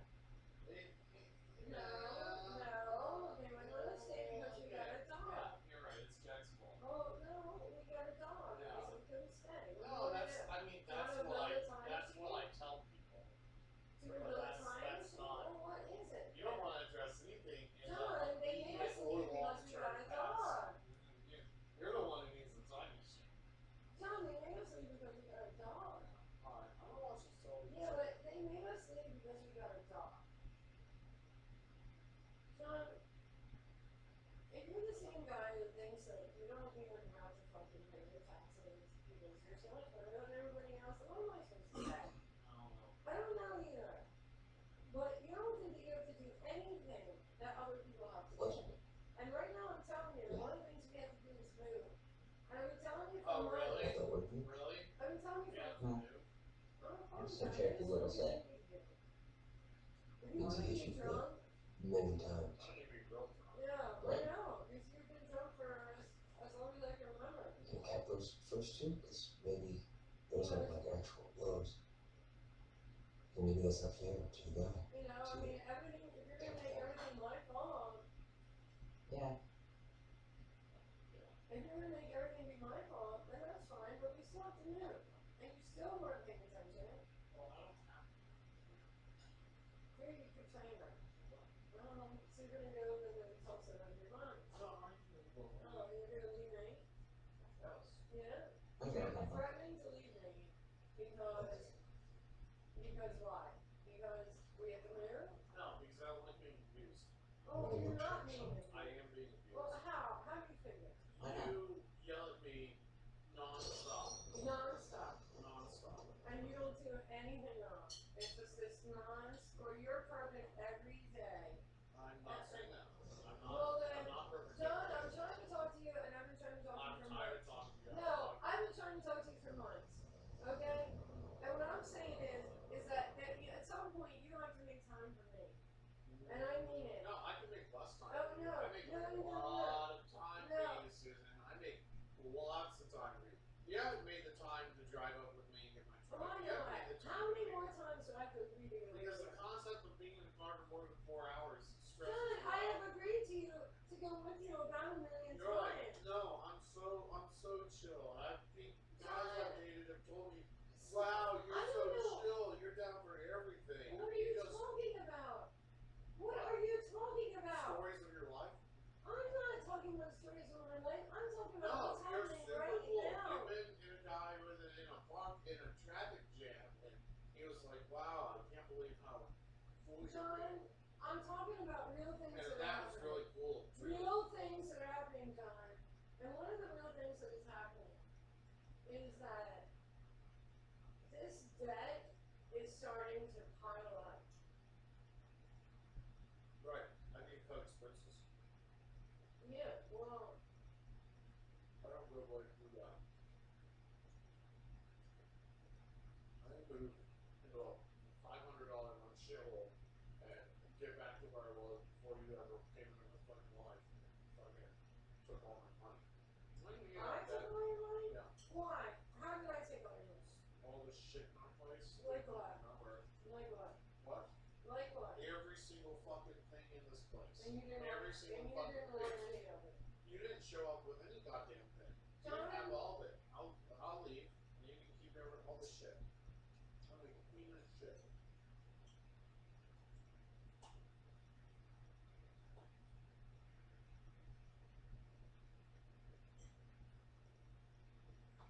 And I mean it. Don't. I mean it. At some point, you have to give me a little bit of time. And I mean it, John. I've given you this No. whole fucking No. last 4 or 5 hours. How much more time do you need?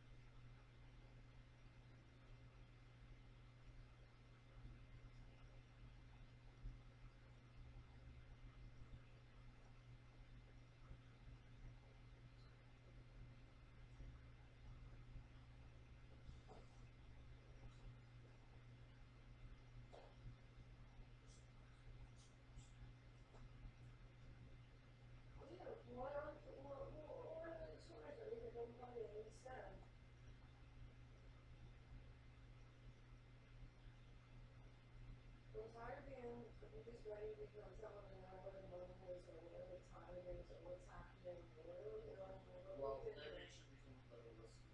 No, right. If only I were different, it doesn't really be different. It has nothing to do with I you. do think if you were different, everything would be different. Yeah. I know you do, because you don't want anyone to ask you any questions. You want somebody to say, whatever you do is perfect no matter what. But meanwhile, that's not what's happening.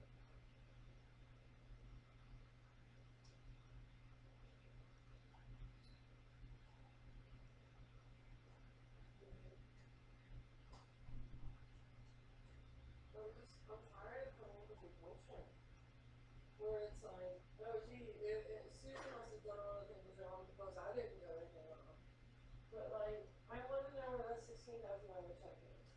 And I want you to tell me why it is that I've been asking you to settle on every day you tell me it's going to be tomorrow.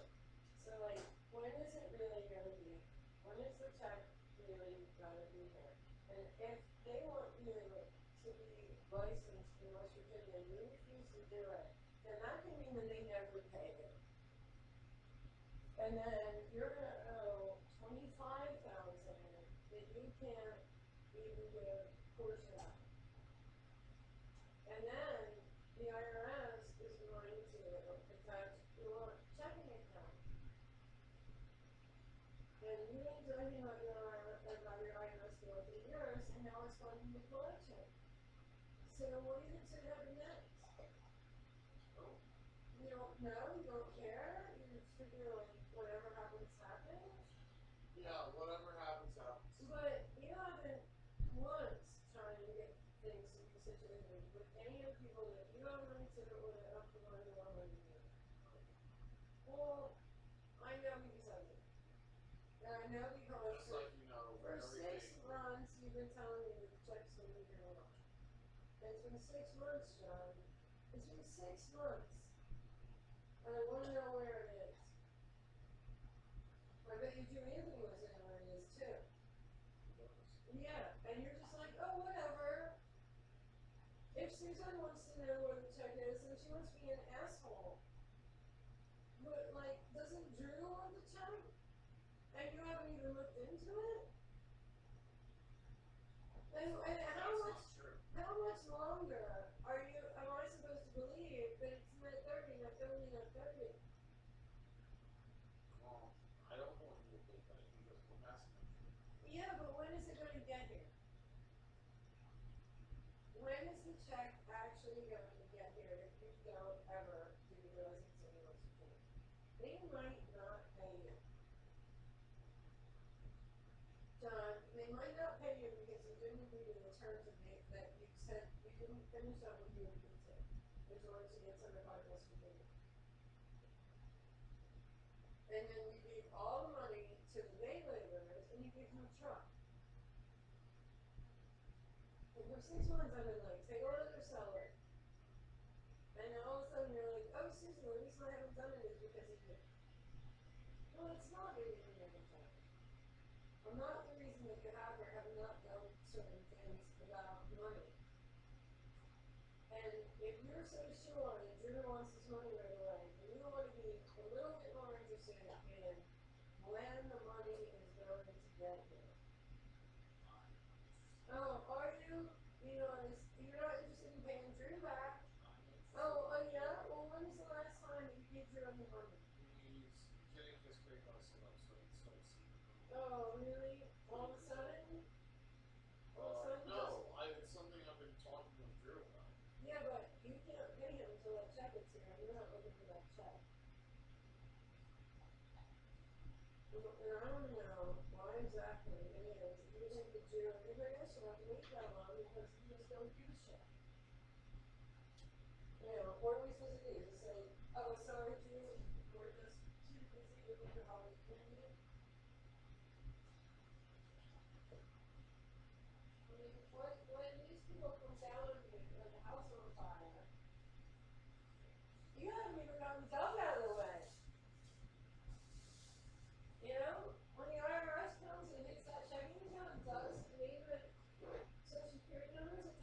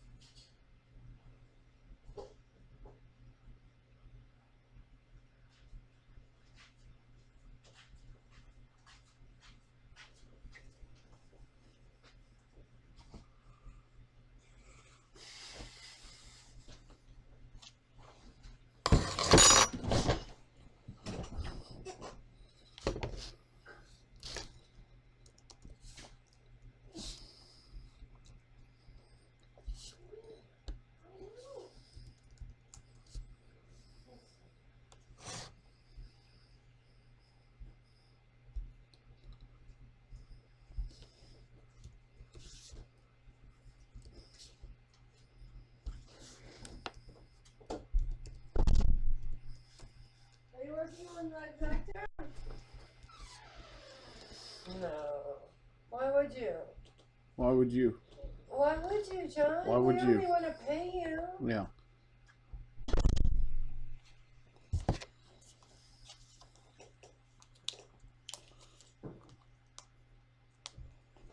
I fucking had it. You've let this shit go too long in every direction, and now you've refused to acknowledge that anything has been going on around us all this time.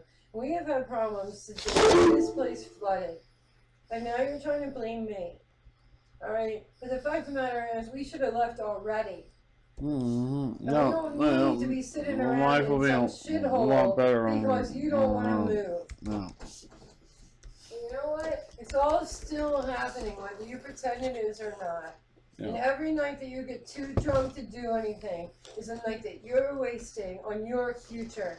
since it's all about you, then stop getting so drunk every night that you can't do anything.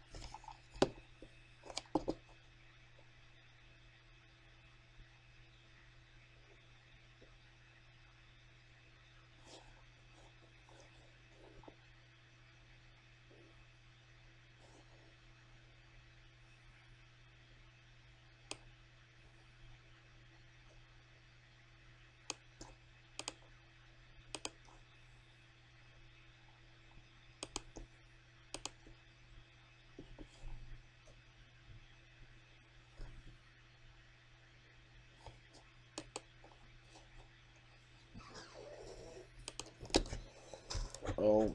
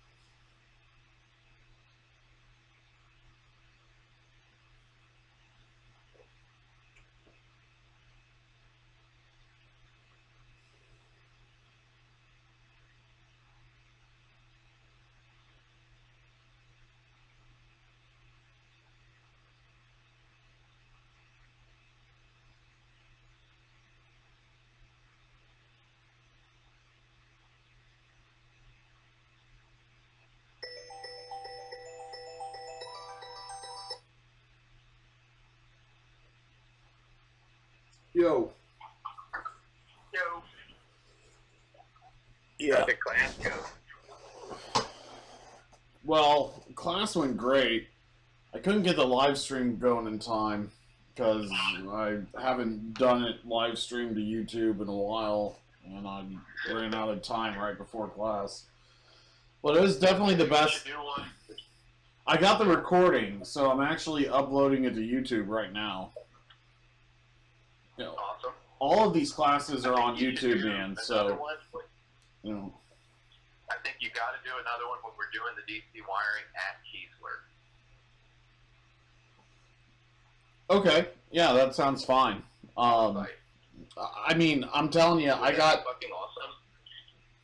I got all or this. The commissioning when we turn it on. Yeah, yeah, that would be interesting. Yeah, I got all my toys. You know, TVIV curve tray, Daystar, but you don't need it with this TVIV curve tracers. PBS 1000. But actually, I need to get a 1500 for this one because it's 1500 volt. Can't use the 1000. Shit. Right. Damn it. Yeah, oh man. I wanted one anyway.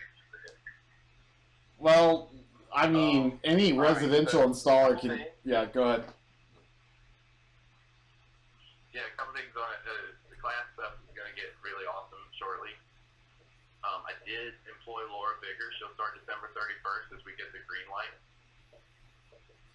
Okay. Are you still like gotta move because you already made a commitment to move? No, I mean I'm moving locally in Biloxi, but what's up? I want to get you a John email at Solar. Okay. So your email is Cromer? Yeah, it's jrskromer@gmail.com.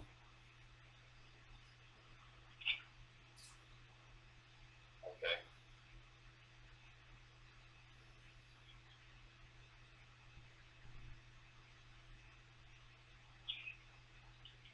This is why. Did this email come through? Let's see. Oh, yeah, it did.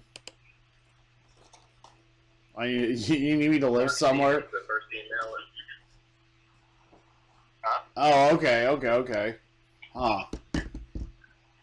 The people on this email chain are all very key individuals for this 115 megawatt solar project that now has a green light. Wow. Tomorrow, there's no work at Keesler. We're shut down for 3 weeks until they open up Canopy 1 and 2 and we are allowed to trench. It's for the best. I'm going to try to get it bumped back up to trying to get bumped up to December 11th to start. Yeah. But I've told everybody when they're going home to go log into your webinar and go through their classes, the ones you've released on that link, and get them logged, get done on all of them so that they can get their bump in their pay rate for the prevailing wage for being certified. Okay, yeah. Okay, I don't want to pay for everybody through your class system. I'm hoping you're going to let me just pay you by the hour. Yeah, no, that's fine. Yeah, let's get them in. I mean, you're helping me out with this inverter order in a way you don't know, so that's, I'm more than... I kind of figured that, and that's okay. It's part of class, or you got a refurb that you can get to me, it doesn't matter. I just need a 12 kW inverter in case Korea makes good on their promise of a Christmas gift of a nuke attack to the United States. That's in the Washington Post news today. Oh, jeez. I didn't see that. So I plan to shield it. But that's why this email is so important. So Mark A. Stevens is the head of all government for G Supply and Rexel. Yeah. Okay. Jack Bro. Yep. He is the single point of contact for all things within that. They're providing us with 100% bill of materials for this 115 megawatt project: solar panels, inverters, racking, nut bolts, transformers, disconnect, switch gears, ground operated air brakes, you name it. Whatever the hell we need, they're going to fund. Just like they do with Shell. They extend Shell like, you need 200 million in credit for 365 days, Shell, no problem. Go build all the plants you want or whatever, right? That's what they're doing. They're going to take control, first position on this contract. Second thing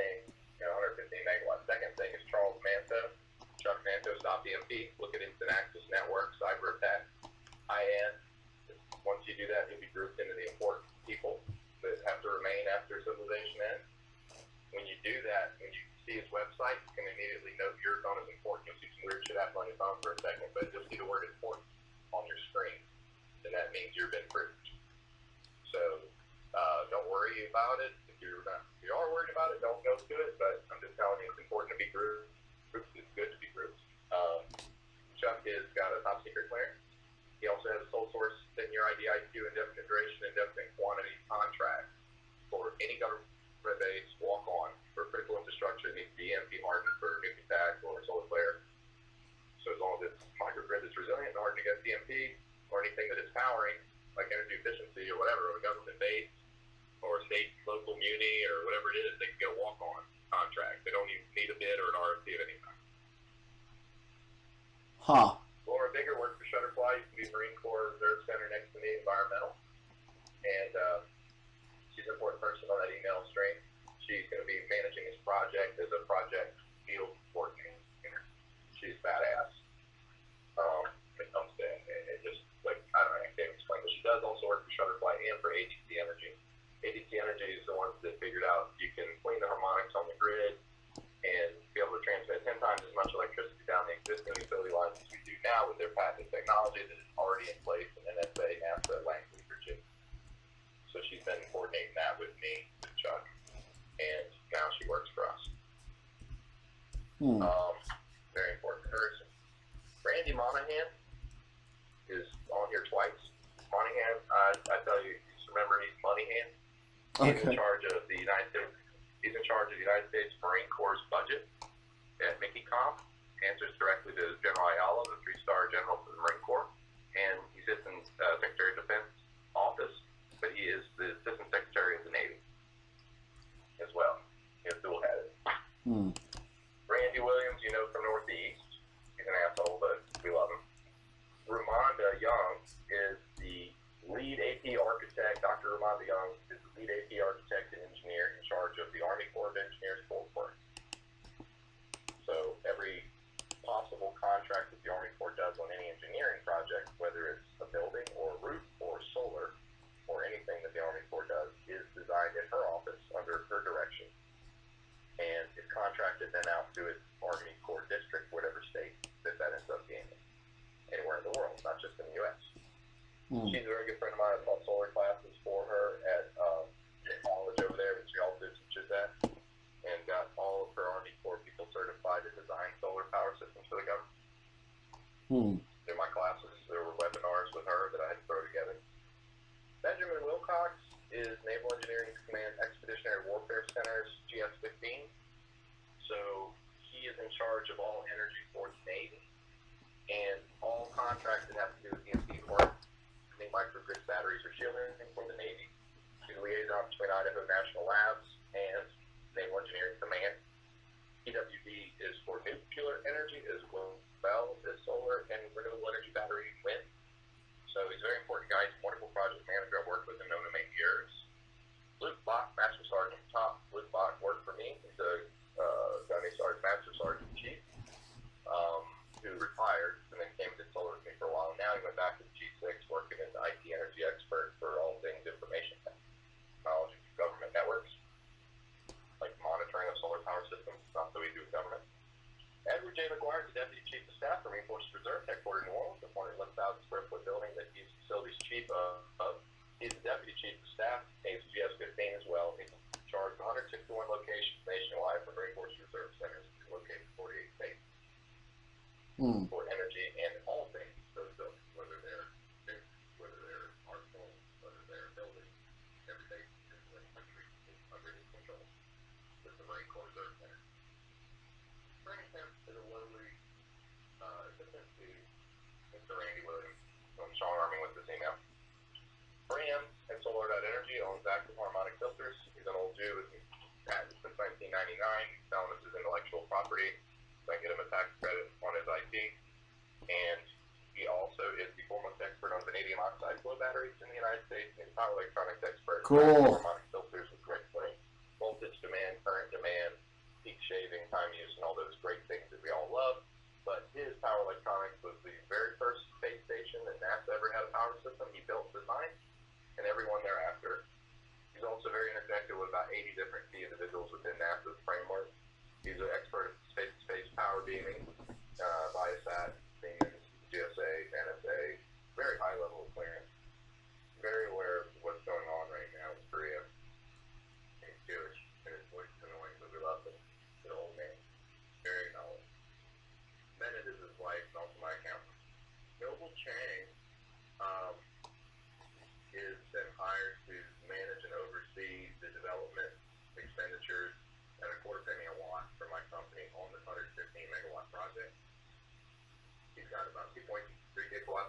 that he's developed this year himself.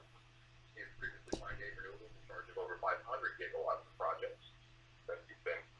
So Nolan Halliburton next to him is, you know, the guy's house we're working on. Yeah. You don't probably know what else he does, but he's Army. Right. Good Thomas, you know, FEMA contractor and solar energy marketing specialist and field coordinator. Mike Toops is Terrebonne Parish's manager, in charge of the incorporated section of Terrebonne Parish. Ernest Brown here is the director of utilities for Terrebonne Parish. Gordon Duff is the parish president of Terrebonne Parish Consolidated Government. Chris Pawlowski is head of planning, zoning, flood mapping, and all that for South Louisiana, including Terrebonne Parish. Have Gordon Duff email again for his personal one. Brian M. Dinosaur is one of my investors that has agreed to spend $2.6 million development budget to kick off this 115 megawatt solar project. News at power-media.com was an accidental oops on my part. It just went out to the whole Power Gen conference. Listserv. Graham Siegel again, Christian Ronalds, you know, Christian.WareJexpro, formerly Battery World. I put Michael in place of Christian's job at Battery World and stole Christian from Tim at Battery World and gave Christian Gexpro to replace Andrew Lorenz with Gexpro so that Andrew would go to Tampa. And Christian is now in charge of St. Rose, which is our branch for distribution of all things for the 115 megawatts of solar power on this project. Randy Texamon, again here is Secretary of the Navy. SecNav. Edmund Storm is the head of Noresco in business development. So he's about 400 floors up from the guys in the trailer there at Noresco. Jay Golden at Unit 3 is responsible for underwriting for the last 6 years every battery energy storage technology that is bankable enough to get a warranty and get warranty insurance from his company by his hand. So he has sight on all kinds of awesome new battery technology that we can only dream of getting warranty. Ryan Irwin, you may know, he owns Saracen Solar's manufacturing facility in Jackson, Mississippi, with Jared Irwin, and he also owns the lease portfolio, for which I still owe him $25,000 and have blown out there. Those are a few names that I've included here, and then below there is a little bit of information about the project. I just wanted you to be aware of it. Who these people are in case something happens to me, that you carry the torch on. Because this project is actually important to the survival of the electric grid for South Louisiana. Because as long as we provide with gas generation storage, battery energy storage, and solar PV on this magnitude at that location, we should be able to island off the microgrid, South Louisiana's grid, because we can turn on Terrebonne Parish, we can turn on Lafourche Parish from there, and microgrid island in other communities who work just like Terrebonne Parish and share the same 230 kV backbone. We've also paid Chuck Mansour $25,000 to do a resiliency study on Terrebonne Parish's grid and the 230 kV back and identify what can be hardened and what's going to be required to make it survive the EMP attack. So, by the way, you don't need a nuke to make an EMP or a solar flare. These days, by that, you just point a satellite at you and do space-to-space power beam and you knock out your transformer. Anyway, we need to get your clearance. So. Sounds like it. That sounds like a large project in Homa, huh? Yeah, I mean 1,700 acres of single axis trackers, 400 watt drained bifacials that are being paid for by Mark Stevens. I guess Noresco is going to be the main contractor then? No, Chuck Manto will be the prime. Oh, okay. That way we have a sole source vehicle not only for the construction, but a sole source vehicle to sell electricity that's hardened against EFT by the kilowatt hour at a higher PPA rate to Terrebonne Parish or MISO. Sole source. We don't need an RFP to establish PPA rate. It's not subject to jurisdictional rates. And it can be sold to Terrebonne Parish or through Terrebonne Parish to anyone in the country. Looks like a project of that size really could frickin' power that whole region. Absolutely. Well, we have 325 MVA transformers at that particular substation. We're going to power all three of them with solar. And on that same 230 kV backbone, just a few miles away, there is a 40 megawatt gas generator. Their gas gen plant that's there is enough to wake up and keep us on. As long as we have enough base load, we shouldn't have a problem even if we have to go. Yeah. So I'm planning to use some LA microgrid controllers from Jay over at Unitree. There's a lot of other microgrid controllers out there for that magnitude. But absolutely, we're going to AC couple. Yeah. Well, man, that looks fun. I guess that'll maybe start trickling in after this project then. Well, this is the December 16th. If you want to reply to that email and just say, like, if you're available from 9 to 12 Eastern on December 16th for a call, whoever dials in, it'll be going on for 3 hours. Okay. Yeah, I'll be available for that. December 16th. Oh, no problem. Cool. We'll record it. All right. I'll reply. What do you want me to reply with then? Or do you want me to reply all? Or I'll just... What do you want me to do? Because I'm not on that list, so I don't want to reply all and be like... Then they'll be like, who's Justin forwarding all this to? Yeah, well, nobody else has either, so I'm trying to break the ice, but whatever you think. Oh, no, I'm happy to be the icebreaker. What do you want me to say? I'll say something like, let me know the call-in number, happy listening. Or, I don't know. You could provide the call-in number if you want. Well, I should have a solar energy email address for that, don't you think? I don't know. Yeah, let me get you a solar energy email and then recopy you on this instead of just forwarding it to you, and then you can reply all of it. Sounds good. But if they accelerate the time frame from June to like June article says it's all the one I sent you. I'm still making my way. Oh, okay. I'm still making my way down this email here. So I don't know. All right. Yeah, I see it now. Oh yeah. Okay. Yeah. Yeah, I see that. You still there, Justin? Did the Koreans get you? Not me. Okay. That's in the Washington Post. They're after Trump, probably for his tax or something.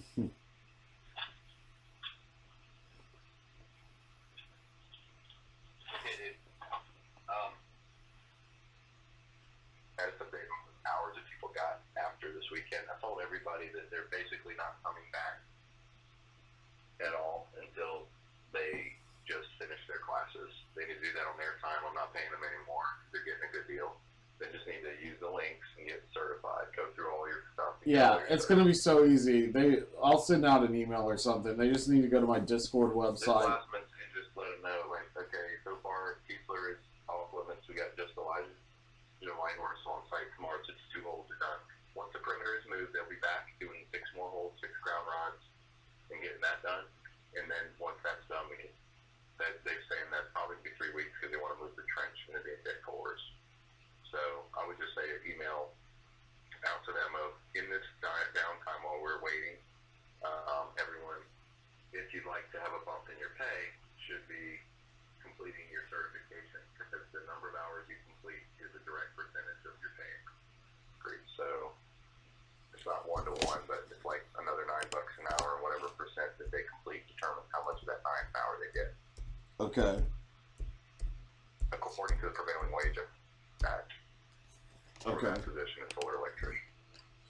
Yeah, and is the goal to get these guys the NABCEP?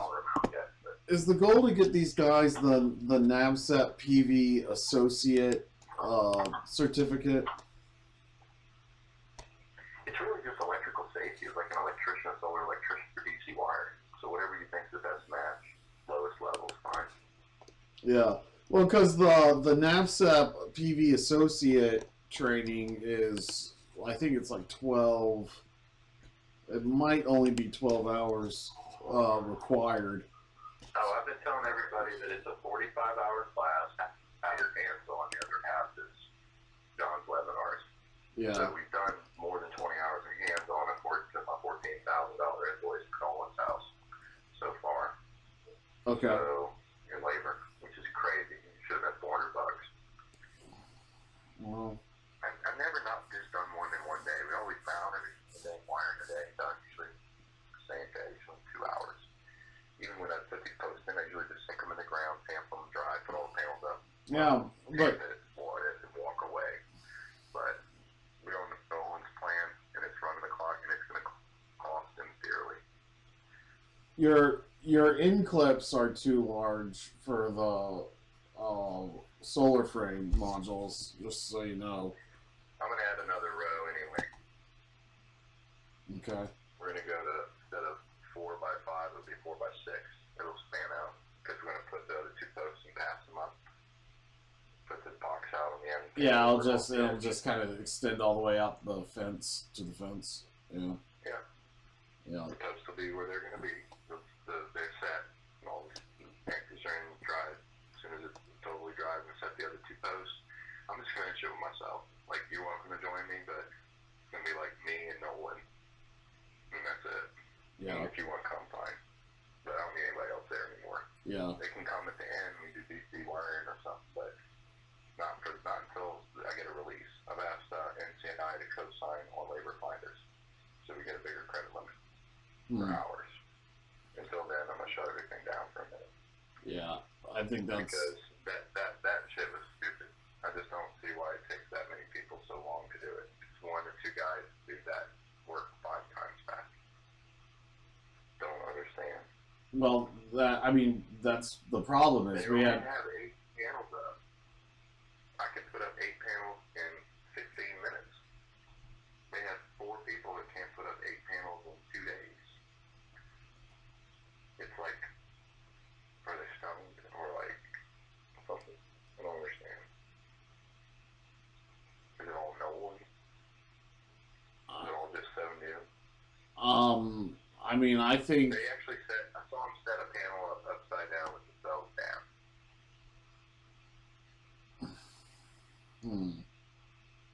I've never seen that before. yeah, that's news to me. I thought, okay, there's an idea of like 30. Well, you know, The cells are not facing the sun; they're pointing down. that's hard. I would have to see that to actually believe it. That sounds so bizarre. Yeah. I took a picture for you. Huh. I want to put it in a magazine. Bifacial, new take on bifacial panels. Just flip them upside down. See how they do. Make a brochure that says, I told them all to make a brochure that says, "We know and run the job." Huh. It's a mess, and I do have a picture of it though. It is real. I just can't believe that it happened. I stopped and my jaw dropped. No way. Are you serious? And they're like, "What?" I was like, "You 2 pieces of cells are not pointed towards the sun, right?" Yeah, I don't know how someone would do that. That's weird. That's real weird. Alright. Alright, dude, I'm out. So, Murder Monday. Yep. We'll chat tomorrow. I gotta meet some people 3 o'clock flying in New Orleans, so I'll not be around except in the morning. Okay. And then I'm gonna carry on with them Friday, and I'll give you an update. So, I'll see you in the morning if you're around up there. Other than that, and just touch base on the phone. The only 2 people on Keesler's side, according to LC, are going to be Elijah and Whitehorse doing those 2 holes left that they're finally getting to be able to dig tomorrow. I mean, that sounds great. Nothing else until they move the perimeter. Hey, you know, that fits my schedule perfect because I need some time to work on some other shit. So having the project schedule slow down a little, and honestly, some of the guys can shake out. I think that'll do you a favor if some of the people fucking leave because. Well, here's the thing: it's on their time they can do your classes. Yeah. They can do that online class. Yeah. And if they don't do it, they're not coming back to work. Yeah. That's my line. Once they get certified, call us. Until then, no work. Yeah. And they'd be like, "What the?" And if I lose them, I lose them. But I talked to like my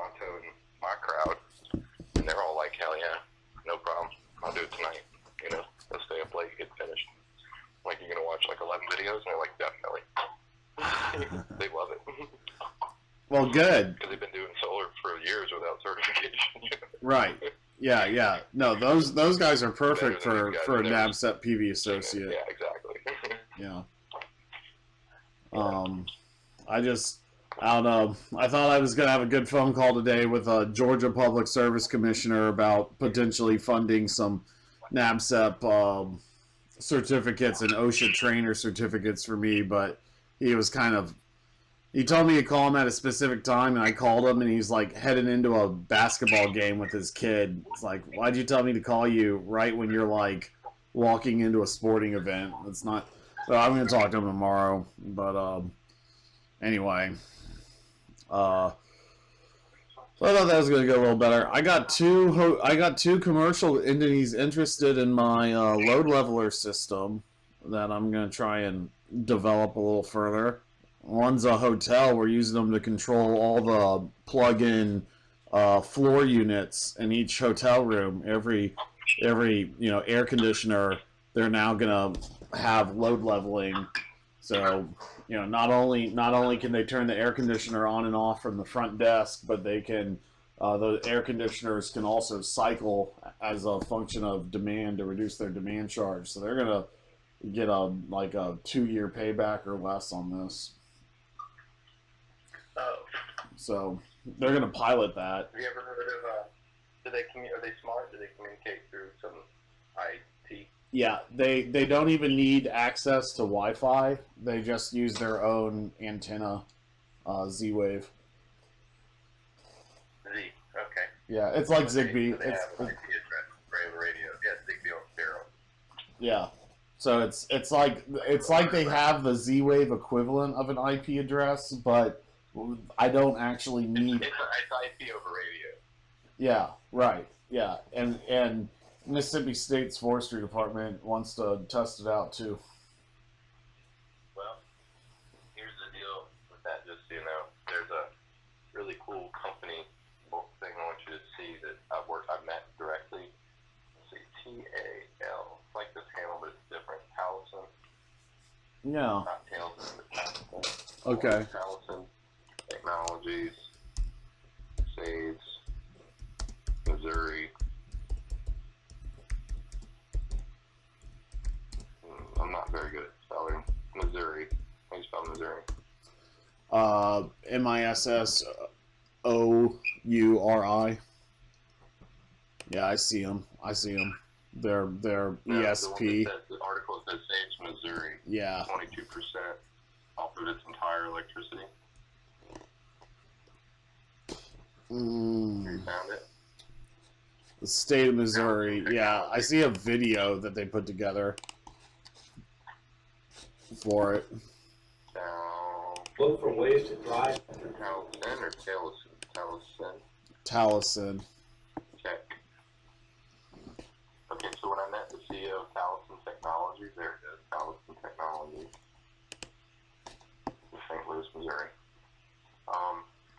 It was pretty cool. I was sitting in the Marine Corps Reserve Centers, and he came in there with Cisco, one of the really top dogs at Cisco.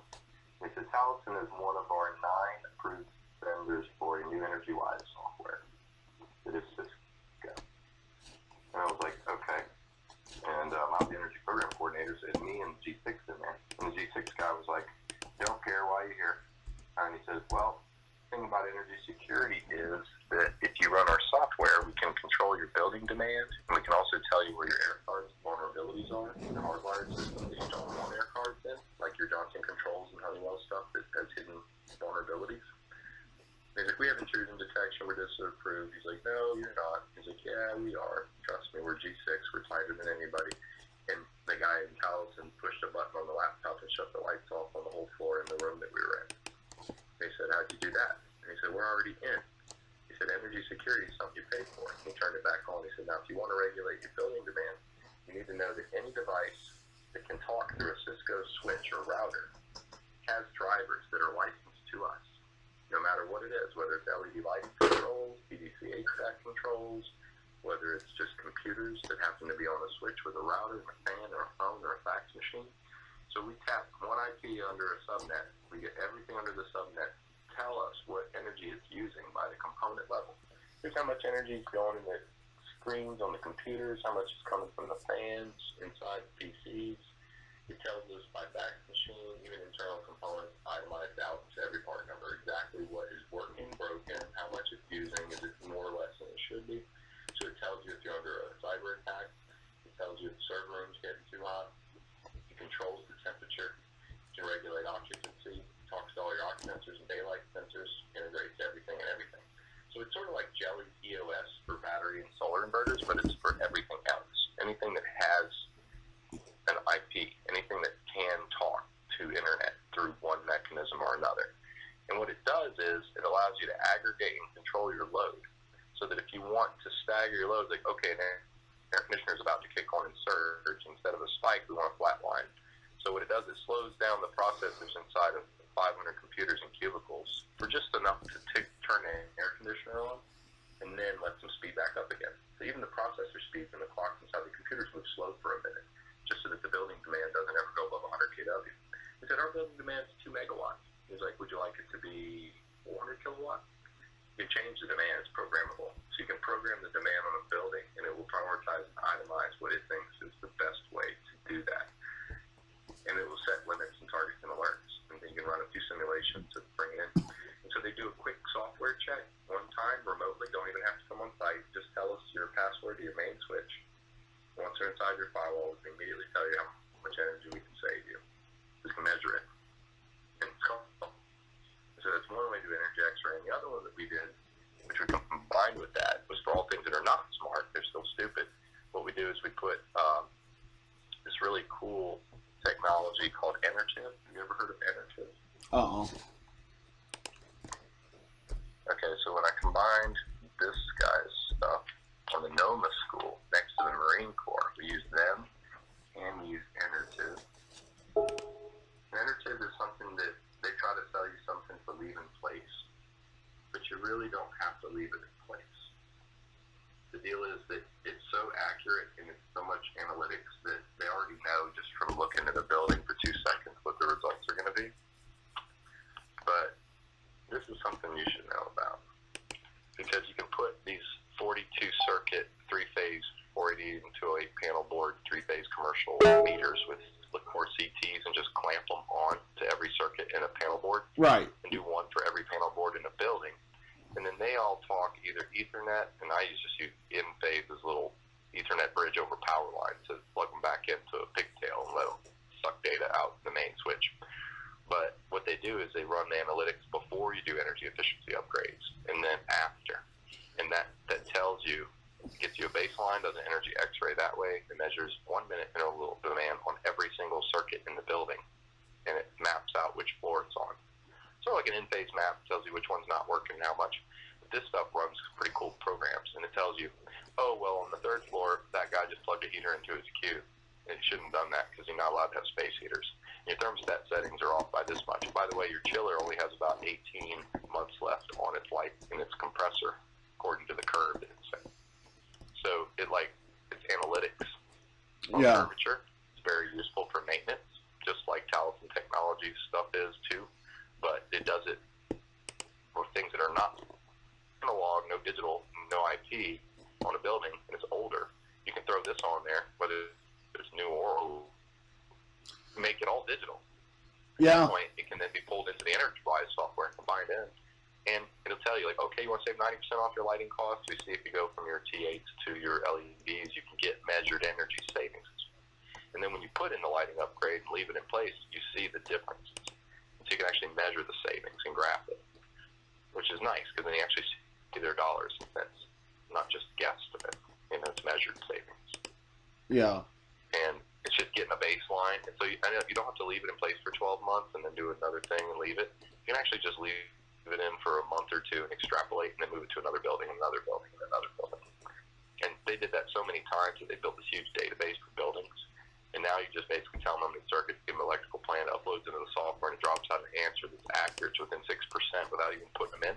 And so they call it a remote energy audit, a level 2, like remote energy audit. And they can do it for $100 instead of spending $14,000 on these things for 20 different panel boards, Yeah.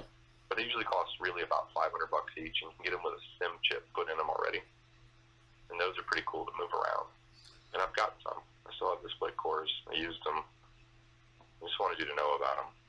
You might use them somewhere. Huh. Yeah, no, that's like, I like it with the SIM card put into it. SolarEdge does that with their monitoring, and it's so much easier to just stab it in. Did you saw the Enertiv link that I sent you? Yeah, I'm looking at their website. It's very similar to what I'm doing with Level, except mine's for like the light blues on the Monopoly board, and they're going after the yellows and on up. Yeah. Mine's interesting in the fact that it doesn't need to be connected to their network at all. So it's like, if you have security concerns as a facilities manager, it's like, hey, it doesn't matter. You know, we're not using your internet. Don't worry about it. I guess they could say the same thing if they're including it with their a data card. So, you know, there's some residential companies doing stuff like this. The Lumen panel, where they're working, their goal is to be able to control residential panels so that, like, the Tesla Powerwall doesn't need to protect a critical load anymore during a power outage. It can just protect the whole house because of the energy management provided. But it's pretty expensive. I see Enertiv is saying, you know, 15-month payback. So, you know, but they're targeting, you know, much larger buildings where that's very possible, just through digital controls. Yeah, I know Jelly already.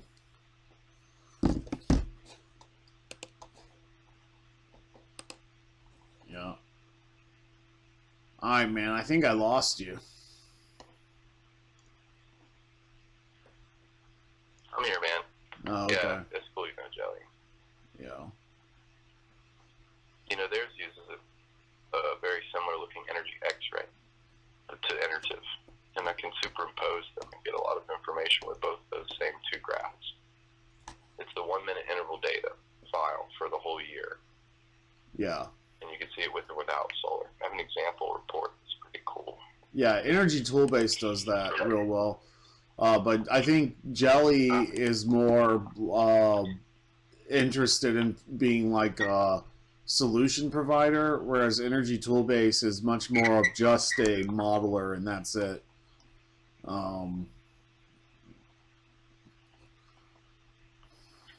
Like Jelly wants to sell the energy management system, I'm pretty sure.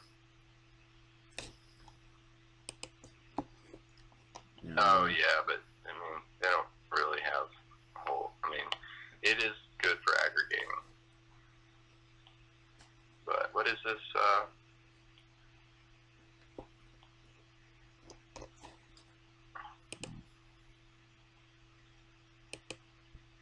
3200 amp hour data sheet.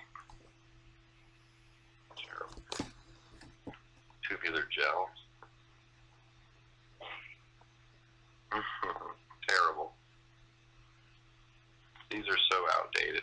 You would never use these, would you? Use what? Well, it wouldn't go through. Oh, certain things don't go through. Oh well, I guess it wants me to stop sending you stuff. Stuff's kicking back. Huh. Hey, we should get some caps. You ever use these?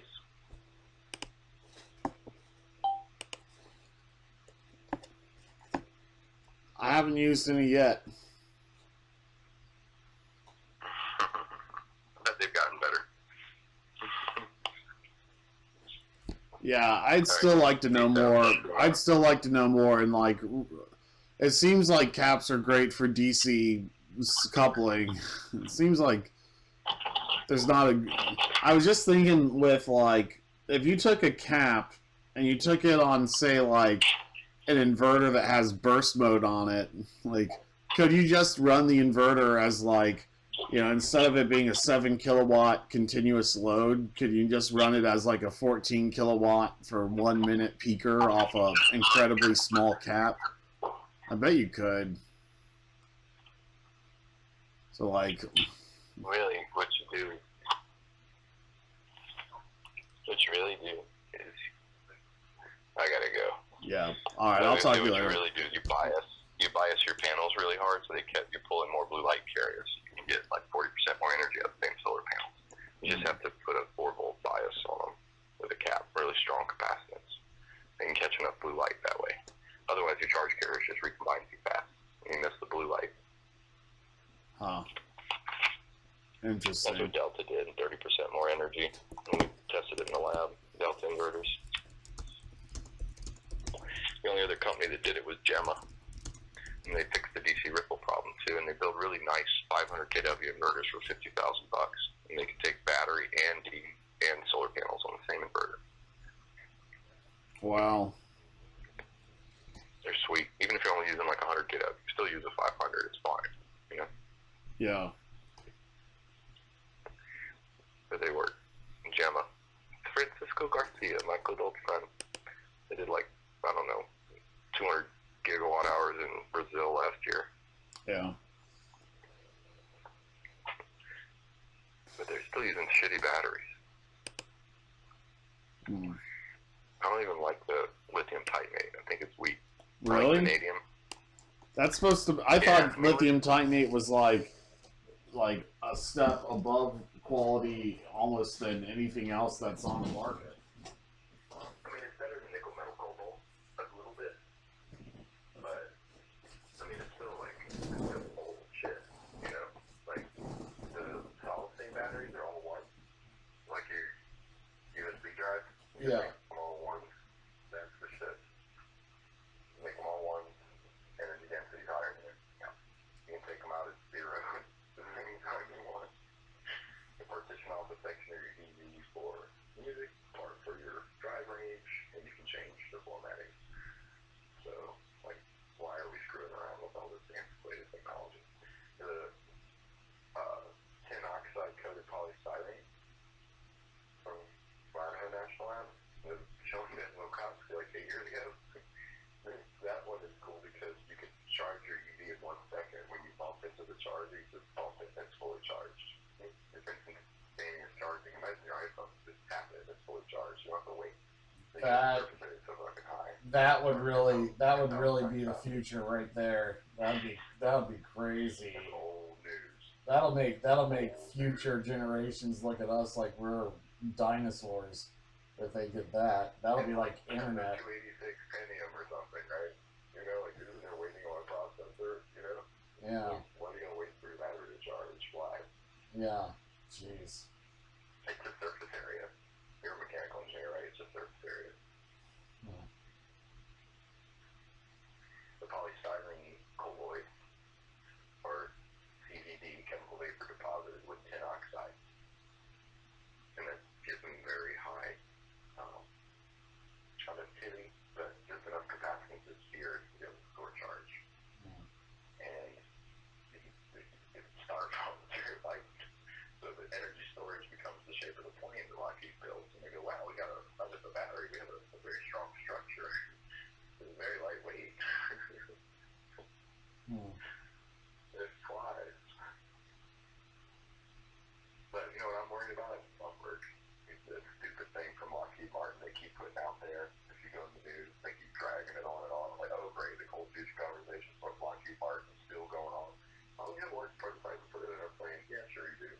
You know? Yeah. And like the minute they release that, solar's dead. You know, that's what I'm worried about. What they just true. They still have rooftop solar. They're not gonna make that free. Who was on the phone? Carl Godfrey, who invented the first railgun. It's in the black and white photos of the very first military railgun that shoots lightning. That guy was on the phone with me and Laura Baker over at Shutterfly, who now is going to work for us. And she has ABC Energy guy, Paresh, pull him on the phone when Chuck was on the phone. He's up at NASA Lane. And he said, well, you got to come see our lab. He said, we have a 1-volt battery that's cataloged to a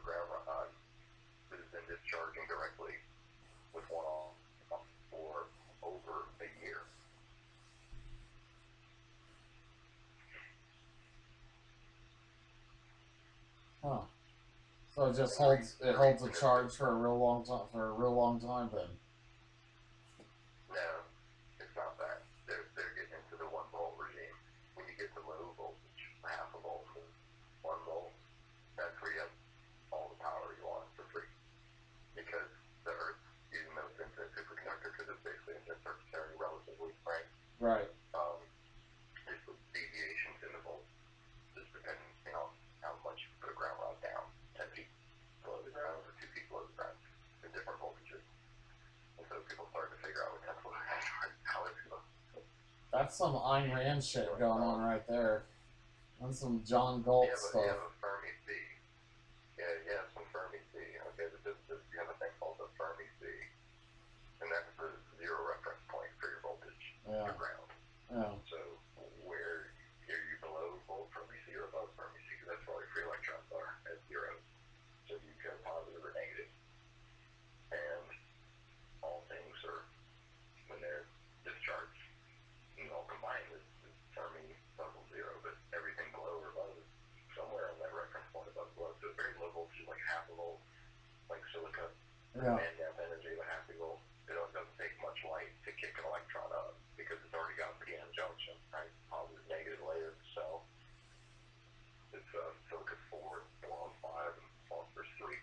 So you got a positive and a negative, which is an electron hole, positive, and an electron extra, which is negative. And it's a p-n junction. So it doesn't take very much to wiggle an electron enough to tell it which way to go in a field.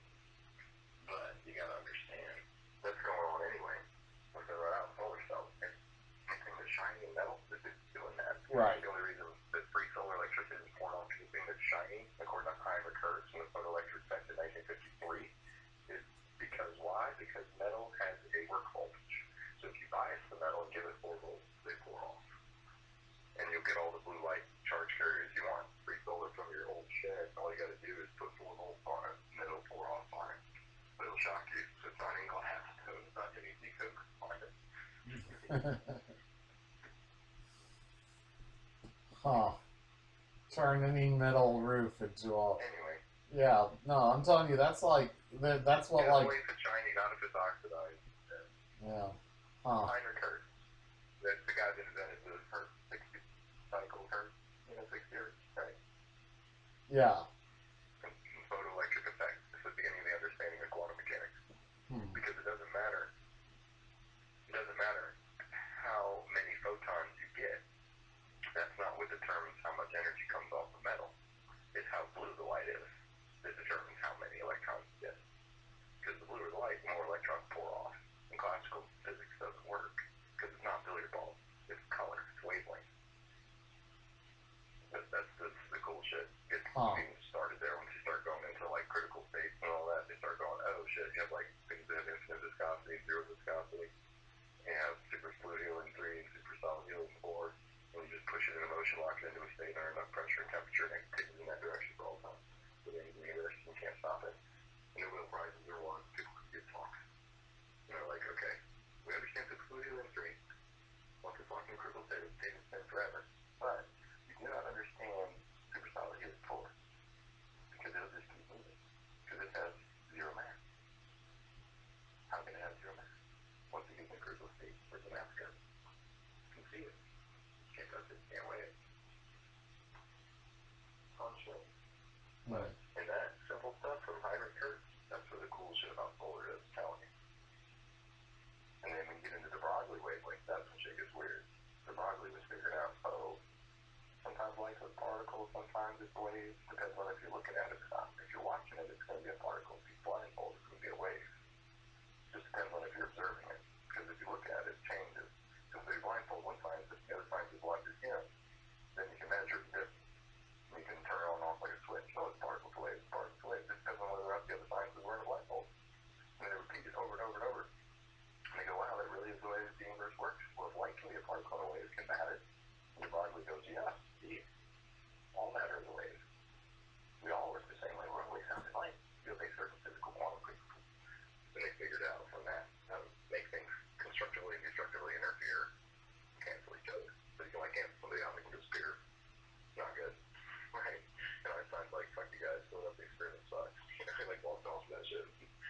Physically, then light around things, just move through time and space. It's crazy. I'm not doing it. Could get stuck in decks and stuff. Don't do it.